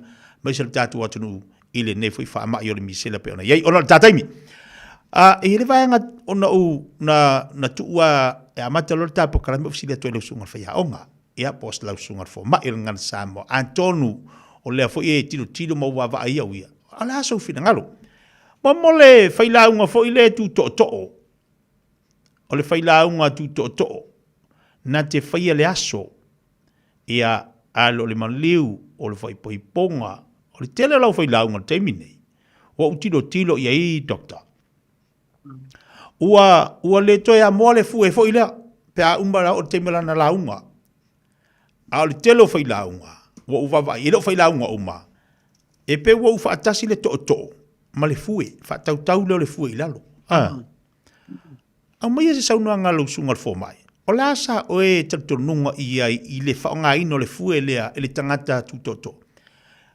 o e va tu pese me no va ia ula so tal titi po le ale le hafu le tino le toi ina fo ile la tu to o se fono ma se me fai la hafu le tino e tango ale to ina e mau ale le fue lona tau au te le va aia se to se to ina i Samoa ia sola a me wa ufa atasi le fue mal to e no fo ale fue lunga tau au to ina pe ha o te me launga a o te mine o ye swinga wa ufa atasi le ola sola sa o te tonu wa ile swinga le wa tiro ia uia wa vai wa lu ese le mamalu le fa nga ina o le to o male fue o la sa e tatonunga ma o la fu se sa o si la sunga fa yang se o mai se sa o e fina so e fina ngalo ila le vanga ia o le me mumua fa fatai tia wa fe fo ile vanga o le tafal so ifuanga fa Samoa ta pukalame o le tulanga ia pe amata se fa soa ile po le ale to o le ale fue ia ti lo fo ia ona o le to o le launga le atunu o le isi o nei o le ati te unga e atunu o le ati o le launga ma fuanga fo ile urua i to o lava e pio na wha mawina fo i a fia wha sila le manu le atunu o lo a fia le wha ngai no le fue mani to o i tu susinga masu isu e ngā le fionga i a to whaiono tavali o lo fa pena foi o lana tu silina o sei o nisi tala o le fofoanga o Samoa lo fa pena foi na fa mawina le fionga nga fili tolo va le sunga ya maulolo ta vita o lo fa pena foi na fa so mai ai le fionga ya tuputam se se na ye foi su nga man tu singa ile tulanga lava ai ile launga le tunu o le to o le launga o le fue o le fa autanga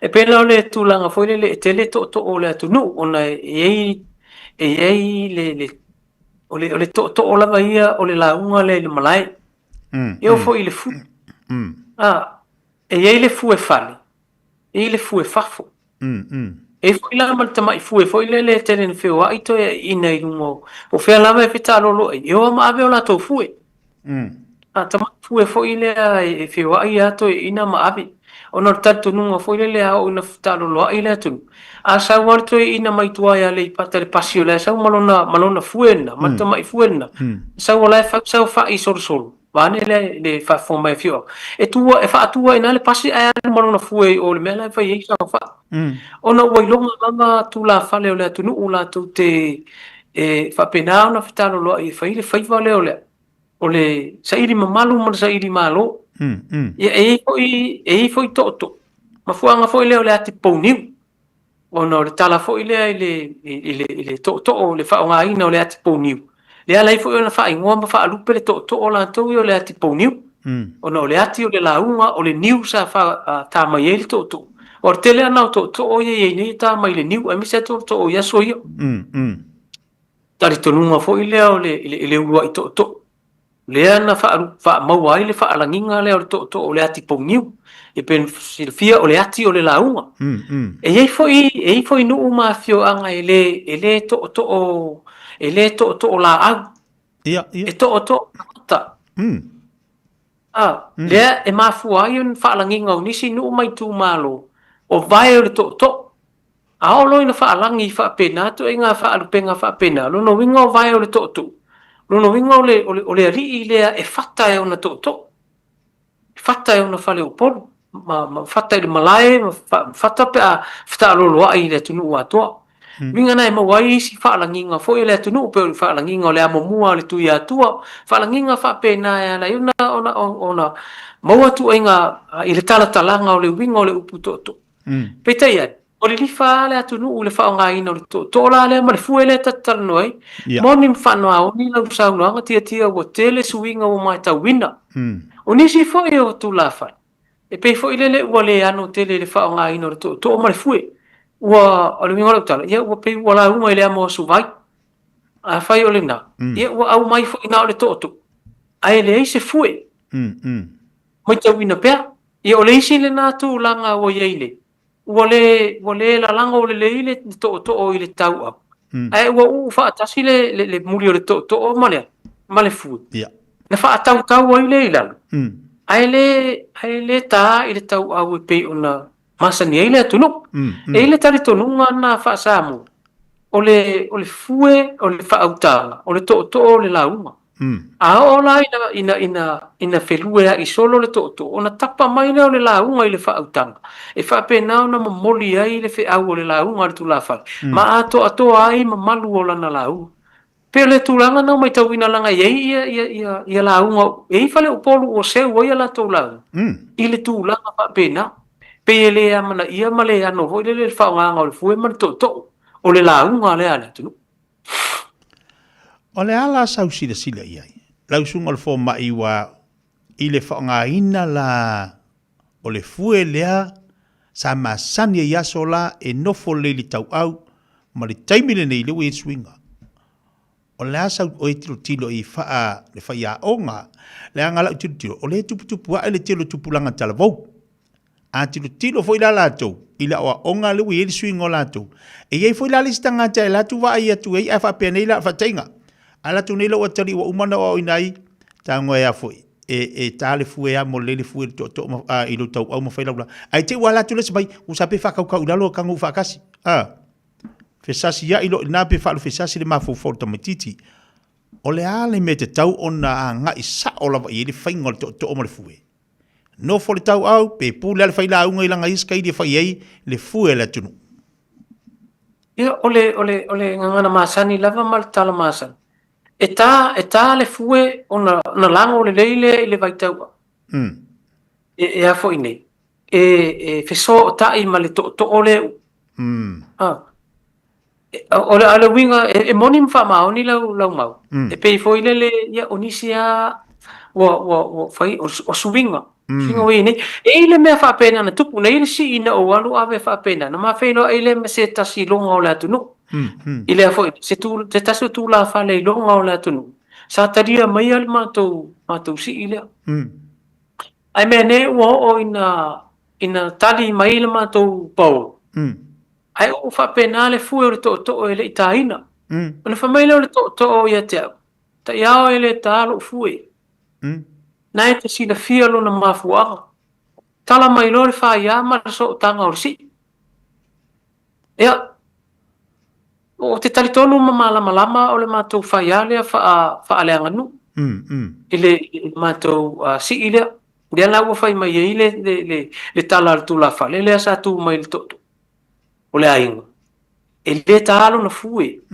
e i lona mafuaaga e le tau fai mai a o le mafuaaga o le so o tanga ma le faia o lana tala o te lei lopo o ia o te la unga iai ea mataulia la a o fo mai fo ila ia te oe o le te tali atu a le a toa ma malu o le la unga le atunu e fai tio ina fo ima langa e fai tau laulu sa moa ona o fai le i le toia ina ona o fai le i si tu la fale lea e moni ma fa maoni lau mau ai o ta faia ma o ta ma tatu ma ta anga e fa tino ai ma malu ai le tatu ma le tanga nu fa sam e le tau siringia no ta faia ia to ia se anu toto na te le si le fia ai sila fo o fea atu ia ia ta upu e malu ai le usunga fo O fea atu oi le whaatinonga la tātu maritaanga wha Samoa. E a tangia maualunga ai le usui o le fono. Ai te nane o le tu ua o le malo i tupu mai o le atunu. A taro le o le toe ina. Ia, ona whai mai le o le toe ina. Ia, ele ia whaina. Ai te ilo wa se ele mātou paolo i o wa mātou wo whaasino mai le whale o mātou wo. Ai te ilo toe uman te unu mariu ai toe wala au mātou te o atu. Mātou o atu lo. Whaato a tāi ina le fue o le toe ina. Pe o le winga o tala, e yeini su winga wha pena, ai ao fo ina ia, o ele te aru, a versi, ona e ma fau le, pe o se tau wha pretania fo inga le pe o ni tactic, a tula fale, po se mea o lai su e mai ei oi, pe o se whainga fo ina le fe palo a ia le atunu, pe o se su winga fo lava mani, wai umatele fo ile tātou atunu, ile whai o whengi fo, ile tātou tu mani tātou anganu, ona avea no lea ma mea i le ma malu ai. Ma whaape ai ni tangata o se mea na masani ai lea tunu. Ai le ai o ni suinga fau o whai lava i lea tangata. Ona o lona ia tari tonu. Ma o se mea fau o whai lava i ei. Ina ia ta ua ina ia. Ile fau i suinga wana ia. Whai, peo se tasina wa inga ta ua ta whaaswa. Naia, wa mātango fia te lele taltalanga nei Taeao. Au whaafonga fo le tātou wāntunu. O tatu nei wa tate mawhau. Ta tino fufoi mata mai tau, ia, e le uta ito stangata fui lia a me ua ova sakalau, ai pia tate pue mata mai tau le anga nu o le atinu. Po le me e ua unga kāle whaila unga e kāle fue. Po le me e ua le lavai, ia, o lotana ma faufau. A e me siri e lau a whamatala, le tā ua, ina ia tu mau pele ma malu o le anga nu o le tātu atinu, ua lau sunga le whaiaunga, ia lau sunga le whama. Lua fue le ne tā ua. O le fue fa ngai le fale. Tu tono le fale, ma le fue fa ngai. O hai se sengo fue e rupe na ta wala usunga. O le se sengo o le fue fale. E la i titi ona a voi tau. Me fo ia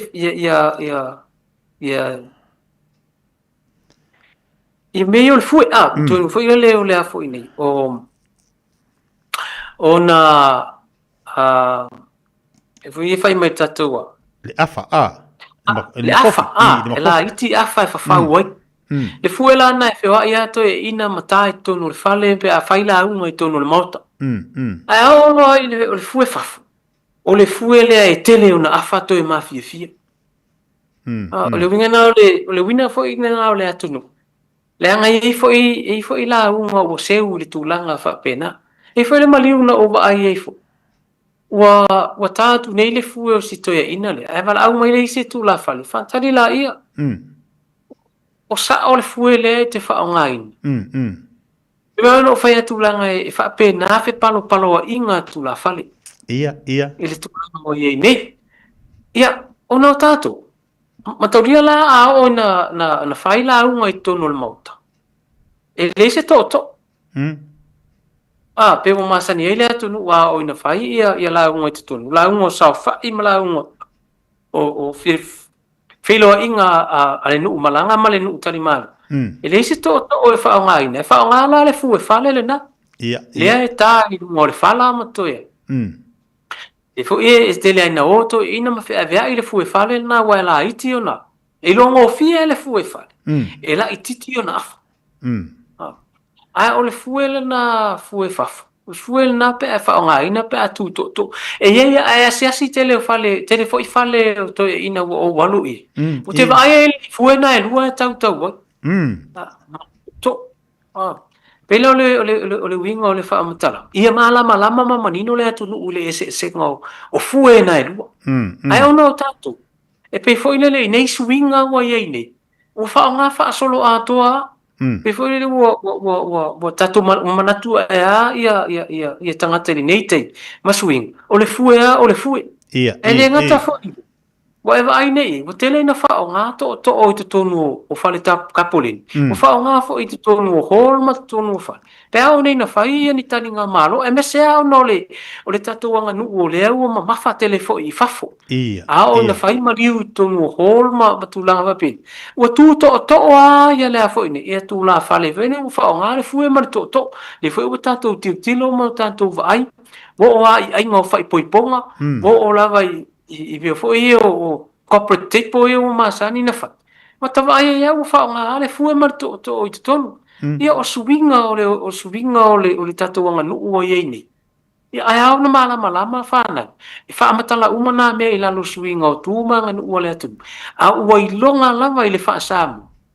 ia Paolo e tu to o ile malai ia ma Paolo e tali tonu le moto yo tu langa fa pena mo mai le tu ata na ni foi le fa so mai le tu u sia ta talanga nei ba ngota ya se le manga yo le mele wa o ile ta fa so le anga o le tatu atu e fai fa la vea e fai fa la vea le tatu atu e le misi le vaiaso a ole mali o le si va enga le wa e o le o le son manga ma fa i loa mo le fa nga ina ya pe la nei ia o ai pe la o hol ia le fu ai mali mai ia mo e su mai e va ai ia fa nga e tu to ato no le o fali ia o se asa ni pokala me o fai fa foi ile telo o fa blave nei fa e nei atu no nei a ole uma nei fa manino ma nei telo fa manino nei va nga ia wa ile stangata e tele fo ia na uva va ai me le fa tino tuno nei atu no ia fa nga le fu la po fu ile e la un tonu ia tu sa pele se toto a me se la po ni filo inga momoringo se fai fe au o ni fa tasinga ta te vai atu al tangata na la un fa nga le fu tele fo ile ile fa nga ska mai fu e fa nga nga ia ai pe wa mana ia fa so le nei Taeao ua fa manino ina fa nga laitia ina ia mate tulanga telefo e kalesia la o ina ngana Samoa fainga le aba fainga le launga fainga o vaenga te taselanga nu ai mai so tonu aonga ai pe o vaenga le no to fafsiri wani si vaenga te wona fa so ile sunga fo mai nei tau nei minuto lo to tapo kalame ia ole ta ua fo i ole mea wo vai fo i le te ina no fo i Australia asa ni sa wa sa wa mai lo no fu mo to sa ua mai ana sili le sto ina ala tala to ina fa me te e ala na alu ma fe ave ai no fu mo non tutu langa ole me muli ale na vatu sion tu ai sa uni wo pula la ngotor so i fu to ina ma ua ola na me alo fa le ana vatu ai ole fu mo to ole ala e pe ta ua foi le ona o te va ai la va le tele o tangata malanga mai fafa o me ai o mai o malato e tele na o ale o se pate kirikiti o se tusi fa penga e o ma me o fo ini o me sina ia Samoa ia e ta o tele wa te va ai pe te woi ma o tamala o ni foi ai ngai na a ole ta ole ave fo ile le fa o nga ile no fa o nga tatau e ma fa no to e wa ni si foi tu la fa le vai ane foi fa fo mai ale tu e pe wole ele ano le mele alwa e fa le fa la vela yang wala au nei tu amai se la au sole ia na mai le ole la au ka mai le fu apo le ana mai le tu to o ina ta o mai le tu la fa le ano tele le tu ma le anga fa Samoa e fa e no le sua fa matai i tangata o lana me mua na ya ona ato to o lona fue malon to o lana la unga le na me tau siele ai o lana la unga na tau siele tu malo e te na ne me sina le tu no per tu langa fa pena va tu fa tuanga ta porkala ya ai me se lava to te le atanga ta wa matai ai tai lo ya man tu fo ya o matai le nga no mal fa samu e wa vai lua ye sua fa le li o le tofi matai e le se te funga la a o le mea whainga ruenga le ainga wa au mai a tātou le atof. Tātou te tausi aisi o tātou ainga ma le nuu ma le e kālesia. E ao la o na tāpa atu i lau to o ma lau lau. E alai ai. Inga leo le whakatalanga. Teu le lei lau to o ma lau fue. Ioi, o le tā pena le lei lawa ia ma vaenga i o le tū ma lea. E loa i fo i le matai o nei. Ta te wa aipea. E nei tangata fo i le ua matai.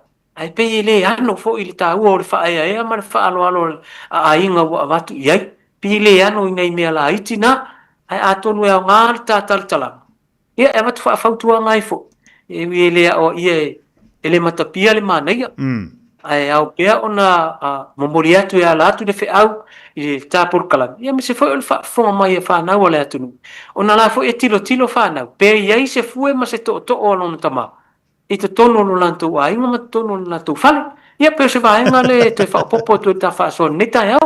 Ma nei a malo o le iei nei whaafsiri. Au no wa umar tā taimi. Ai le la tanga tu si la mateu le. Mo le vai so fo. O le ta o swing o le ta fa so nei Taeao. Le fo o vai tu e me la no fo fo mal tatu watunu. Ai le ma fai na tu fa mai. Ele ma fai na fa so a o le wa ma le nei va no wa ngai fo le ta upo kalame se si vaenga ina ia tilo mo le manuia lau telo tatu fa nau ma tatu. Ia lo fa so mai o fisila tangata le fa fera tama le fa o ilalo ai tu o lunga le va tene pe asiva lo winga o le atani ta fisili le verse fo pe a fa o ta po kalama io ai mo le tono le atani ta fisili le na ile temi ta te tala no ai I fa fianga le atunu mana ia le wa amatanga atanu lava fo ile ta fa so ile ngana pe ona tata no le ngana o le ala fa se e mai le ta va ata te tala no ma fa so ile ngano pe ona ia fo ile fa fisili mana ia ta o tele le tulanga le na I swinga na pe ona mata wina le fatino ngo tu manga no o so tatu tu no ai o lava ia le ta fa so mo le tu fo ile nga fa ftai ia ila to o lo fa pena na fa so mai ia mai fo ile la tu sao tala mai le tanto ato pona tu ia tu fa pena na fitala ia mo vai fo ile mala manga na yalo mata tu fa na ile ngata we lo au mau sa moni ia fa pe mai o lo fa pena na mau ia tu no fafo ai ta o tele le fa so mai swinga pe mai te wina alo fa tai tele lava lo sunga fo mai lo ato tole malosi au mo lava nei la ia wa itia misi ni fa so mana ia tu fa mai lo sunga fo mai mo tanto ia le fua to tele la tu mo le mawina le Taeao ia ila fa so ma le tu ina mai o sisi foi vai nga silo na tau mo le fa nga ino to mo le fue e o tatu tangata ia tu to ia pona I tatu te mama tatu ai e malatu la tatu te mafuta le vasa fo tapo kalame lo fangia le tua I la pela na fa malo longa ia oe ya wau tite mo faiva nga ruenga le ngato fo leo tau si ina ainga ia mo le malosi ia mo te mo le tafilo inga le vasa fo le lo fa le li manu ia tele fa inga le vai aso lo sunga fo mai ai mo le ato lo fa anga tapo kalame le te mo Taeao ia fa fati tie fa pena foi no muli atu le ngang fa ftai tato atunu lo la tu lang sual ta fa moi ia fa ftai foi le talo ia una sina le tua lo fa pena ona tapo ia le lo fai vo su tatu atunu ia tato pa mene le malo ia po nisi la foi au nanga ese ia lo fangie le tu lo tu al fai ia ai tainani na itinam te ama tu lo fa pena na tonu ainga ia ngai foi male malu lu na tu no ia mo pe le malo si tino le nganga ma le mafau ia pa ia so tatu tu no o lo ala papa au e tu no fafo ona o le tausinga o ainga e sa monei ia fa manuia le tu no tu al faiva fa mo pe le malo war fianga I mna wenga ia nei fa na witi nei pe fo to no ai le fa pena no mo le so susu tina ia mo ai pe le ola malo loina ia fa tai le amseleu manu te ina tu te mi nei asu manuia fa un neva yasu so I fu mai manuia so I foi ala sunga fo mai fa tai. Major weather events have created significant challenges for Auckland, while game-changing transport projects have created massive opportunities. It's time the plan for the city caught up. We need to better protect people and property, enabling more homes where it makes sense, where Aucklanders can walk to the shops, catch the train, or live closer to work. To learn more, visit AK Have Your Say Auckland's Future Housing Plan. Submissions are now open. Brought to you by Auckland Council. Tāmaki Turiki. All together Auckland. O e si la fia me e whaatino e mawhaiona e umi ai so fale motu le lumana ai. A whai fo i so fale motu, o e si la fia me whaiona whaatino ni isi o fuafuanga e whaonga aire e kuti o lo fale. A wane e misiere por kalame o le malu I fale, ia Fiafia o sururu taitasi le se fulu e te aile whaa. O le a e si la fia ai au wala e mawhaiona e umia se fale motu le lumana ai, ma au wala e whaonga aile e kuti o lo fale motu, e whaata wai se isi o fale, le por kalame o le malu I fale, ia Fiafia o sururu wa yaso taitasi, se fulu e te aile whaa. Beta Drive Doctors I le taulanga whaatau I maangele, whaapea manrua, o le vainga o so ngase pe amana o mia, e whaatino e fo I matuipui o le whana witi, o tuipui la COVID sfuluiva, mo I lātou e sfuluan tausanga malunga atu, whaapea matuipui o le flu, wala au telefoni, 255 iwa valu, mo so wanoe whaatino ai nei au nanga, o fisa whama I maangele I taftafane o le McDonald, a manrewa I taftafane o le Faletusi po le Public Library. Beta Drive Doctors Clinics. O e mo mia se fai mo limo ngā luenga o lau mauta pisinisi po malu tāpua. Mana tua lole matavanu electrical o te vanga Filipo a kau o silia male lus ful tausanga o tautua i ngā luenga wha el tise i Samoa mani usila nei. Wala au lole matavanu electrical i le olua tasi lua tolu iwa wha. Olua tasi lua tolu iwa wha. Moni quotes pe filo i fo i whatala no ngā luenga o loo fuafua mo le wha i unga o le ring tausanga ai mai se le tausanga fau. I mawhai fo iona e emaili i le info@matavanuelectrical.co.nz mo di si whaamtalanga.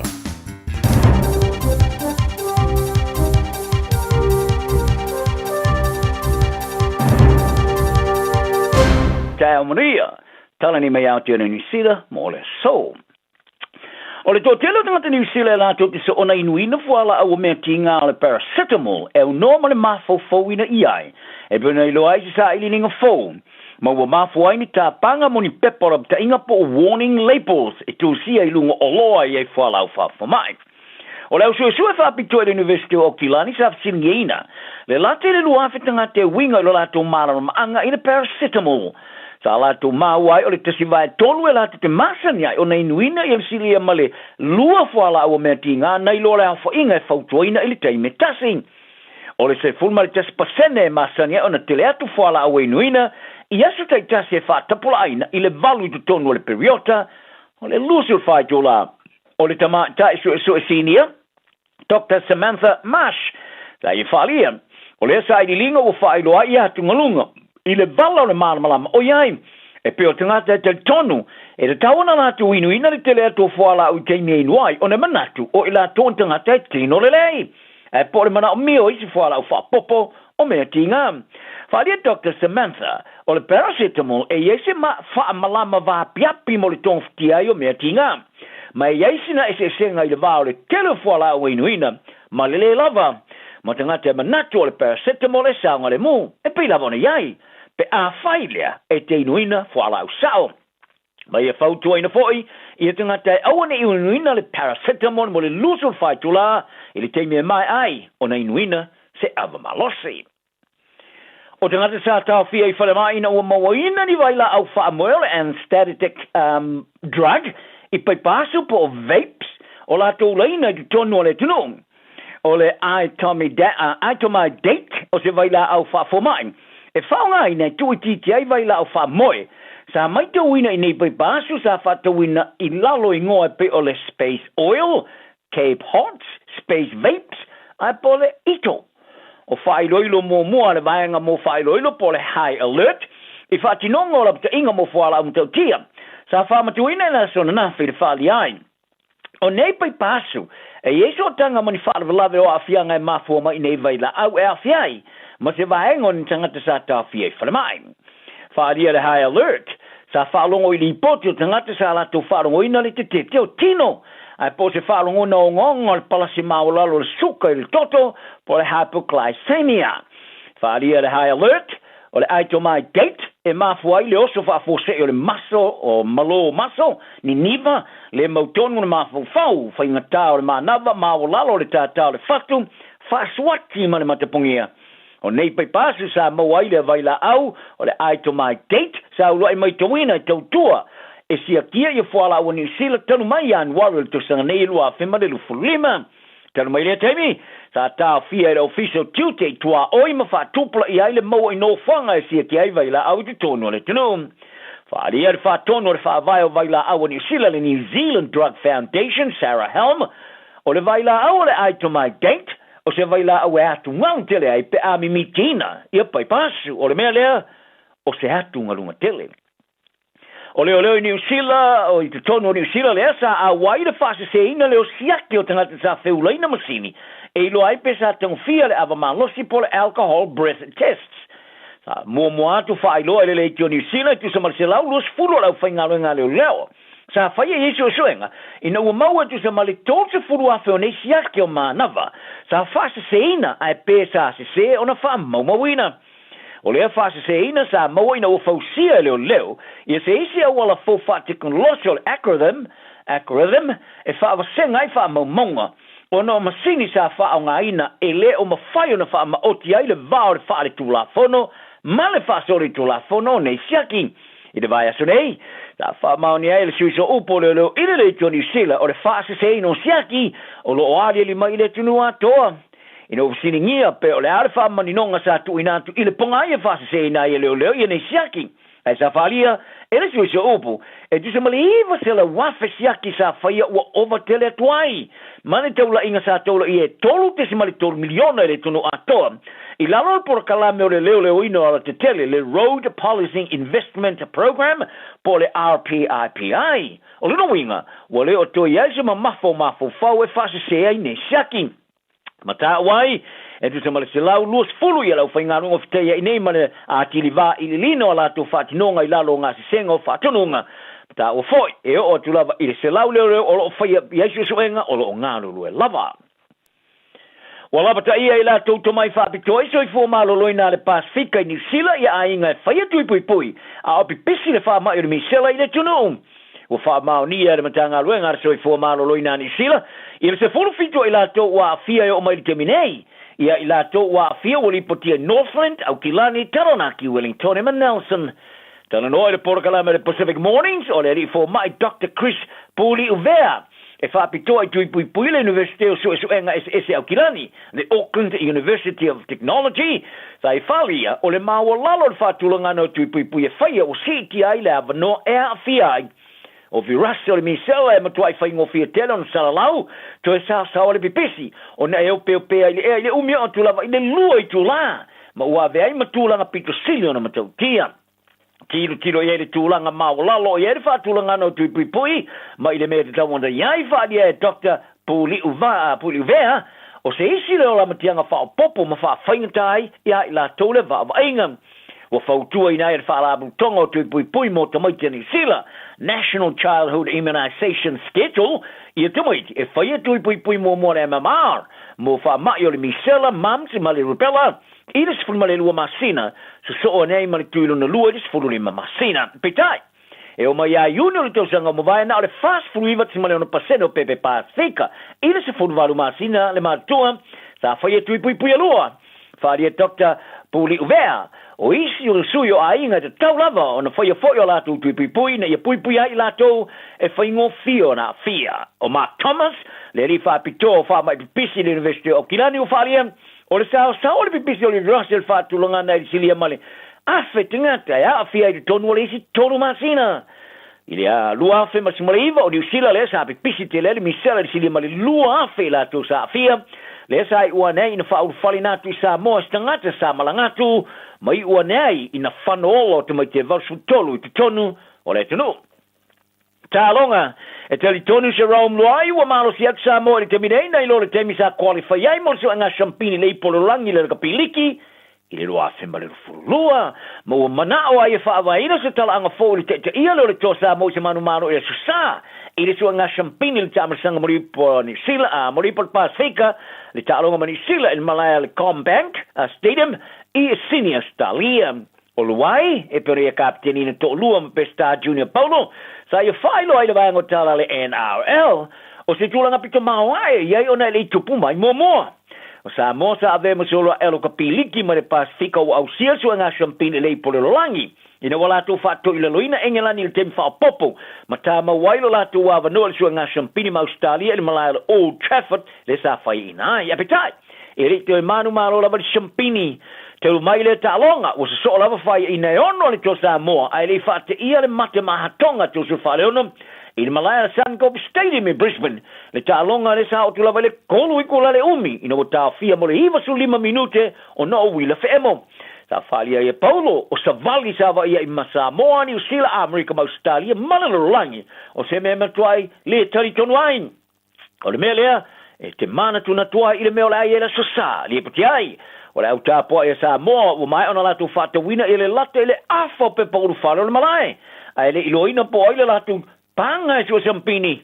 Ai silia masuli maa fitangata sali storina e awa iatu i le asomo au tāpua ai i le asolua le isini. Sifo. O le auso ia Scott ma Jody Barrett o le All Blacks o le atau whai misia i le tālonga whai tauria ma Scotland i Merrifield i le whai unga na vaso. O le to lua e au na suia o na oni mnu o sa fiai le tālonga sa manu malo ai ia e alani le sa Chicago.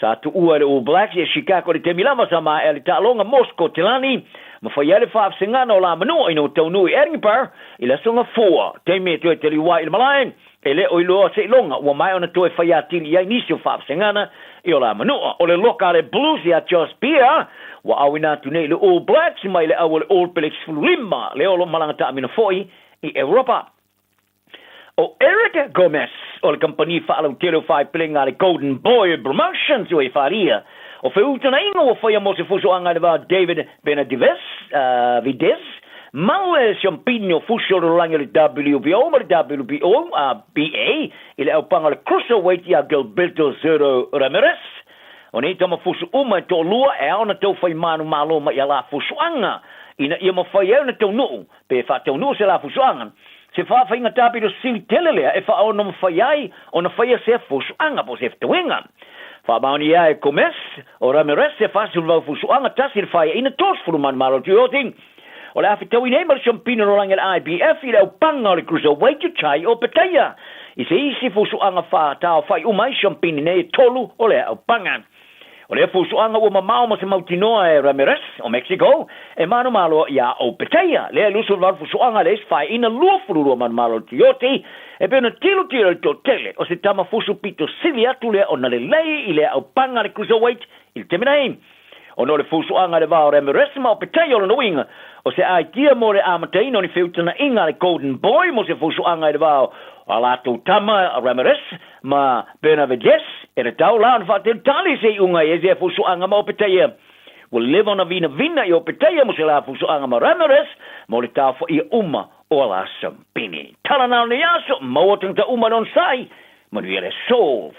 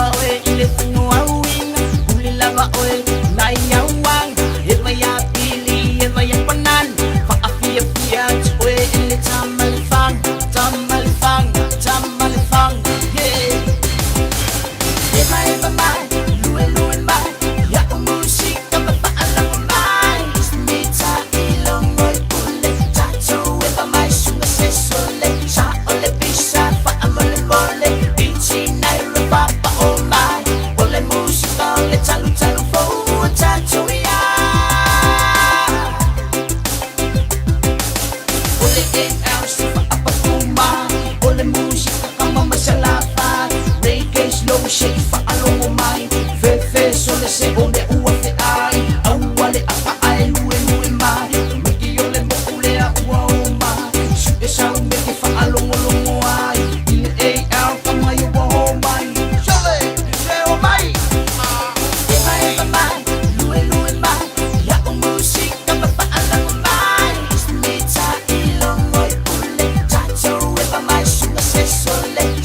ole pisa fa mole mole Ichi nai repapa o mai Ole musika ole talu talu fo taturia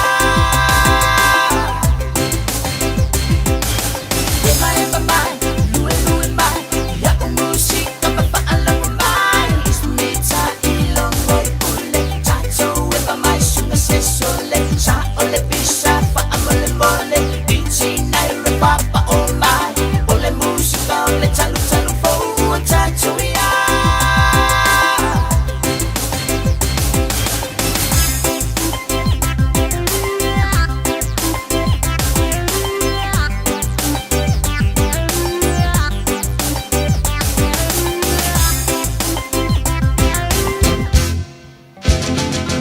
Ersa wada yani kida kau Ersa wada yani kida kau Koira keda nangon Koira keda nangon Ersa wada Ersa wada Ersa wada yani kida kau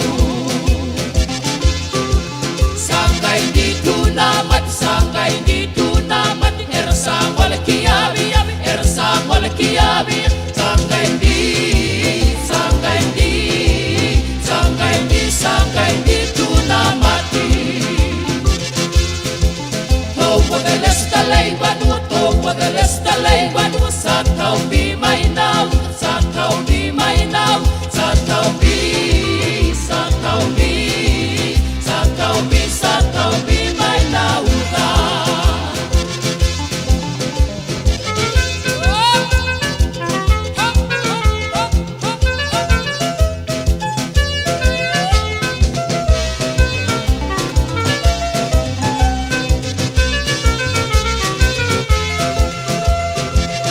Toi tali boy tato po kala bene table Taeao leu to baba ya to table watch luas fultasi minute. O te ane le to last follow. Sai mina video Samoa le woyele nei fu Taeao le mana yo le suluma le la o ka kasi au le le ngila. Bese la si suluma le la le Taeao. O mala malu ipo kofe. Ah, te kofe anga pala kai lau ki poki. Ia malu e malau suka. Ai le baga ia. Alu malalo le kofe ala ngai ki falores. E ke fo yo e como mo ko lu ngaka. Lei ole au danga mal tau al sunga ya sem ko lio. Tau le failo fo ila danga mal tau le tamali po le alo tatu wan tnu. Pe on ia le lato danga mal lato tau e failo pe mo tatu. Ole taua yo vaenga ia le lato fai atu ia sunga ya sem tal talatu mo tatu la danga mal tau le sapin ma markets. Mo tātou ina ia mawhai o na whailo, ma wha manino, a ieila sau peni, ia po sau api, sau whaspepa. Na vanele tustusi eile au nangamare tautua le sunga ia Sam. Leo ma whana whatasi mai mo tātou le nei Taeao. Watala whatu Sam ko rio malo se fu manuia, whai fusi le watate le whiroa. Ai whafte o leo tā whiroa, i o leo mangi, o suma le lana nei Taeao, malo se fu manuia. Ai, sao le. Pai a singo vera kau ke mingi, ai de manga ia maru ni kaya. Ai sao, ah. Okay, ia. Malu, kataru fatu sunga ma re pa yo malu foi tato au faru ngoli ni Taeao yo ma o nang for you very Samoa ma got another beautiful opportunity to be on here to help our people, you know, because that's the ultimate goal at the end of the day. Fa mana mana inga foi ma, you know, fa totala ino me fa tau mo kesi me fa penga, but yeah, it's great to be back, man. Man, na ia le avanoa le au maua. Au avanoa fo ia la ma fai ona fa so ai Sam. I le tātou ante nuu i le me tau vaenga me tau mokesi. O le tāu i o le vaenga le anga o le tilo tātou atu nuu le tilo o mea nei o mokesi. O ni me o fali. Ai o le mani o le whaasola marino o whaafonga le tātou atu nuu. Sam, la whatu au mawhanwhala ni Taeao. O ani vaenga te tau o na tala ia mawhamanino o ni Taeao. I lau tau tūmara o nga au whaafonga le tātou atu nuu. Yeah, yeah. For those who are meeting me for the first time, this is my second time around in Radio Samoa. So our business is called Supreme Mortgages. Yo Sam Gorlio, I also advisor assistant. So ani to inga fatas yo applications mo mifa penai fatstau fata inga fale mo tatu tangata. Fa pe foi refinances pe fa inga yeso mo kesi o le mga yeso ko mo kesi o le susuinga o nisia cheaper rates for you currently, and then also top ups. o le whaongaina o lo mo ke si either tuav no se no ngā tupe e whai ni whaaravilave o me whapenga pia whai o lava se equity o le equity ro whale and then also property investments pia whai o le vanga yeiro also so whale so mo kesi and now you just wanted to buy your next investment property wa foi le titula foi le the future for your kids and your kids' kids, and just building generational wealth. So that's what we do. We help our people as best as we can in English or in Samoan. So ani because you don't know what you don't know, and that's okay. That's no problem. And that's where we come in and we help you out as best as we can. So yeah. Maria, Sam, te milona lua pena ta ua te milona lua nei dunga tātou tua mal proclamatory le Samoa, fa so ilo tau tau nang a mai mo ta telefoni, la se telefoni wa te lo lo fa fonga tātou wa tu nei Taeao le Maria lo fa so. Te lo fo la ua a mantona tau ma fo fo listanga te me tonu fai. La ta telefoni. Yeah, my phone number is 021 081 39881 pole o watasi o valutasi toruiva valutasi bem fai foi vala mai le email pia if that's easier for you sam@suprememortgages.co.nz and me fai ngofia something I forgot to mention the last time is we also have a Facebook page. You can see all of our clients success stories avaingi o mawalato fale me fa pena Supreme Mortgages at Facebook. So yeah. Mole tangata foi lea Sam, wo wawe tā pālau telefoni ona ia mamwhai ona fsosani mo tātu wa tunu. O te lo lesi lau amata ona mawhau matau mana tu natu pola atono me tau whai. O le ase me te tau ona whao Sofia se tangata e whaatino se vaenga I lau tau tuamalo o nanga pe ona iai.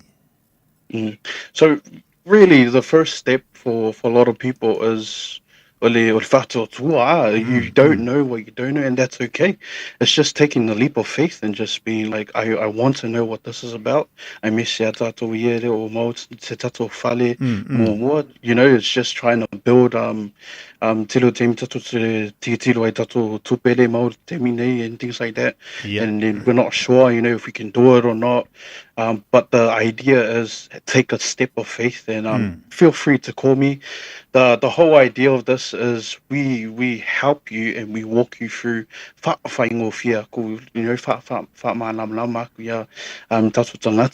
you know, and just make it easier for you to take the next steps. And you know, it all starts with the one step. You take the one step of faith and everything comes on from there. Leise tanga tela tulua e la alo step lon tot e tawana ya matal step mo step lua o le tawana tau tumal nanga sunga Sam fai ona so ta ia tal no fa so fa malama vaenga taitasi o le step mo fa tupula ia le lo fa tu mo lo tau fai se mea ia e la ala tu step lon lua e se vaenga te fia fa la do atili mo le tatu atu lo sunga Sam. Yeah. Actually, it's a little testimony. Last, as I mentioned, this is the second time we team long rolle so we tasalawa too much nanga team more. We got a client, and they obviously be anyone else. They they're not sure, but they want to know. And that's awesome. That's what we look for. We look for people who just want to give it a shot. And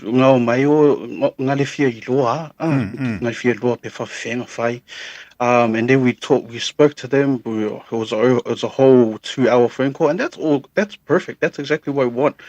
And we're just talking, fill forms. So now the best thing about it is they get their fale before Christmas. This year, they came 3 weeks ago. They came not knowing anything. By Christmas, they will have their own house now. They'll be celebrating Christmas in their own house this year. So that's awesome. That's just a testimony from Supreme Mortgages.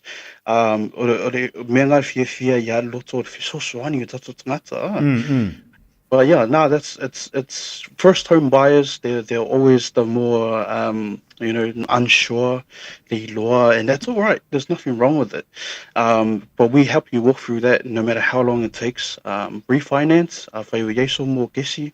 I titolo atu whai asing kong ka o pe mingi ke mingi. We can have a look at it. Titolo e pe yaingi si au wala e whai ngofie. Whama mai whaida avinga.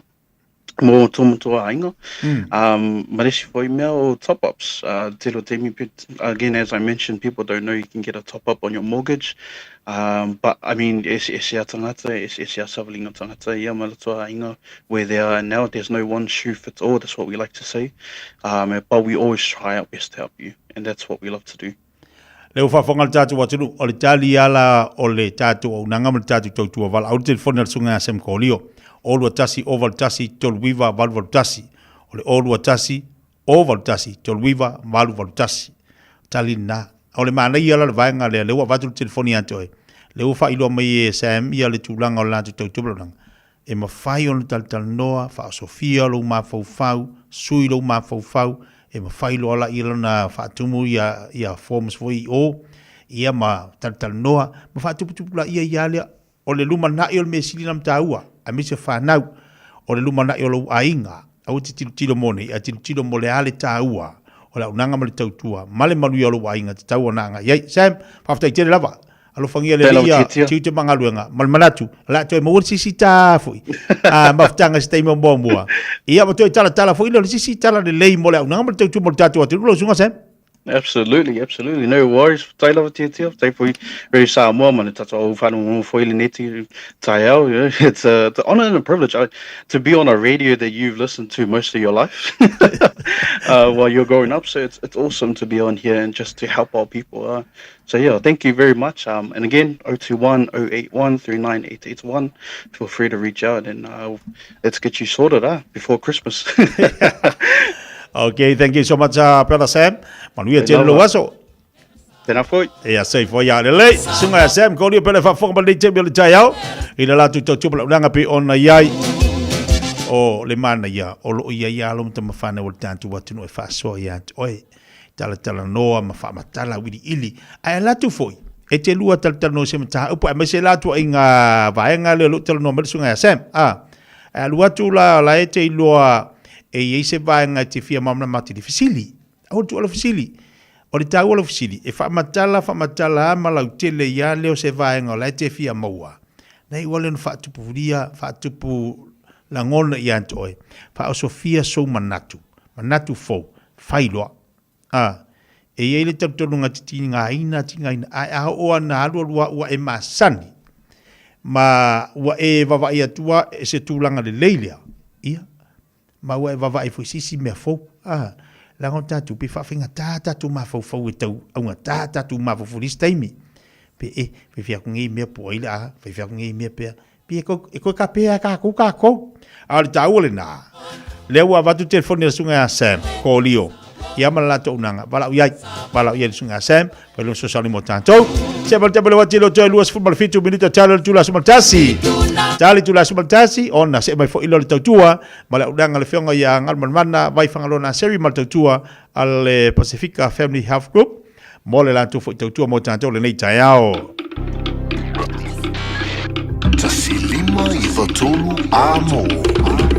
Radio Samoa. Are you and your whānau fully immunised against measles? Measles is serious. It spreads fast and can cause severe illness. Your best protection is 2 doses of the measles vaccine. So, now's the time to check if you and your whānau have received both doses. If you haven't, it's not too late to catch up. Book your immunisation today. It's free for most people. Find out more at info.health.nz/measles. Poi loe mawhai o na whaongara o Q7 e whai ma te pause moro whare mōmua. A whai fwoi o Yeso mō kesi e mawhai o na tato suisuina o nisi a wala I whare tupe sese a tonu I whetau I maritūlanga o roo langa timi nei. O na mata o nanga I Supreme Mortgages, mata o tifisoswani e sue se tali mo first home buyers, finances. Wala o mai au Sam I le orua tasi o valutasi toluiva, valutasi pe emaili mai I a sam@suprememortgages.co.nz. O fia maua sau ta vale po sau piki apu. Ai tongi ta iwa yaso, lua va yaso, pe ta imasina. O le sleek cars o le a maua ai le fisoswani. Ua ta pena le au whainga ruenga a le sleek cars mo oe malo a inga. Aua e te popole i se mea e tasi. Te tala fitu aso, mai le sifulu i le Taeao, angai le afo le ono le afiafi. Tele la alai au kilani i saute, vili mai loa, i le o lua tasi faa, fitu lua selau. Po le o lua o, faa lima, tasi lima tasi. Buy one, get one half price on Crackerjack's fantastic range of fireworks. Available until 7 p.m. in store only. Visit crackerjack.co.nz to view the range. Last day today at Crackerjack, your one-stop fireworks shop. R18, T's and C's apply. Alofa lava Aotearoa. O le tala Fiafia, ua whaititia nei tausanga mai le ona sefulu lima sefulu wal tausanga le matua o le soifua. Ua whaatino i nai polo kalame o siaki ma wha ato ngā au po tau whale manawa. E le eise ngā luenga tele te whaia. E au lia lo le lima sefulu walu le lima iwa tausanga le matua o le soifua. O le alafo fua atu i lau pusa meli, ia le pusa, moso e suenga ma wha ato ngā au ma tau whale manawa. Ma wha amanui atu lo waso whanau. Ai o le vaenga e le leiai, o le amo fua pusa, ma mea whai ngā luenga mo le tinai no ia fa ata masusuenga e tailua tausanga malafu atu se o ina e audia e fitus fulima tausanga le matua o lo soifua ava veiloa ma mau e susuenga ma fa ata nga au po tau fale manava le kanese le amatanga e ma fai ona tonga fatia male manuia ele ai se tongi e vave ma fai ngofie o susuenga ma fa ata nga au po tau fale manava ma fai ona fa sao ina yola a mau alola pusa fai loa.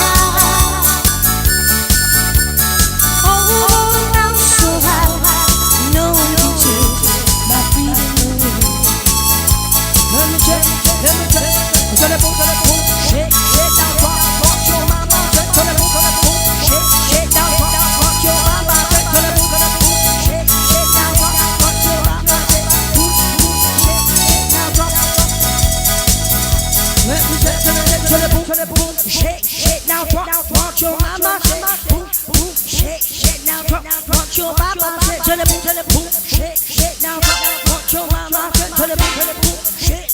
drop. Remix.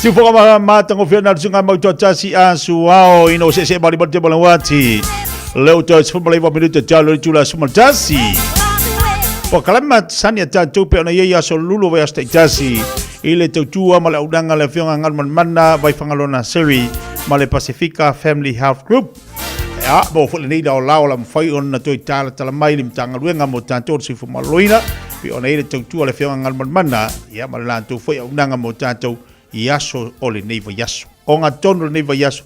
Ai whaateilia tua. Le mua wanoa e whaiona whaasoma i ei mo tātou. Whaatalo whatu malanganga Fiafia. Ia neiva i Taeao na whionga ngal mana i runga tāpo kalame. Whaateilia tua leo tue mole nei lau lau malia wanoa mahatango fie. Ia la whaasoa i nisi vaenga. Ai mai seara le mi seara le angal mana lo mwhaitu e whai mai. Whaatalo whatu malanganga whalalo.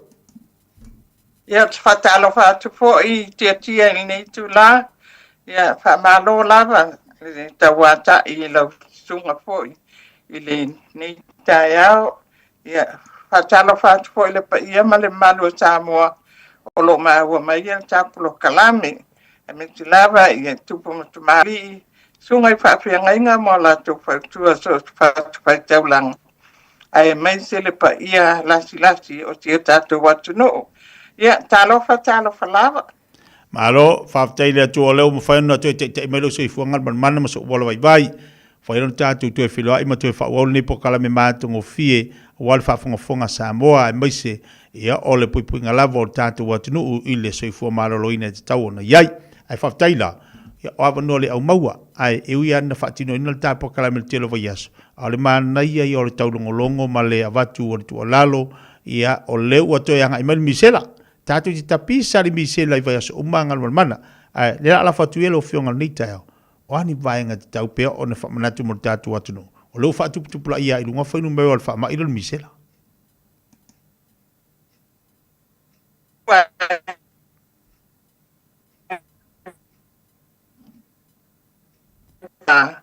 Ia ai ole tulanga la le wa yai wa mata mai la vel fa yungal va ya so le wa o mai la vel nei taimi wa lo tau pe la vel tau longo ma lo si le officer tu tono o so fo ma lo loina wa nga i lunga ya cases i tono o kilani fa pe tono Wellington ai fa pe la o nisio ia cases o e la tau na o mai fafo ia mai la to o lo o connecti matangata ia na maua mua misela o lea la wa fa tonwina ia le ofisa le soifua maloloina o le vai aso nei mai le asonga fua aso tolu e November se ia pa ia le asfaleile o le a avea lea ma vai aso fa pitoa mo tuipui o misela mo tuipui o malava tawona fai ia ai o le message lava e pei lava e te tau ona o le tui o misela le whatawa ina ona o le wanga i lunga fwai numera. O le taimi nei wa fulu fitu le au whai o i la tau o maua le misela i tono New Zealand atoa a taula lea fai numera e mo e folinga pela ititi a o I la le popole a ia le tunu ia le ofisa foi a wa o le fe wa I umatangata e fe wa ma fe avea ia le stiama ai o stiama mi sela e matua tunga lava pe a maua ia le tangata ai mai se lava ia whanau laiti ma olo o a mai e fo I ma le avea ai matua uma a fai ele I ato tu mi se la whanau la loane o le lua matina a mantua ia le tu ia mi se la lua matina ia ma le lima matina a fai la wa misi se tu ia tasi a wa tau ona whatau nu ina tu ia lua ia mana ia ke tauna e o lau fo mai fala inga e longo iai ma fai tu yo tamaititi ina ia atoa uma le vaenga o taimi fo nei tia o le watu mai e le ai se tonga tu mi sela mo la tau uma manis full mal valu tau tanga anga I lalo so a faila was full valu tanga il te fo yo o wala po wa anga ia tuanga ia le tau tanga na ia o to uma ia e faian fua uma ia tu pui fa pena foi la to e se full valu tau tanga ia nga I lunga o iai I mai tu mau e iai pe mau to mo lunga ma fatu o le ngungu ia so te mai lava o lo e nu fala a wai fa pena foi tato matua e tau on pui oi ona a maua oi le siamal misela sure enough ia e le to ia e te maua lava le misela ai maua I se maua e tu ngā ia o nā aunga ia ma maua ia le no e ave o le palmai ia matulanga pa pena o le vaenga lana o lo popo e anga ia ia so fo maloloina tia e mai se lava o tato tangata o le sia ke atu nei I le tato palmai le Weymouth ia I lato uma lo le stala I Weymouth ia e to tele lava le fa inga o tatangata ele I fata no ina tu yol misela yo ia pe al se la mon tu po tatangata o le ala fa tu ina tu ai o to a fai o ele stala tato palmai I Weymouth ia po penriua foi ia vili mai ia faalele e va ai masiaki pena fata unulo tu yon misela a fa pena tasi tui ai fa pe fo ia tele motino sau pe to fa tu tui a le wa uta watu o le to tele tato o lo I Weymouth ele I faien tu yon misela e mai te fo fa now a fai la vili atu se si o lau whenga luenga le Pacific Family Health Group ia te oe o lea o ele si tangata lea le I whaia tu yon misel ona e o mai la ia lea pete I o e mai I le aso o lea o watu ai e tau ona e o mai e whaia lo tu pui wale o tau yang tato tu winga e aveanga I tua ai o lea lava wa whai tono tato palmai ona o lea wa wha tato palmai le iai wa te le lava la lava noa e mawhai ona e o ane ai I so o tu palmai o tato Dusty Panmure, Dusty Papatoe, King Street, Dusty Waimahia, I Weymouth, ia mai Dusty I Clinton Shopping Centre, a na wata Wall Roscommon, e te o atuanga ia ina e whailo tupui o misela. Tato ngā lue whātasi ina ia whaititia ia le whai numera, ona pe ona o whai atu. Ia wana so o mai o whaailoa mai le ofisa tutono a mea o lo to tele o tatangata ia e maise o tatangata Pasifika mama oli ia o tātou nei wa tā ua o le at-risk group po tātou e maua ngō fia so se mai lana tātou te le to a anga ino whala au tātou te le o a toa fo ion whātou no wina tātou a tui pui o lea wha mai ma lea wha mai o lea la o tātou ia tātou no fōtanga iai o tātou le wa ai ma iai ale wa ai ngā ale stoi fō maloloina ina ia tātou malu puipuia mai whaamai o misela. Ia malu puipuia mai foi I iti whaamai malama. O toi whaamanatu lea tia mo le misela. Ona olo o alu pe lava I lunga ia tātou painumera mantua. Ia e tele o iloa lava po o le tu whea lua I tonu le moli I manukau ia po po I Sylvia Park po o West Auckland foi. A le minko la tuai mai lato o lo feo ai ma fea vea ia siama o misela ia te ia la ia lea wa e a fia tuai mantua a fai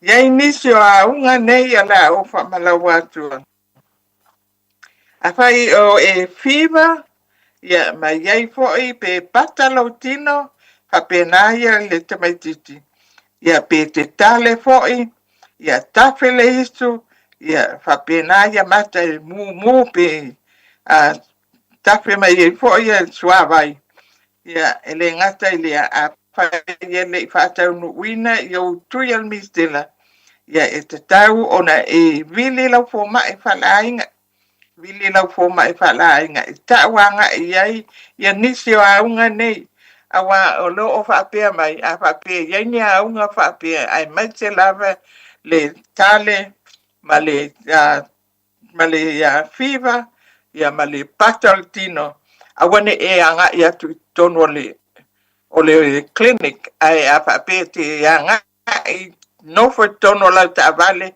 ona so ta ila ia le o le afale le o luma le clinic ia ona o mai la ia le o tisi I ta vale e va ai o e ma screen ai o ina ona e fa tete in lo wa o wa mawa o mistela ale la e la tu tono clinic ia ma siama fo yo mistela o le o la ta to o la va ile time el covid a tia taimi foi le a fa pe ya unga ia te oe ia na la tu le no foi tono ta vale ai sa tanga te fai lo swap ma tu me o ma fa pe na I tono la ta vale o tu langa le wa mai ia foi la pata inga mai le ofisa tu tono so fo maloloina ina ia ta tono fo ta ia a fai wa e lo o nisio a unga leia pe o a unga misela na e o la ia lea e nofo pe lau ta vale ai vili ia tonu le clinic ona o mai la ia lea soifua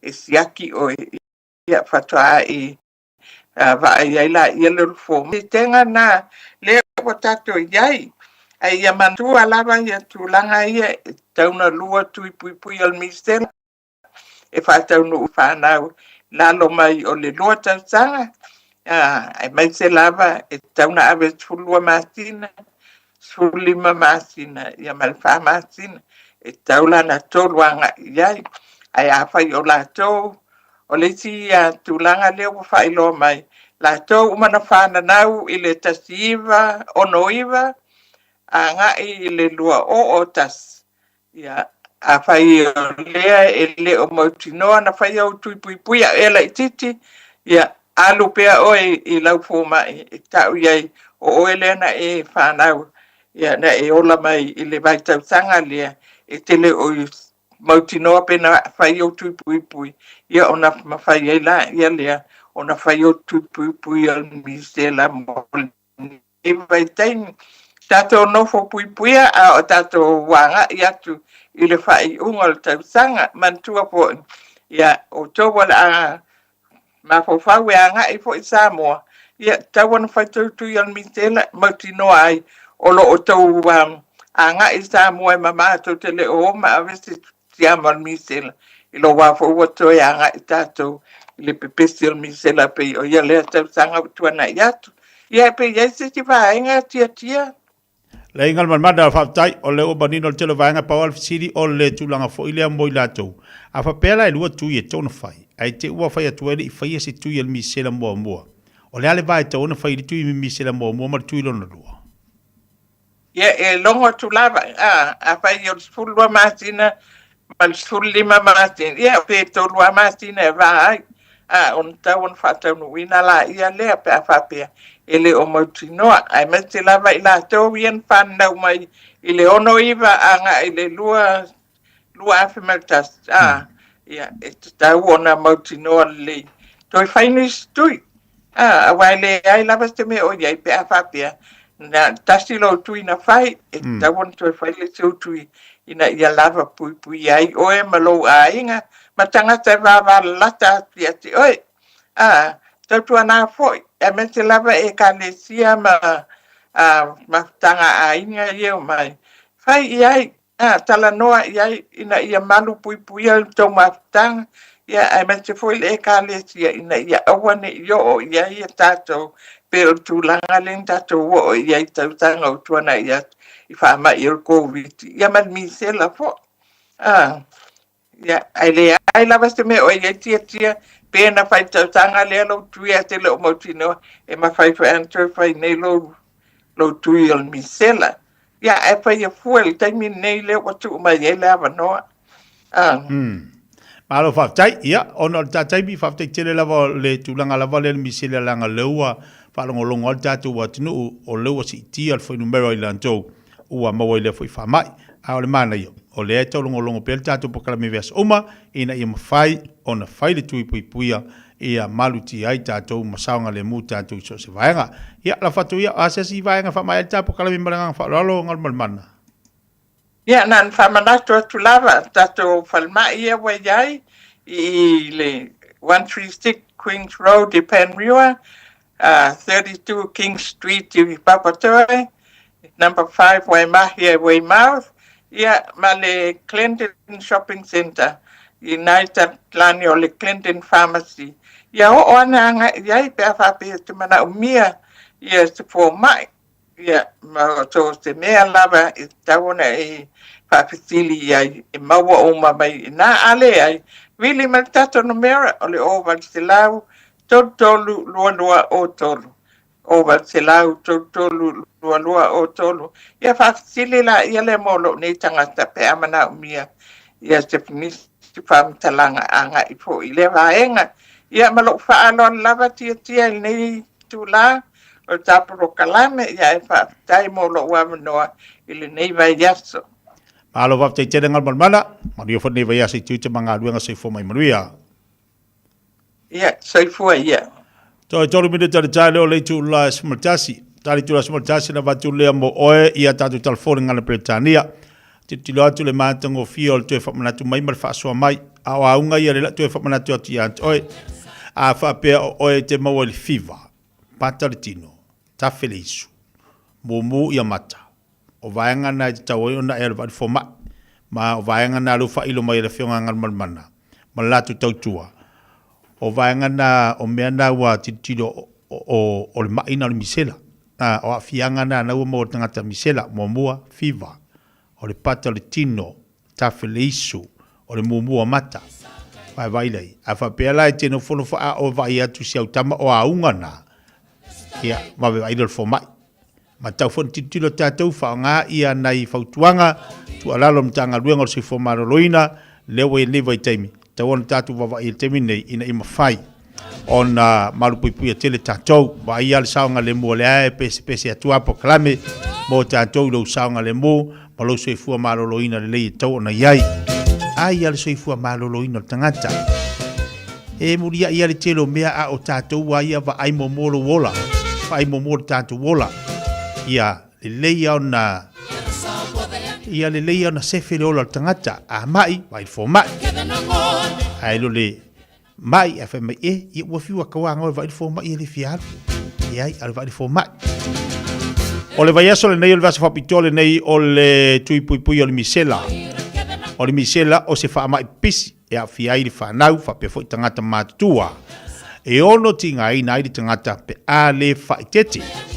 O le tala Fiafia e mawhai ona fo ia le nei fo i ngase. E whaarua na whailau tui pui pui. Whaila lea i le MMR.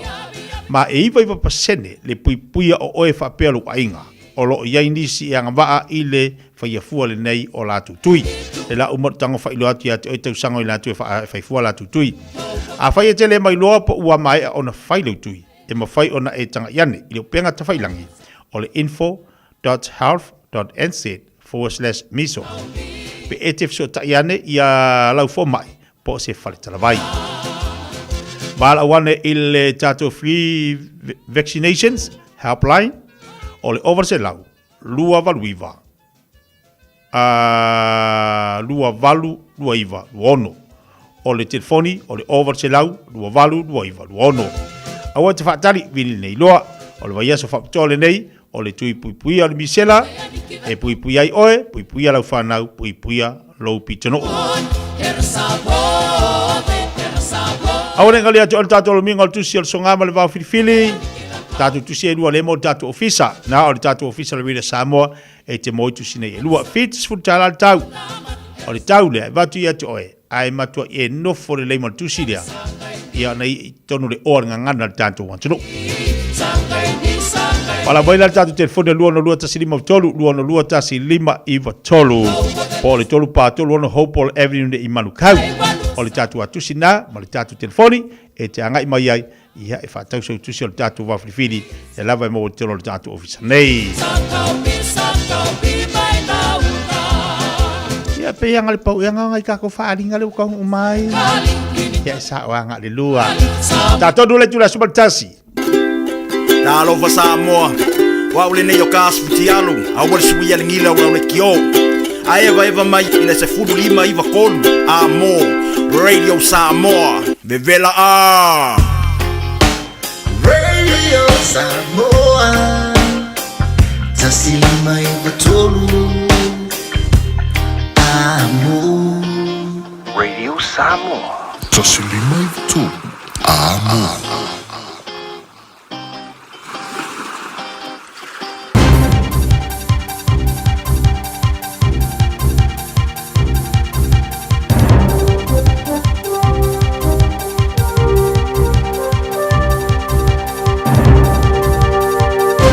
In this update and in breaking news, unemployment has officially risen again. Latest Stats NZ data shows the rate reached 5.3% in the 3 months to September. That's up from 5.2% in the 3 months to June. Unemployment has been steadily rising from a low of 3.2% in late 2021. Fears a ban on homelessness in city centres will simply move the problem elsewhere. During question time in Parliament yesterday, Labour suggested the government's planning to ban homeless people from city centres. Auckland's Central City Business Association is backing the move, but Christchurch Central City Business Association Chair Annabelle Turley says her area already has an approach that works. The businesses in the Central City pay for a safety team, and our safety team do a really good job of connecting those people who are homeless with the right agencies. The government's putting another $62 million towards mental health crisis response.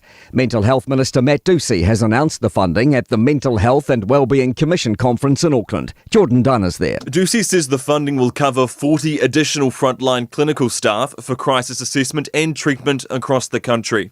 There will also be an extra 20 beds for acute alternative services, and 3 more EDs will receive peer support workers. Ducey says the number of crisis recovery cafes across the country will also increase from 6 to 8. Shane Jones would like to see the US military using New Zealand more. The Associate Energy Minister has released a new fuel security plan aimed at ensuring there's a reliable source of fuel in case of global or domestic disruption. The plan focuses on resilience against supply shocks and having adequate storage in case there's a major geopolitical event. Jones says the US military may be able to use our storage facilities as they spread their risk management plan across the Pacific. Otago University is investigating an incident on Dunedin's Castle Street on Monday night in which 50 students shot fireworks at each other and at police. 2 people have been arrested and the university says those involved could face disciplinary action. That's news. In sport, All Blacks midfielder Jordie Barrett has been ruled out for the rest of the team's Grand Slam tour. Scans have confirmed he suffered a high ankle injury and a minor knee injury in the early stages of last weekend's opening win over Ireland in Chicago. Barrett is set to return to New Zealand tomorrow morning to begin his rehabilitation with the Hurricanes medical team. Liverpool lead Real Madrid 1-0 in the second half of their Champions League football match at Anfield. Earlier, 15-year-old Arsenal midfielder Max Dowman became the youngest player in the competition's history, coming on as a sub in his side's 3-0 away win at Slavia Prague. 2015 champion Venus Williams has committed to the ASB Tennis Classic for a 7th time. That's sport. I'm Malcolm Jordan.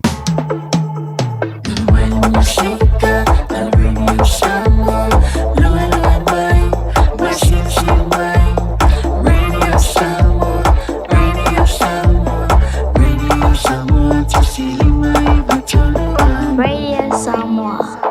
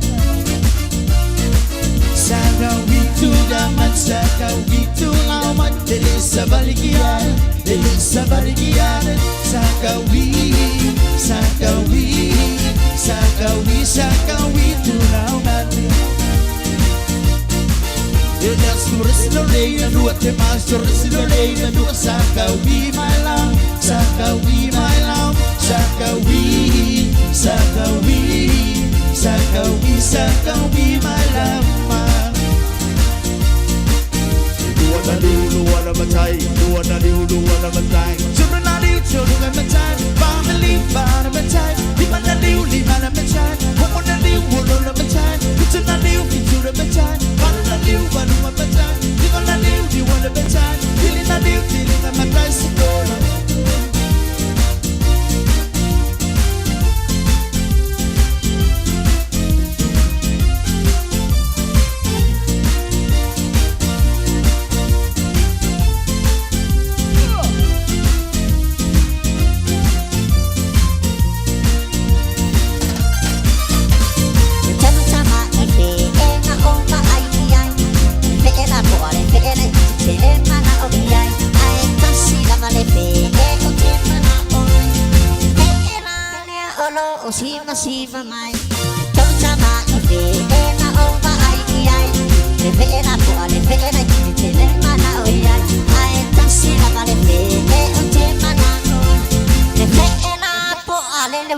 sela mai Samoa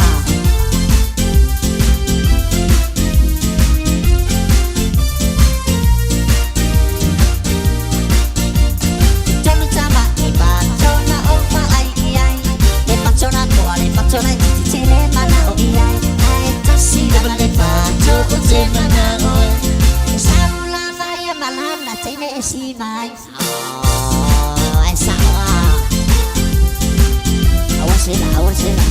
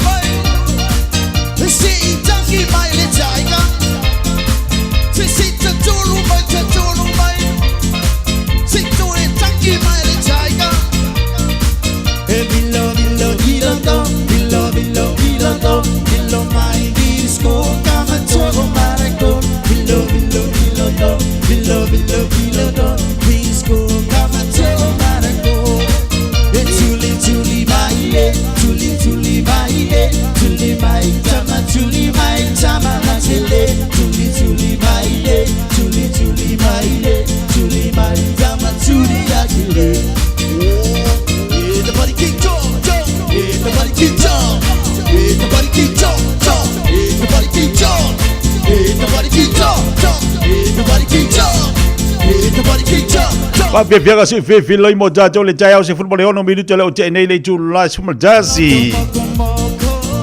Ia le te whamalo atu lava niso tātou paanga uma lava inungo tātou Facebook, molungo tātou YouTube le Taeao nei malo lava ngānu lue.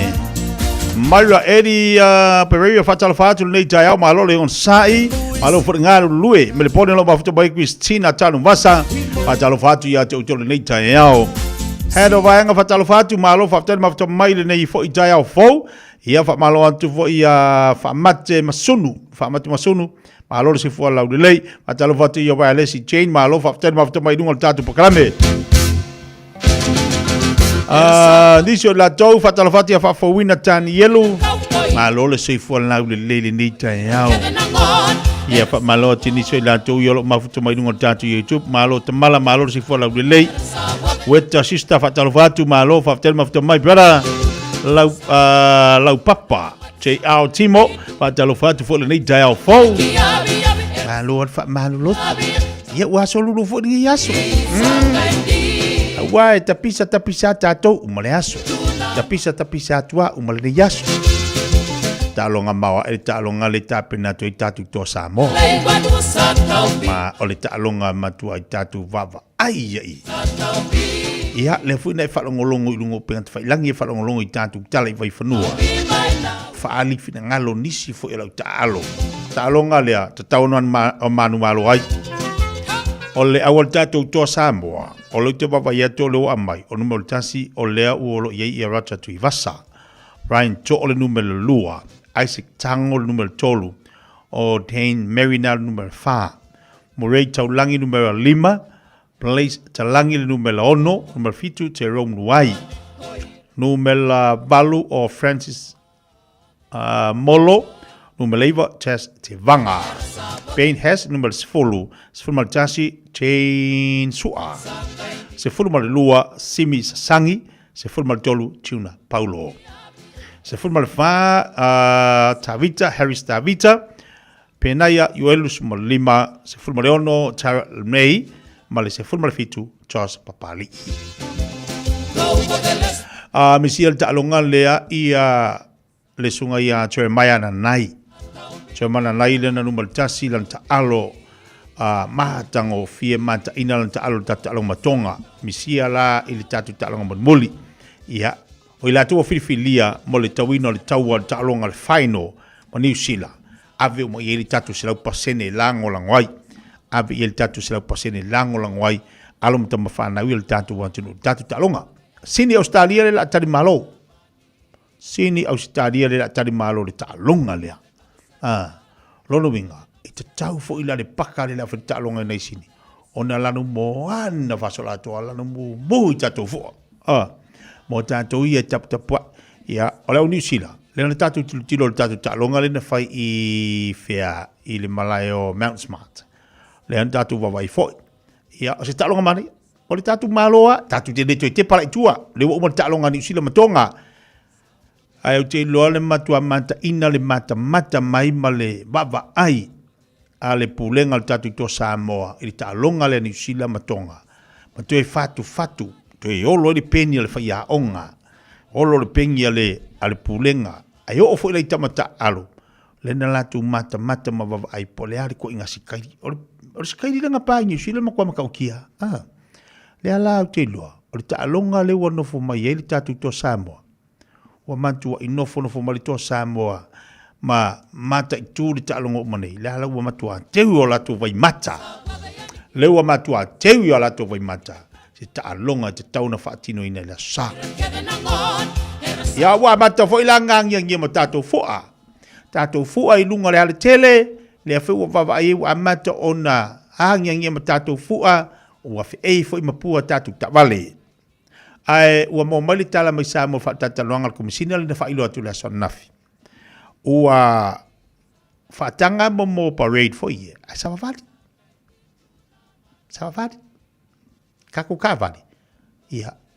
Ua fai alo fale makanga luenga o ngol ko kero la upa u. Ia ua afia tu manisio ilanto. O la sa le leia le fatino ino lanto foi.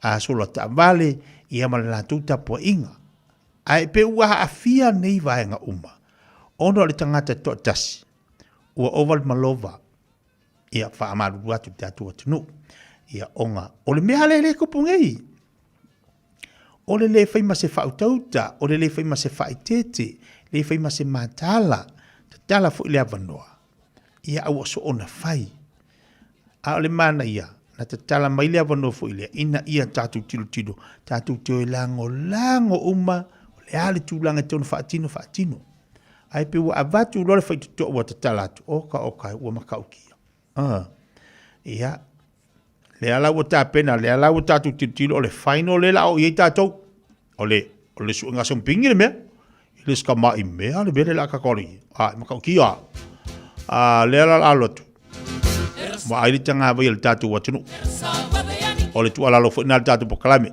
ma aile tanga vai le tatu watunu uma nga fale le la fu a ko nga fale le te tu tono la tavale e almo fale ai wone I uma lo le fa ngaina ai tango le tia ile au wala tanga vai le tatu watunu o le tuala lo na le pokalame tau tuana ma tatu le tatu atanga vai na te alu mo fe avea I tanga vai le tatu watunu ia a umaloa ko nga fa le ko I konga lo ka vale e ke ua la fa pe ke manga ko pe te mana tu ale nei fu ai ta longa le to Samoa ai o nei umalo wa kele na tatu pa ready alu na uma o la bole fu ai e pai o tele ai tau tona mata tau tona mata ia le fu al tatu watunu tanga vai e mita tatu so se fa angata ma elea so se me tatu te elea tanga vele tunu ia te fatu I lo loto o le mea sina al tatu watunu patalo fatu ya Maira Eri Pereira malo se fu podi Taeao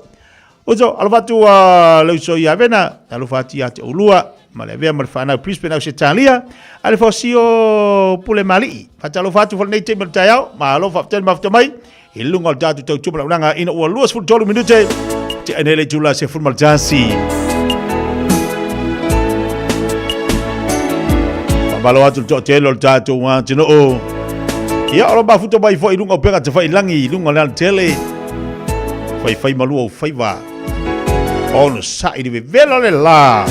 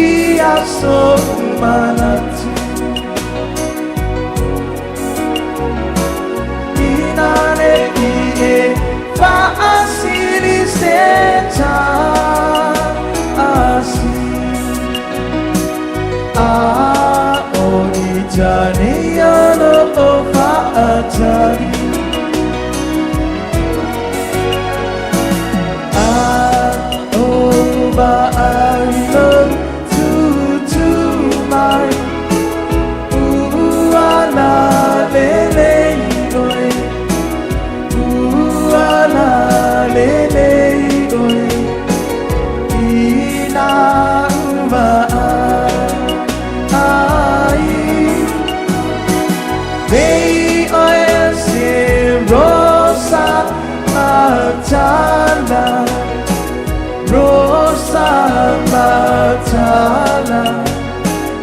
lalu mata-mata.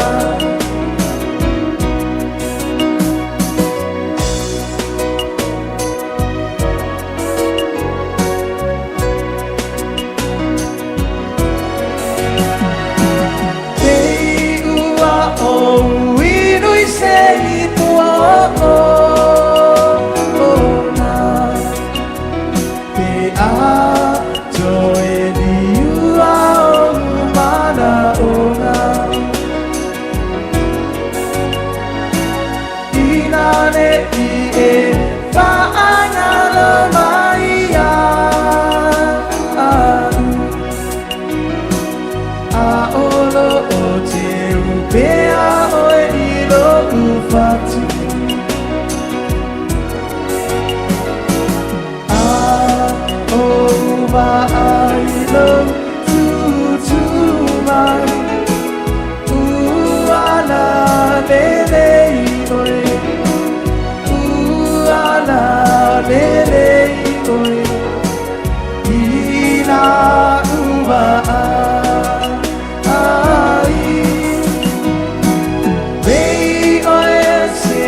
Rosa Matana, Rosa Matana, Milanu Mata-Mata.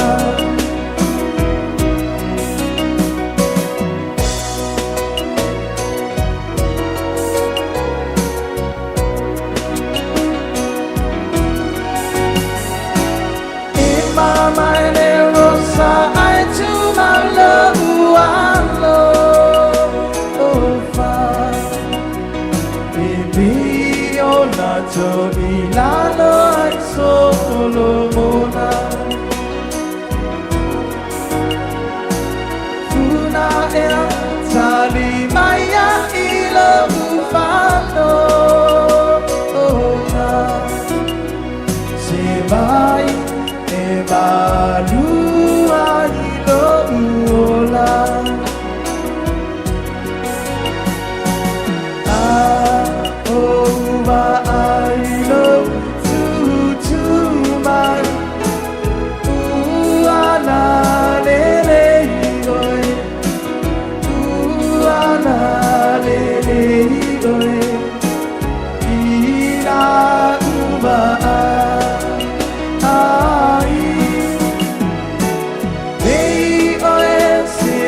Rosa Matana, Rosa Matana, Milanu Mata-Mata.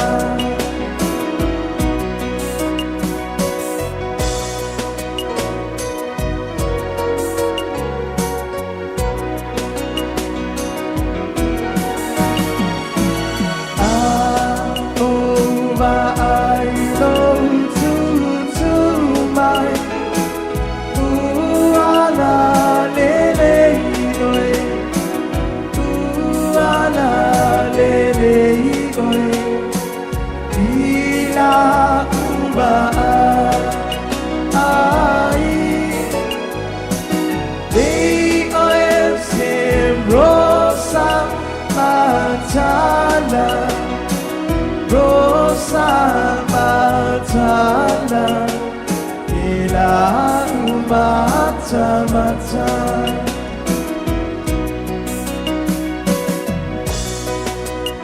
Fiafia nga mele vai va pe le fa fonga mai ele ni Taeao. Ilungo le tau le blanga si fonga le Samoa te sima tolu a mo male pe se musu atu. Au o lo va va atu. O e tu mai. O mo ngalu nga fo ki ngai ngale la. O ngalu nga la ngai o ngai la le o tama maltina. E la kuala kama nga yoi ngalue. Ia ai la ki ngai ringi ya kuli puvai. Ia ma fa malo si aku. Ia malo ngalue. Tau o le fa malo. Tau o le tutu atu ba batu li puvai. Wala vale ngai fa malo si au tangan tala ngalue. Ai mai sa la ko ngalue ngal mu king o le la. Ngalue ngalai o ala ue fai la u ngalue.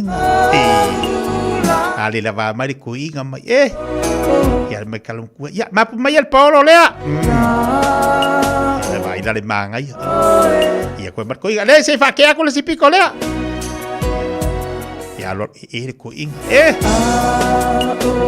va vivere le la mai kalum maku ia mapu mai le fale mo ngaluenga fu ida wa lava upo le pese lava lo tutu mai e fa malo si au mai e fa ngau ke le lenga ko mo kalama ba au kalama ma vai fa yu mala kama ya ngaluenga ba fa le tek sorry ka kia pala la kama le tek ko le fale makua pole al ko nga ke le fe mo umie pa ko kasi la kama pa wale me vai malo ile ka wala lingo kalama pe lo lama ai e ko fa pupu e lo baku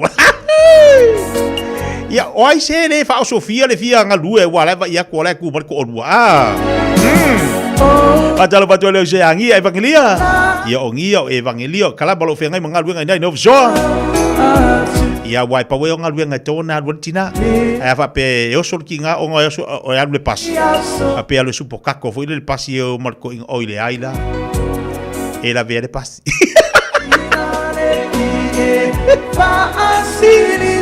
ele vaga o via supo kako ora kau nga mo ingi nga makal ko inga fa pe barkala lo bakwa kau suka la pasi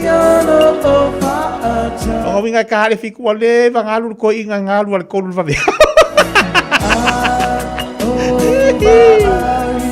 ai pi o ngalu nga tinga inga o ngalu nga kinga inga fu ile la ia o le fingol ko ngala au o le fingol pa le fale ia o le boanga le vau o ngalu nga fu ka kela nga e alwa ka le lava ia e fa malu ko kinga ia pesi isi aku fot kamayo lai ma ia e fingal bingar kinga ia e mar kinga o mai oi kusala o lai fingal bingar kinga ngala ko ma fo mar kamale ki upa u ku fa fo wafu ile wafu lo kasi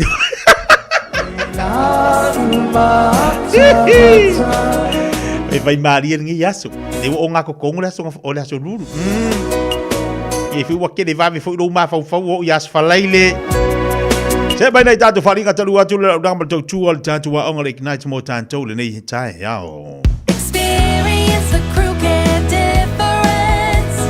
Crooked. Looking for an opportunity to build your own business? Start your own cleaning business with Crew Care. You'll be joining one of New Zealand's fastest growing commercial cleaning companies with 12 weeks professional training, flexible working hours and a guaranteed income after 2 years. Find out more today.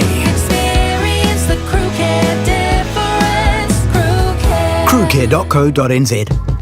Beta Drive Doctors i le tau longa whaatau i maangele whaapea manrua mo le vaenga o so ngase pe amana o mia e whaatino e fo i matupui pui o le whana witi o tupui pui la COVID sfuluiva mo i la tau e sfuluan tau sanga malunga atu whaapea matupui pui o le flu wala au telefoni 255 iwa valu mo so wanoe whaatino i nei au nanga o fisa foma i maangele i taftafane o le McDonald Amanrewa e taftafane o le Falitusi po le Public Library. Beta Drive Doctors Clinics. Buy one, get one half price on Crackerjack's fantastic range of fireworks. Available until 7 p.m. in store only. Visit crackerjack.co.nz to view the range. Last day today at Crackerjack, your one-stop fireworks shop. R18, T's and C's apply. Matau te whaia ni fo aroi le aso lava te fio mai ai i le Shine Dental. Ai e inga whaapitoa. Matau te salia le Afterpay, Zip, Q Cards, whaapea wins quotes i le Shine Dental. E whaia fua whaatalanoanga ma le ACC i le Shine Dental. Le aiset stongi mo whanau i le bao le se furulua i le se furuwalu tusanga i le Shine Dental. Talanoa mai le stongi ino le whainga o nifo i whaunga ai le Zip, Smile Now, Pay Later. Le aiset tului i le Shine Dental. A fio mai le 555 Great South Road manukau pe wala au le 255 255 mo le Shine Dental.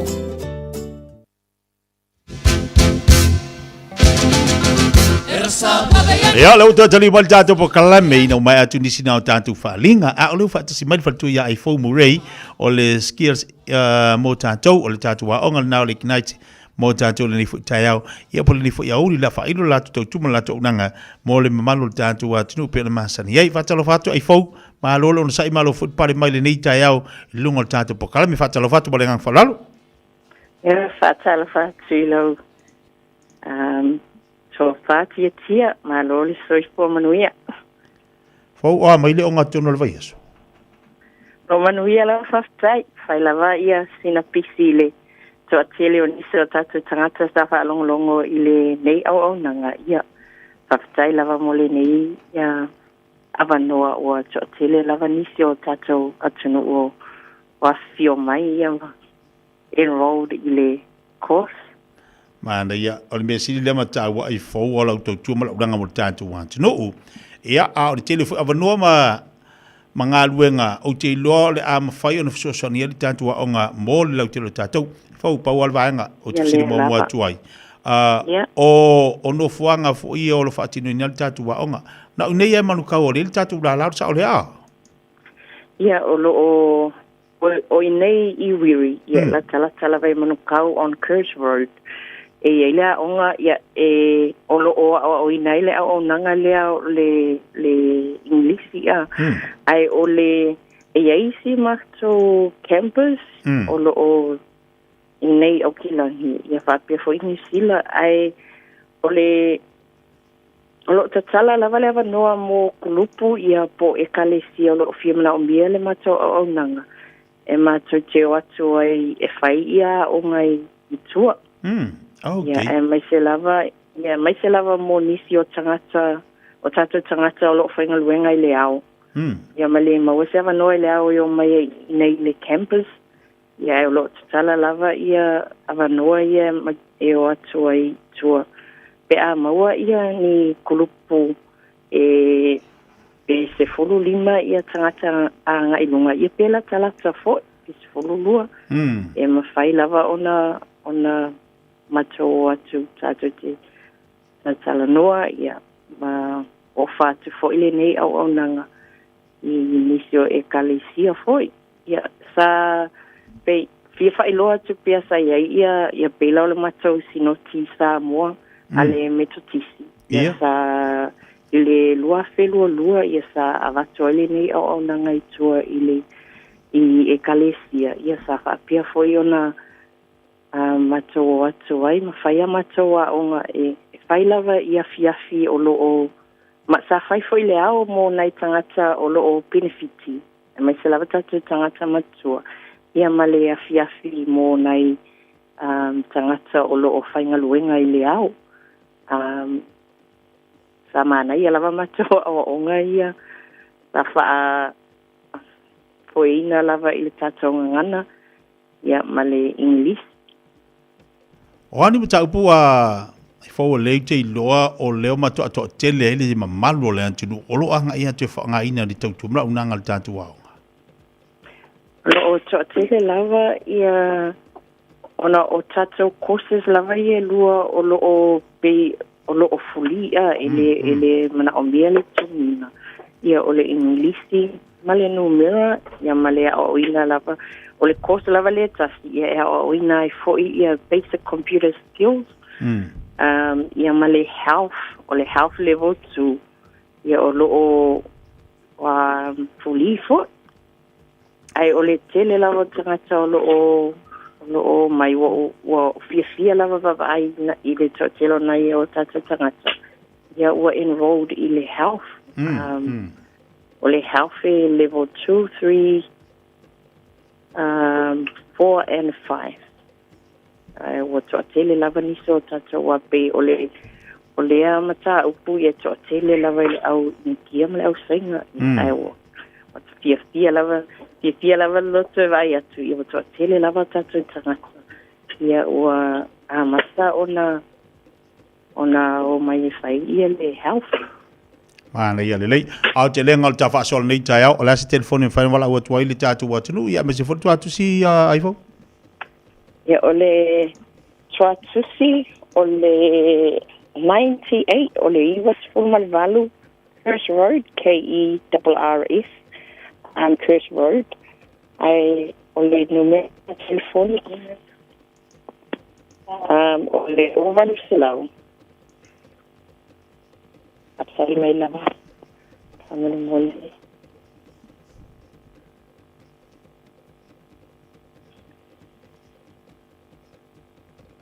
ole oval selau.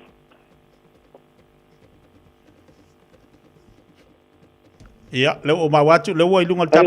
Ole oval selau, lua selau, tolu falima. Ia, Sorry, love. Ia. Oval selau, lua selau, tolu falima. Malo fa tele ai fo mo tapu kala mi fa sol nei Taeao tu langa tu tu langa tatu wa onga ia manuia fo tiu te mangalu nga bolei va yaso tat fele fo le tatu te masani vas fo de lo fo le tu manuia tele nei Taeao e fa tai lava tia mo le no ia manuia fo le aso ia sei fo ia fa sei fo le lei ai fo mu rei pe na fa fo ba ia tatu wa onga na ole Ignite Colleges mo tatu o valselau tolu falima o valselau tolu falima iwa valu Gets Road i Manu kau o le telefoni mo tuatu sina te mo ia li tatu wa onga pe ona watu mo tantou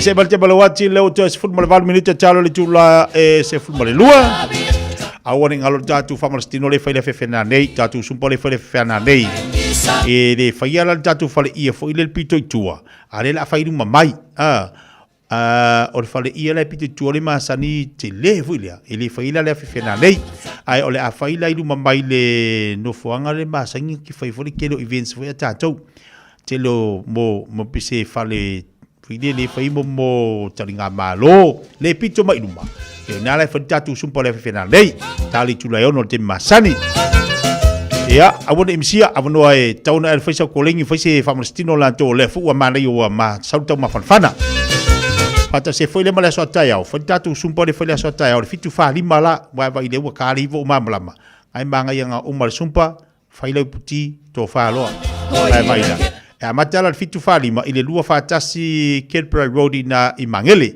le holo su ngofianga le la ngai o le motorway ia ile Fiafia Taeao lua fa tasi o le fitu fa lima le faltatu sumpa na le Fiafia Taeao fai ngei sumpa kaya wa ke o fo jo le va ngai pai tatu pakala bele mo oi se fa marsi amo tanto fa le nganga ina fai on fa marsi a pel tatu o au le tua nei pakala me fa le nganga e pakala me nei fa ngoina le mo oi ua mawhai ona aura tula polo kalame le leimo o ia so taitasi ona o le langolango malo si le fale maliu a se alo le aturuu o ese tatupu Funeral Directors i Manukau City. O kalame le leimo oe talo fala. Tuisa e peru e leimo alo na fai upe lima. E ui lava ina o ia o le alo a o mea sa pupua ngā te ai o ia. Na haoa o ina ai o ia usi tai. Tuisa e peru o Yesu na haoa o ina ia usi tai i ona pupua ngā te umma. O le upo i le ngangana e limi o le ustai o le obedient. O le hopa kohe.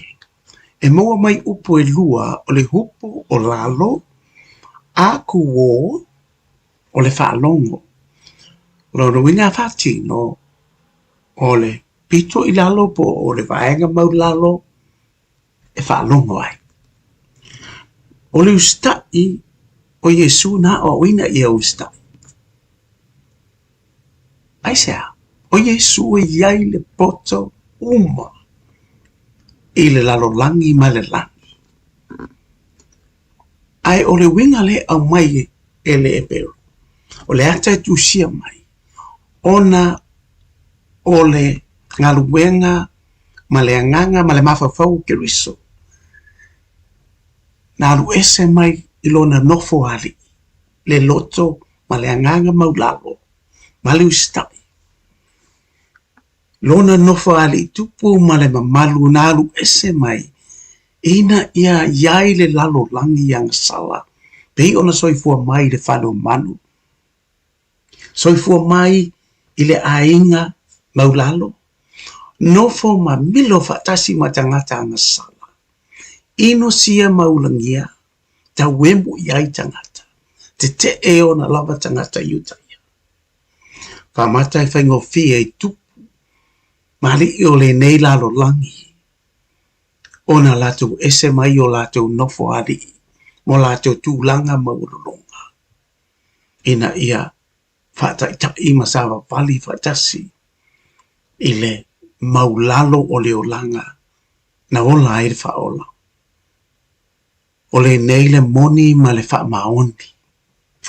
O le usta i o Yesu ke riso i ona pua ngati uma. Mai lofa i ato oe. Ma ina ia wha a toa ina ai ma a be Yesu ma tupunga o le whaoltanga. O le ola e whaavau a mene Yesu. Ia usta i loa tatou. Usi ta i a Yesu. O a manatua. Ele lei moe. O le ese tatupu funeral directors o se fale maliu Samoa o le tali foilea o taimi whengata ona o le malanga al maliu maleoti e mawhaifoi o na latu awinatu ma awina mai tino maliu o e pene mai so o se atu nuo lalolangi wala auno le ese tatupu funeral directors i le lua ono lua tolu fitu o pea fiuane ele se fulu manebalu Norman Spencer Drive in Manuko City. Are you and your whānau fully immunised against measles? Measles is serious. It spreads fast and can cause severe illness. Your best protection is 2 doses of the measles vaccine. So, now's the time to check if you and your whānau have received both doses. If you haven't, it's not too late to catch up. Book your immunisation today. It's free for most people.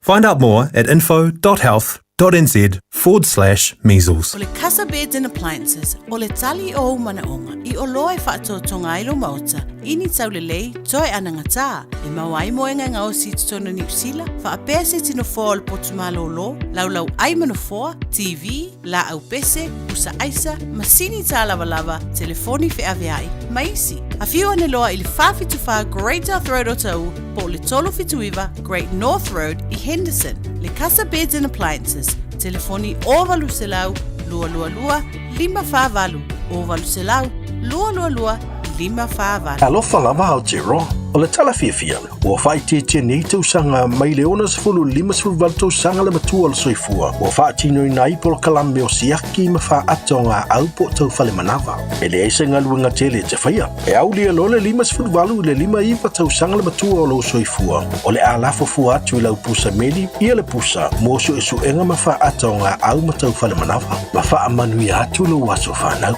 Ai o le vaenga e le leiai, o le amo fua pusa, ma mea whai ngā luenga mo le tino ino ia wha ata maso suenga e tailua tausanga malafu atu se i o ina e au dia e fitus fulima tausanga le matua o lo soifua. A vave iloa, ma mau e suenga ma wha ata o ngā au po tau whale manawa le ka nese le amatanga e ma whai o na tonga whatia ma le manuia e le aise tongi e vave ma whai ngofia o suenga ma wha ata o ngā au po tau whale manawa ma whai o na wha sao ina iola a mau alola upusa whai loa. O se tala Fiafia le nei mo i la tolo mana mia le vai yesi, vai sasalapa ma le vai tamalingi, mai le Samoa Herbs, ua mawhai ne ona whaatau atu le tātou ofisa, a le Taeao Marketing i le mautau Samoa i mangele, e nau le lusfutala le tau le vai, ma e ave le wha mua ia i la tau eanga i mai le ofisa, e totongi mapiki a la tau vai, morisi whaamtalanga whaosauta iane, i le olua tasi o lua o 5 tasi fitu, morisi whaamtalanga, i le tātou vai esi, vai sasalapa, ma le vai tamalingi.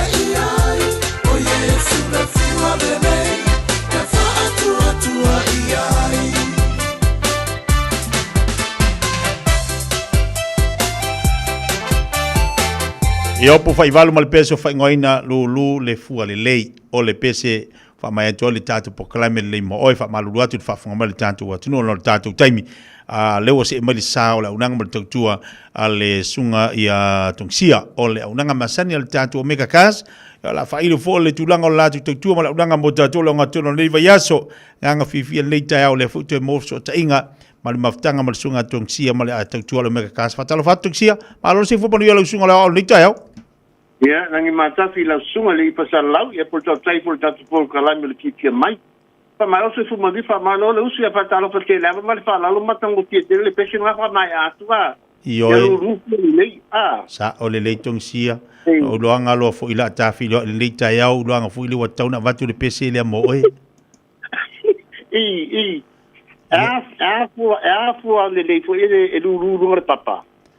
Ia mantu fo ie pe al tala tusi ava pe ele fua mai ia ole am fai ona sele ese ma avisunu pe ale fua mai ni fua le lei a fua mai fua le anga ia pa wal mel fa poku si ia fua kai mi esu ngoi nga vele su a fua mai fua le lei ai ola al mela ko ia ngal fa me keu le lei fa manga e se nga me ia kuskusi la lo se nga me wa Ani fua fo ie para la si e ku lu para lu pele se me que pele se ni bye bye. Ia, pala. Mo fua le anga pa uno pala. Ia pa le meo le va con su. No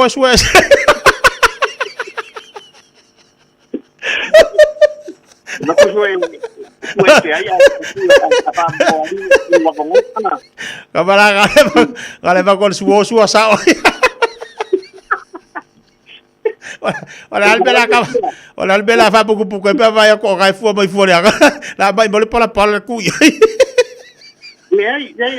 a fu mai fu le fu fa le ton ia ma fai foi la fai ngal wenga okay ia ma fai ngal wenga ina ia matango fiele ku le fu mai la ola le fu sto ia au tu longo ngana au ni tu fauli la au e ola ke fa pena ia man ko fo ele sila au e pi pula moko mai pi fu mai pula moko pi fo ringa mai e ma fo anga pula moko pula pi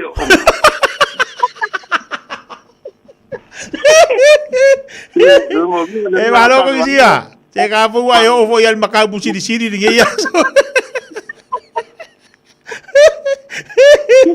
vai a kore le se ka ba fuka kare uri ayo ifu vai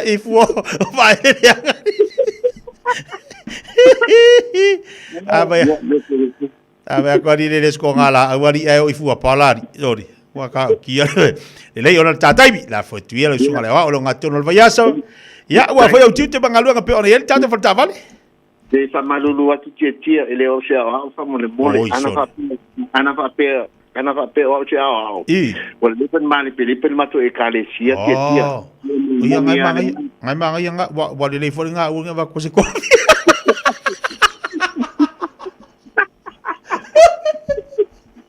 yo langana to fa tai yang ta tai mi la sunga le ya so no ya fa tai ke la mo mato no pa au ele a manga o bi ingala me fa fo ia ke ia fa tailo tato tu te ina malo to se pua fa peso manto bola ele ne la mo tato fi gai fo Malu ale mala fa malo se fo manuia fa malo so la manuia fa malo to wa tai Samoa po fe la me mau me ne to ta longa la tu fa malo ma fa ta lo fa to si ile va ke la ma le fa do al ya mana tu fo elo le mo ma to vaccinating ama ki ta promotional tanto porque visimasi ia manatua e le fata usanga le man ku sa tonto usanga al promotion le la to ia mata tnei vai amata mela so fua ti pa ia ke visimasi ina to fo le tonto usanga ole fanula to sia Samoa le fe no ma fita si fo e otomari le na fa fiu tua fa tu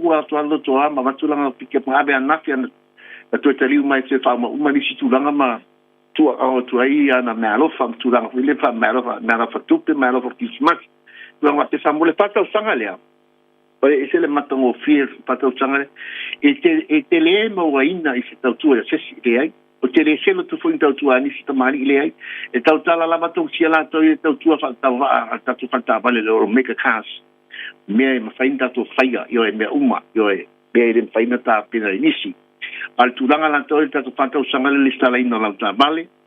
O le whaapepaina po le warone fitness o lau tā vale. So masi ina lau tā vale whātau sanga. Tole, yo la lasis me tope pole. Nga tatongi inga lau tā vale manatua. E umal tatu promotion e la solusu ma whaake sema tā pole lofa le itu ma pe le ona ma le malosi. O nisi tulanga la toi ba o lima sa lau tā la whainga nalo for ki wismasi. Tā tele ina lau tau sanga. Nisi tulanga mo tatu mi prefi manatua tatu mi prefi. Ma tātou whatalang wha business e iwa na e inga whapitoa, e tau lava ana whamale inga uma tūlanga tau finance.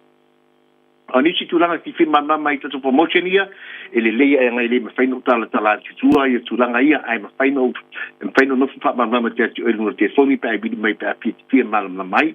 Tūlanga me tātou wale, ai, te champingi tātou whata wale, kere tā wale, kele na waspo cars mo tūlanga tala mau, ioe, e toi ngata ai pole Subaru WRX, ioe, o tele tono tātou lotua, ai le mapai lava, mana display na tātou tāwale ia, ano tāwale i ngofia, ngō ia tangata, ioe, o tulanga tāwale ia, te tulanga tāwau, neba tau, o tātou family vans, commercial vans, o tātou mini vans, o me tātou piki apu, Ford Rangers, Toyota Hilux, Nissan Navara, Mitsubishi Triton, Mazda PT50, male Holden Colorado, o tātou piki apu ia le mo tono tātou lotua, run about between 55 to 55 le ono se fu le vale lima le ono se fu wa tatu piki apu wa tapina ina masaunia wa fu le mai tau mana uita balele o mai tatu SUV la po kere SUV for family for mo ainga to tele atina ne fu ia hybrid cars aba kisi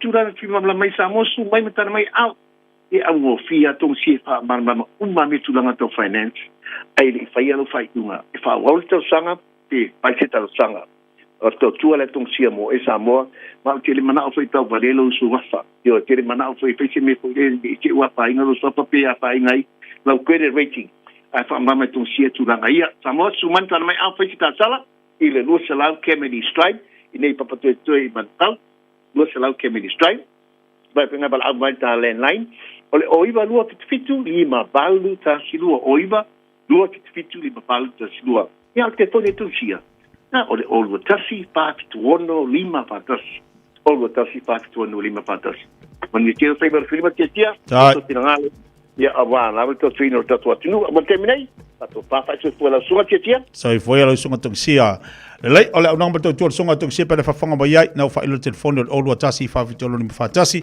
o lo tasi fa fi tono lim fantasi a to velo la sa Taeao le lo fole tua le utape mai le to fa fonga mo se mano francisiale o wal fa wino tato po kala visi pa istemi o le Fiafi manu tele le ya Fiafi manu le yaso tato filo ile Fiafi na ne tato sumpa ina ile tato no fanga per fa ilo atu i tono le vaenga le sa fa le polifest al pitolo ilu mai fa il tato sumpa le Fiafi na nei ya sumai mtal mai au fa il tato fa marstino allo fa tu sa mola tu pele so i fo mai manu ya Talofa, we're the Katinas, and you're listening to Radio Samoa on 1593 AM.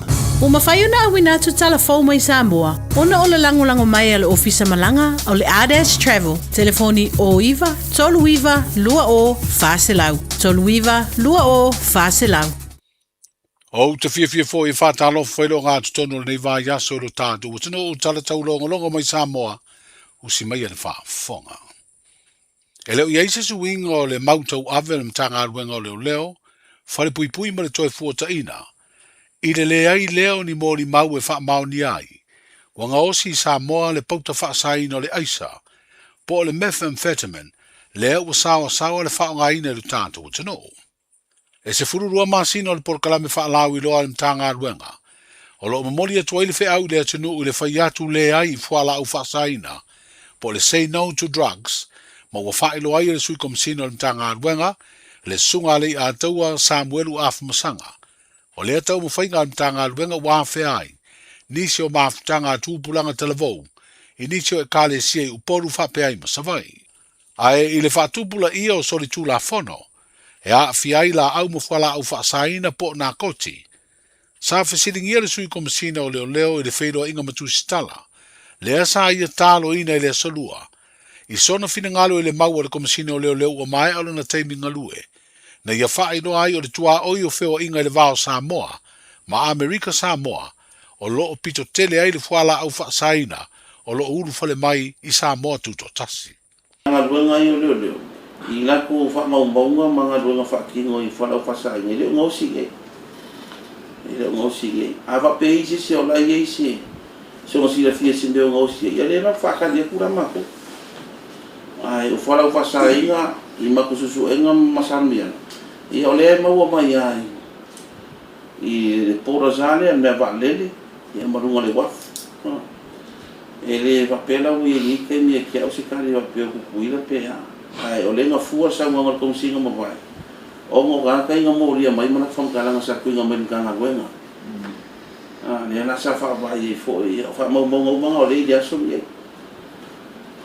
fa sa nga ya mo ki ngo ya fa sa fa fo ko ta ko mu Esen ta ui nei fam sino ma le ta ko ra fa sa ina mai se o so fa ina leo I se pitonu I taura. Ia I le na bo mai ai ni se o kora fasa I le. Ba mo ye me se tino I tupe fa pe e la te tosu di mafe. Le la sa me fam sinona. Fa ye fina no. Le na mai le polo I na fam sinona I leo. Ia to fa fo I tupe leo. Ona le se afia mo tupe leo. I le na dona le kora fasa I na fo ta o to I na ta o mo polo I no fam sinona. Ia te loe ai tu pun ta puna o ke te o ke ina ia tu fina ia ai sim ta fu e fai tanta a fai sa fai fina nga fa misnonga mari tu te po ida ko mo ria I ku pe dia ai sa se polo inga fa misnonga ia no vinga o le fa me inga fa misnonga I le ku le finga o ka o fiku o se va nga la ko mo ria nga lu mo fa misnonga era sa polo inga fa misnonga ia me mo ki ngo mo ba release uma faz famasinga I le kupele sau se ora wingo ubanga kilo uma famasinga I vai nga uma singa nga lua winga sa finga Malu si le ora kupele o se vai nga fia I mo dia nga fa so pula fongo I la ko ia fa ia li famaringa I le famaringa finga mo le kuke on ma fo nga ke long sa le ora ka musika e fuira mako ese mai mare ora nga lo ko ki kilo mako pese se la pio mako fa ki ngoi ngol ngal I le kula fongo o mea masangi ai so se mea e mau ku kongo e annual proceed of crime me o manga sai ai mo e ali me fo ngale ku ki kilo I le process a fa ki ngoi fo I ngal ngale pe e se mea sa misia mako ia la fo se mea sa pika mo fa msio e fa le ye nga I lu mo ngisi ngal nga fa le sai li no fa la fa sai nga tu do tu le si le fa mo lo pe o ele sta mo ringa o fa tu fa fo I tu pe fa ma ia Le fionga le sui komsino leo fale pui ma le toi fuataina susunga le a taua Samuelu afa masanga. O whawhita uri sa mori mawina leo I solo a Taavale I le mai o le ta longa taluai nei le toa Samoa matonga.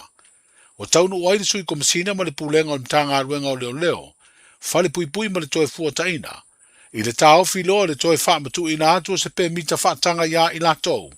O lo ta pena ina le solo a Taavale e wha ilo ai le lango malosi le tātua au luka piliki I lana ta longa I le wha unga o le vaya so nei. E leo talia ngō fie lea wha unga le to tele o sauni e whaia lātou solo a Taavale.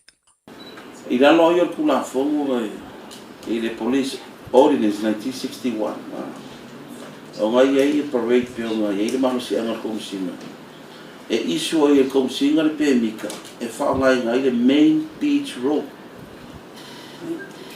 ka ko vai ai le inga pe o upu parade o marcha wha ngai pula fongo parade sa bali kasi vong kasi pula fongo le wha vai manusi anga komisina no winga e kuanga isu pe mika o ngai mo ki ngoi fa ngai le vai ngole wala le tiko singa pe senta e ka ula ngai lumo I ia mai kumpumu foi ka wala le ma sen ka sa mai solo e fa kingo inga ua saule wo ka por to sa mo ka ro ni le liki pe o ngai pa vai bo sa ka sa mai le lan ka foi ar ko singa mo vai ma ko sa ia vai e upu le parade le sa kula fongo a fa liu sa o ape a fueli o singo kula fongo e lo kavan o sabat Ai wanga maku whaonganga. Inga iai maku kong, whainga iai inga ia saunga le mu, ka ngaka whewa i whaongana wana, ka kasama wani. Ma ia auangi iku la funga sot. Ia nang whakingo e maku le.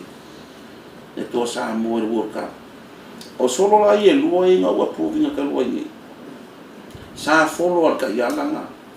E kausanga mai o ke naisanga mai le whaide fonga wa kue kua lalo whaia ia inga. O ia inga o mai ia mita le au ngas.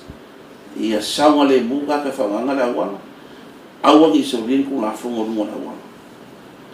O mal solo mua mako mai kau inga. Ua kau ese ia mionga vaia. I solo mua. Ka alonga le whaimi usila. Ia, koe kalo mai bisile ka alonga lua.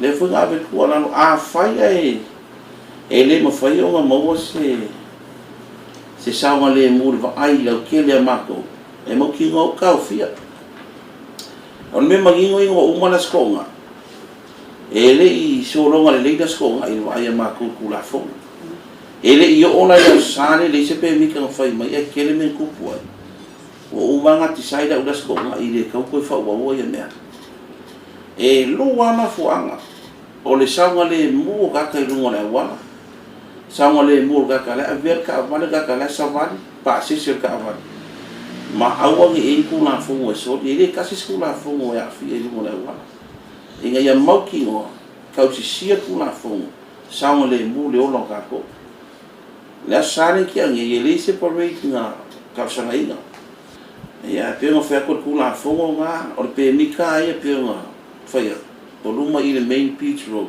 e sa vale nga yo o Samoa ko e se pe mi ka mo mi alo winga e le fa ka ngai un pare e lungo awana ke le no pa ka ko ku la fomo ia mo ka si o sa mo le mo inga o ma la sa ma ko mai ka la fa ba ko mai ka una o ke o mai mo ko fa ke le inga ka pale sa fa le ma ko kiuke o le ma ko kiuke ala inga la kiki ki me o kupu mai al vai ai fa le leo I langam ka fa yo sanga le mo ma tu pui ngole ola ma me ko kingo le ku e le sanga le mo e le sanga le mo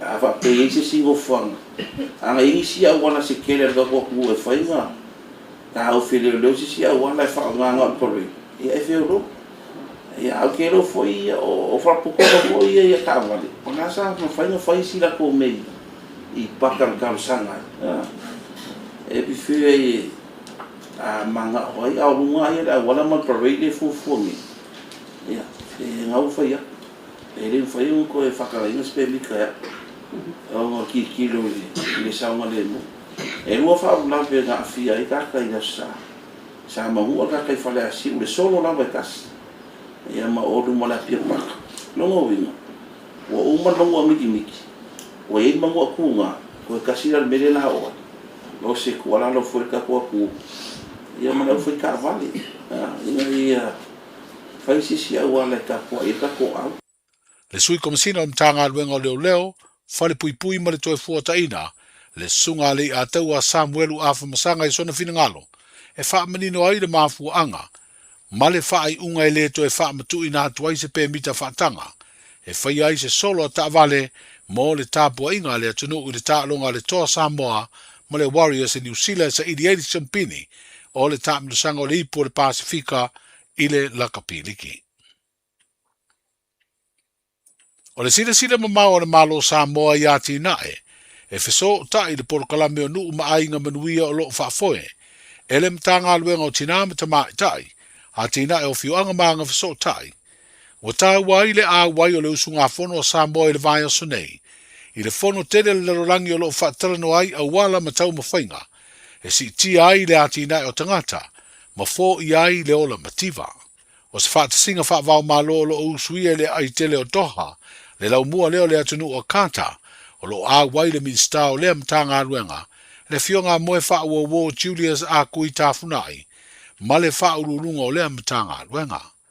O lo au fia I fo I le usunga fono, ma sui o le malo Samoa o lo ngā lulua I Europa, le fionga I a fatua manava upolu le tolu Dr. Pa o Luteru, ma le fionga I a tole a foa nela Pepe Levi. O le urua I fono whaavao malo le ua a wai le min stau wa tau veina nei, le vai o mtanga luenga o tina mtamai tai, a tina e o fio anga maanga fiso tai. O le solua le nei va yaso na amatali ai le fon tanga, o lo a wai le min stau le mtanga luenga malana usunga fono. O le solua le nei va yaso, na toi mawai whailoa inga masani atu stala ma le au whaasara lau, ma le whaurulunga o mtanga luenga o leo, fale pui pui ma le toi fua taina, ina ua tuana ini tau sanga ile toi whaia lea whailoa inga masani te va yaso. O le tāua o lea whailoa inga, e tāpā ai se whina ngalo le komisina, po o ofisa si ni o mtanga luenga I mata upu, e whesiringi ai e le vasenga o tu stala. Stasi leo avano o whaafitai e li mta tai o ngā lulue, I le longo pui ali o le tātu watanu, ma ua fausi ai ma se so o tanga mawhanawhana ma vāvāla lata, ma lea au nanga tāua le malo, o lo wha malo sia le tūla whano. O lo tālo sia I ave ai pēa lea suinga le lei, ua toe whina ngalo I ai le ua tau eweina nei le vai o le mtanga aluenga, a o tāli ai se whidiwhidinga o se tasi e avea, ma komisina, lea ua wha mauni mai ai le sunga le a taua Samuelu afa masanga, o lo avea nei masui komisina o le mtanga aluenga, o lo tālo sanga I le avanoa, lea ua wha moe tāpunia tu si tālo sanga uma, I le aso se fulu, o le masina le nei o Novema. Whairoa I a Taeao, A whai o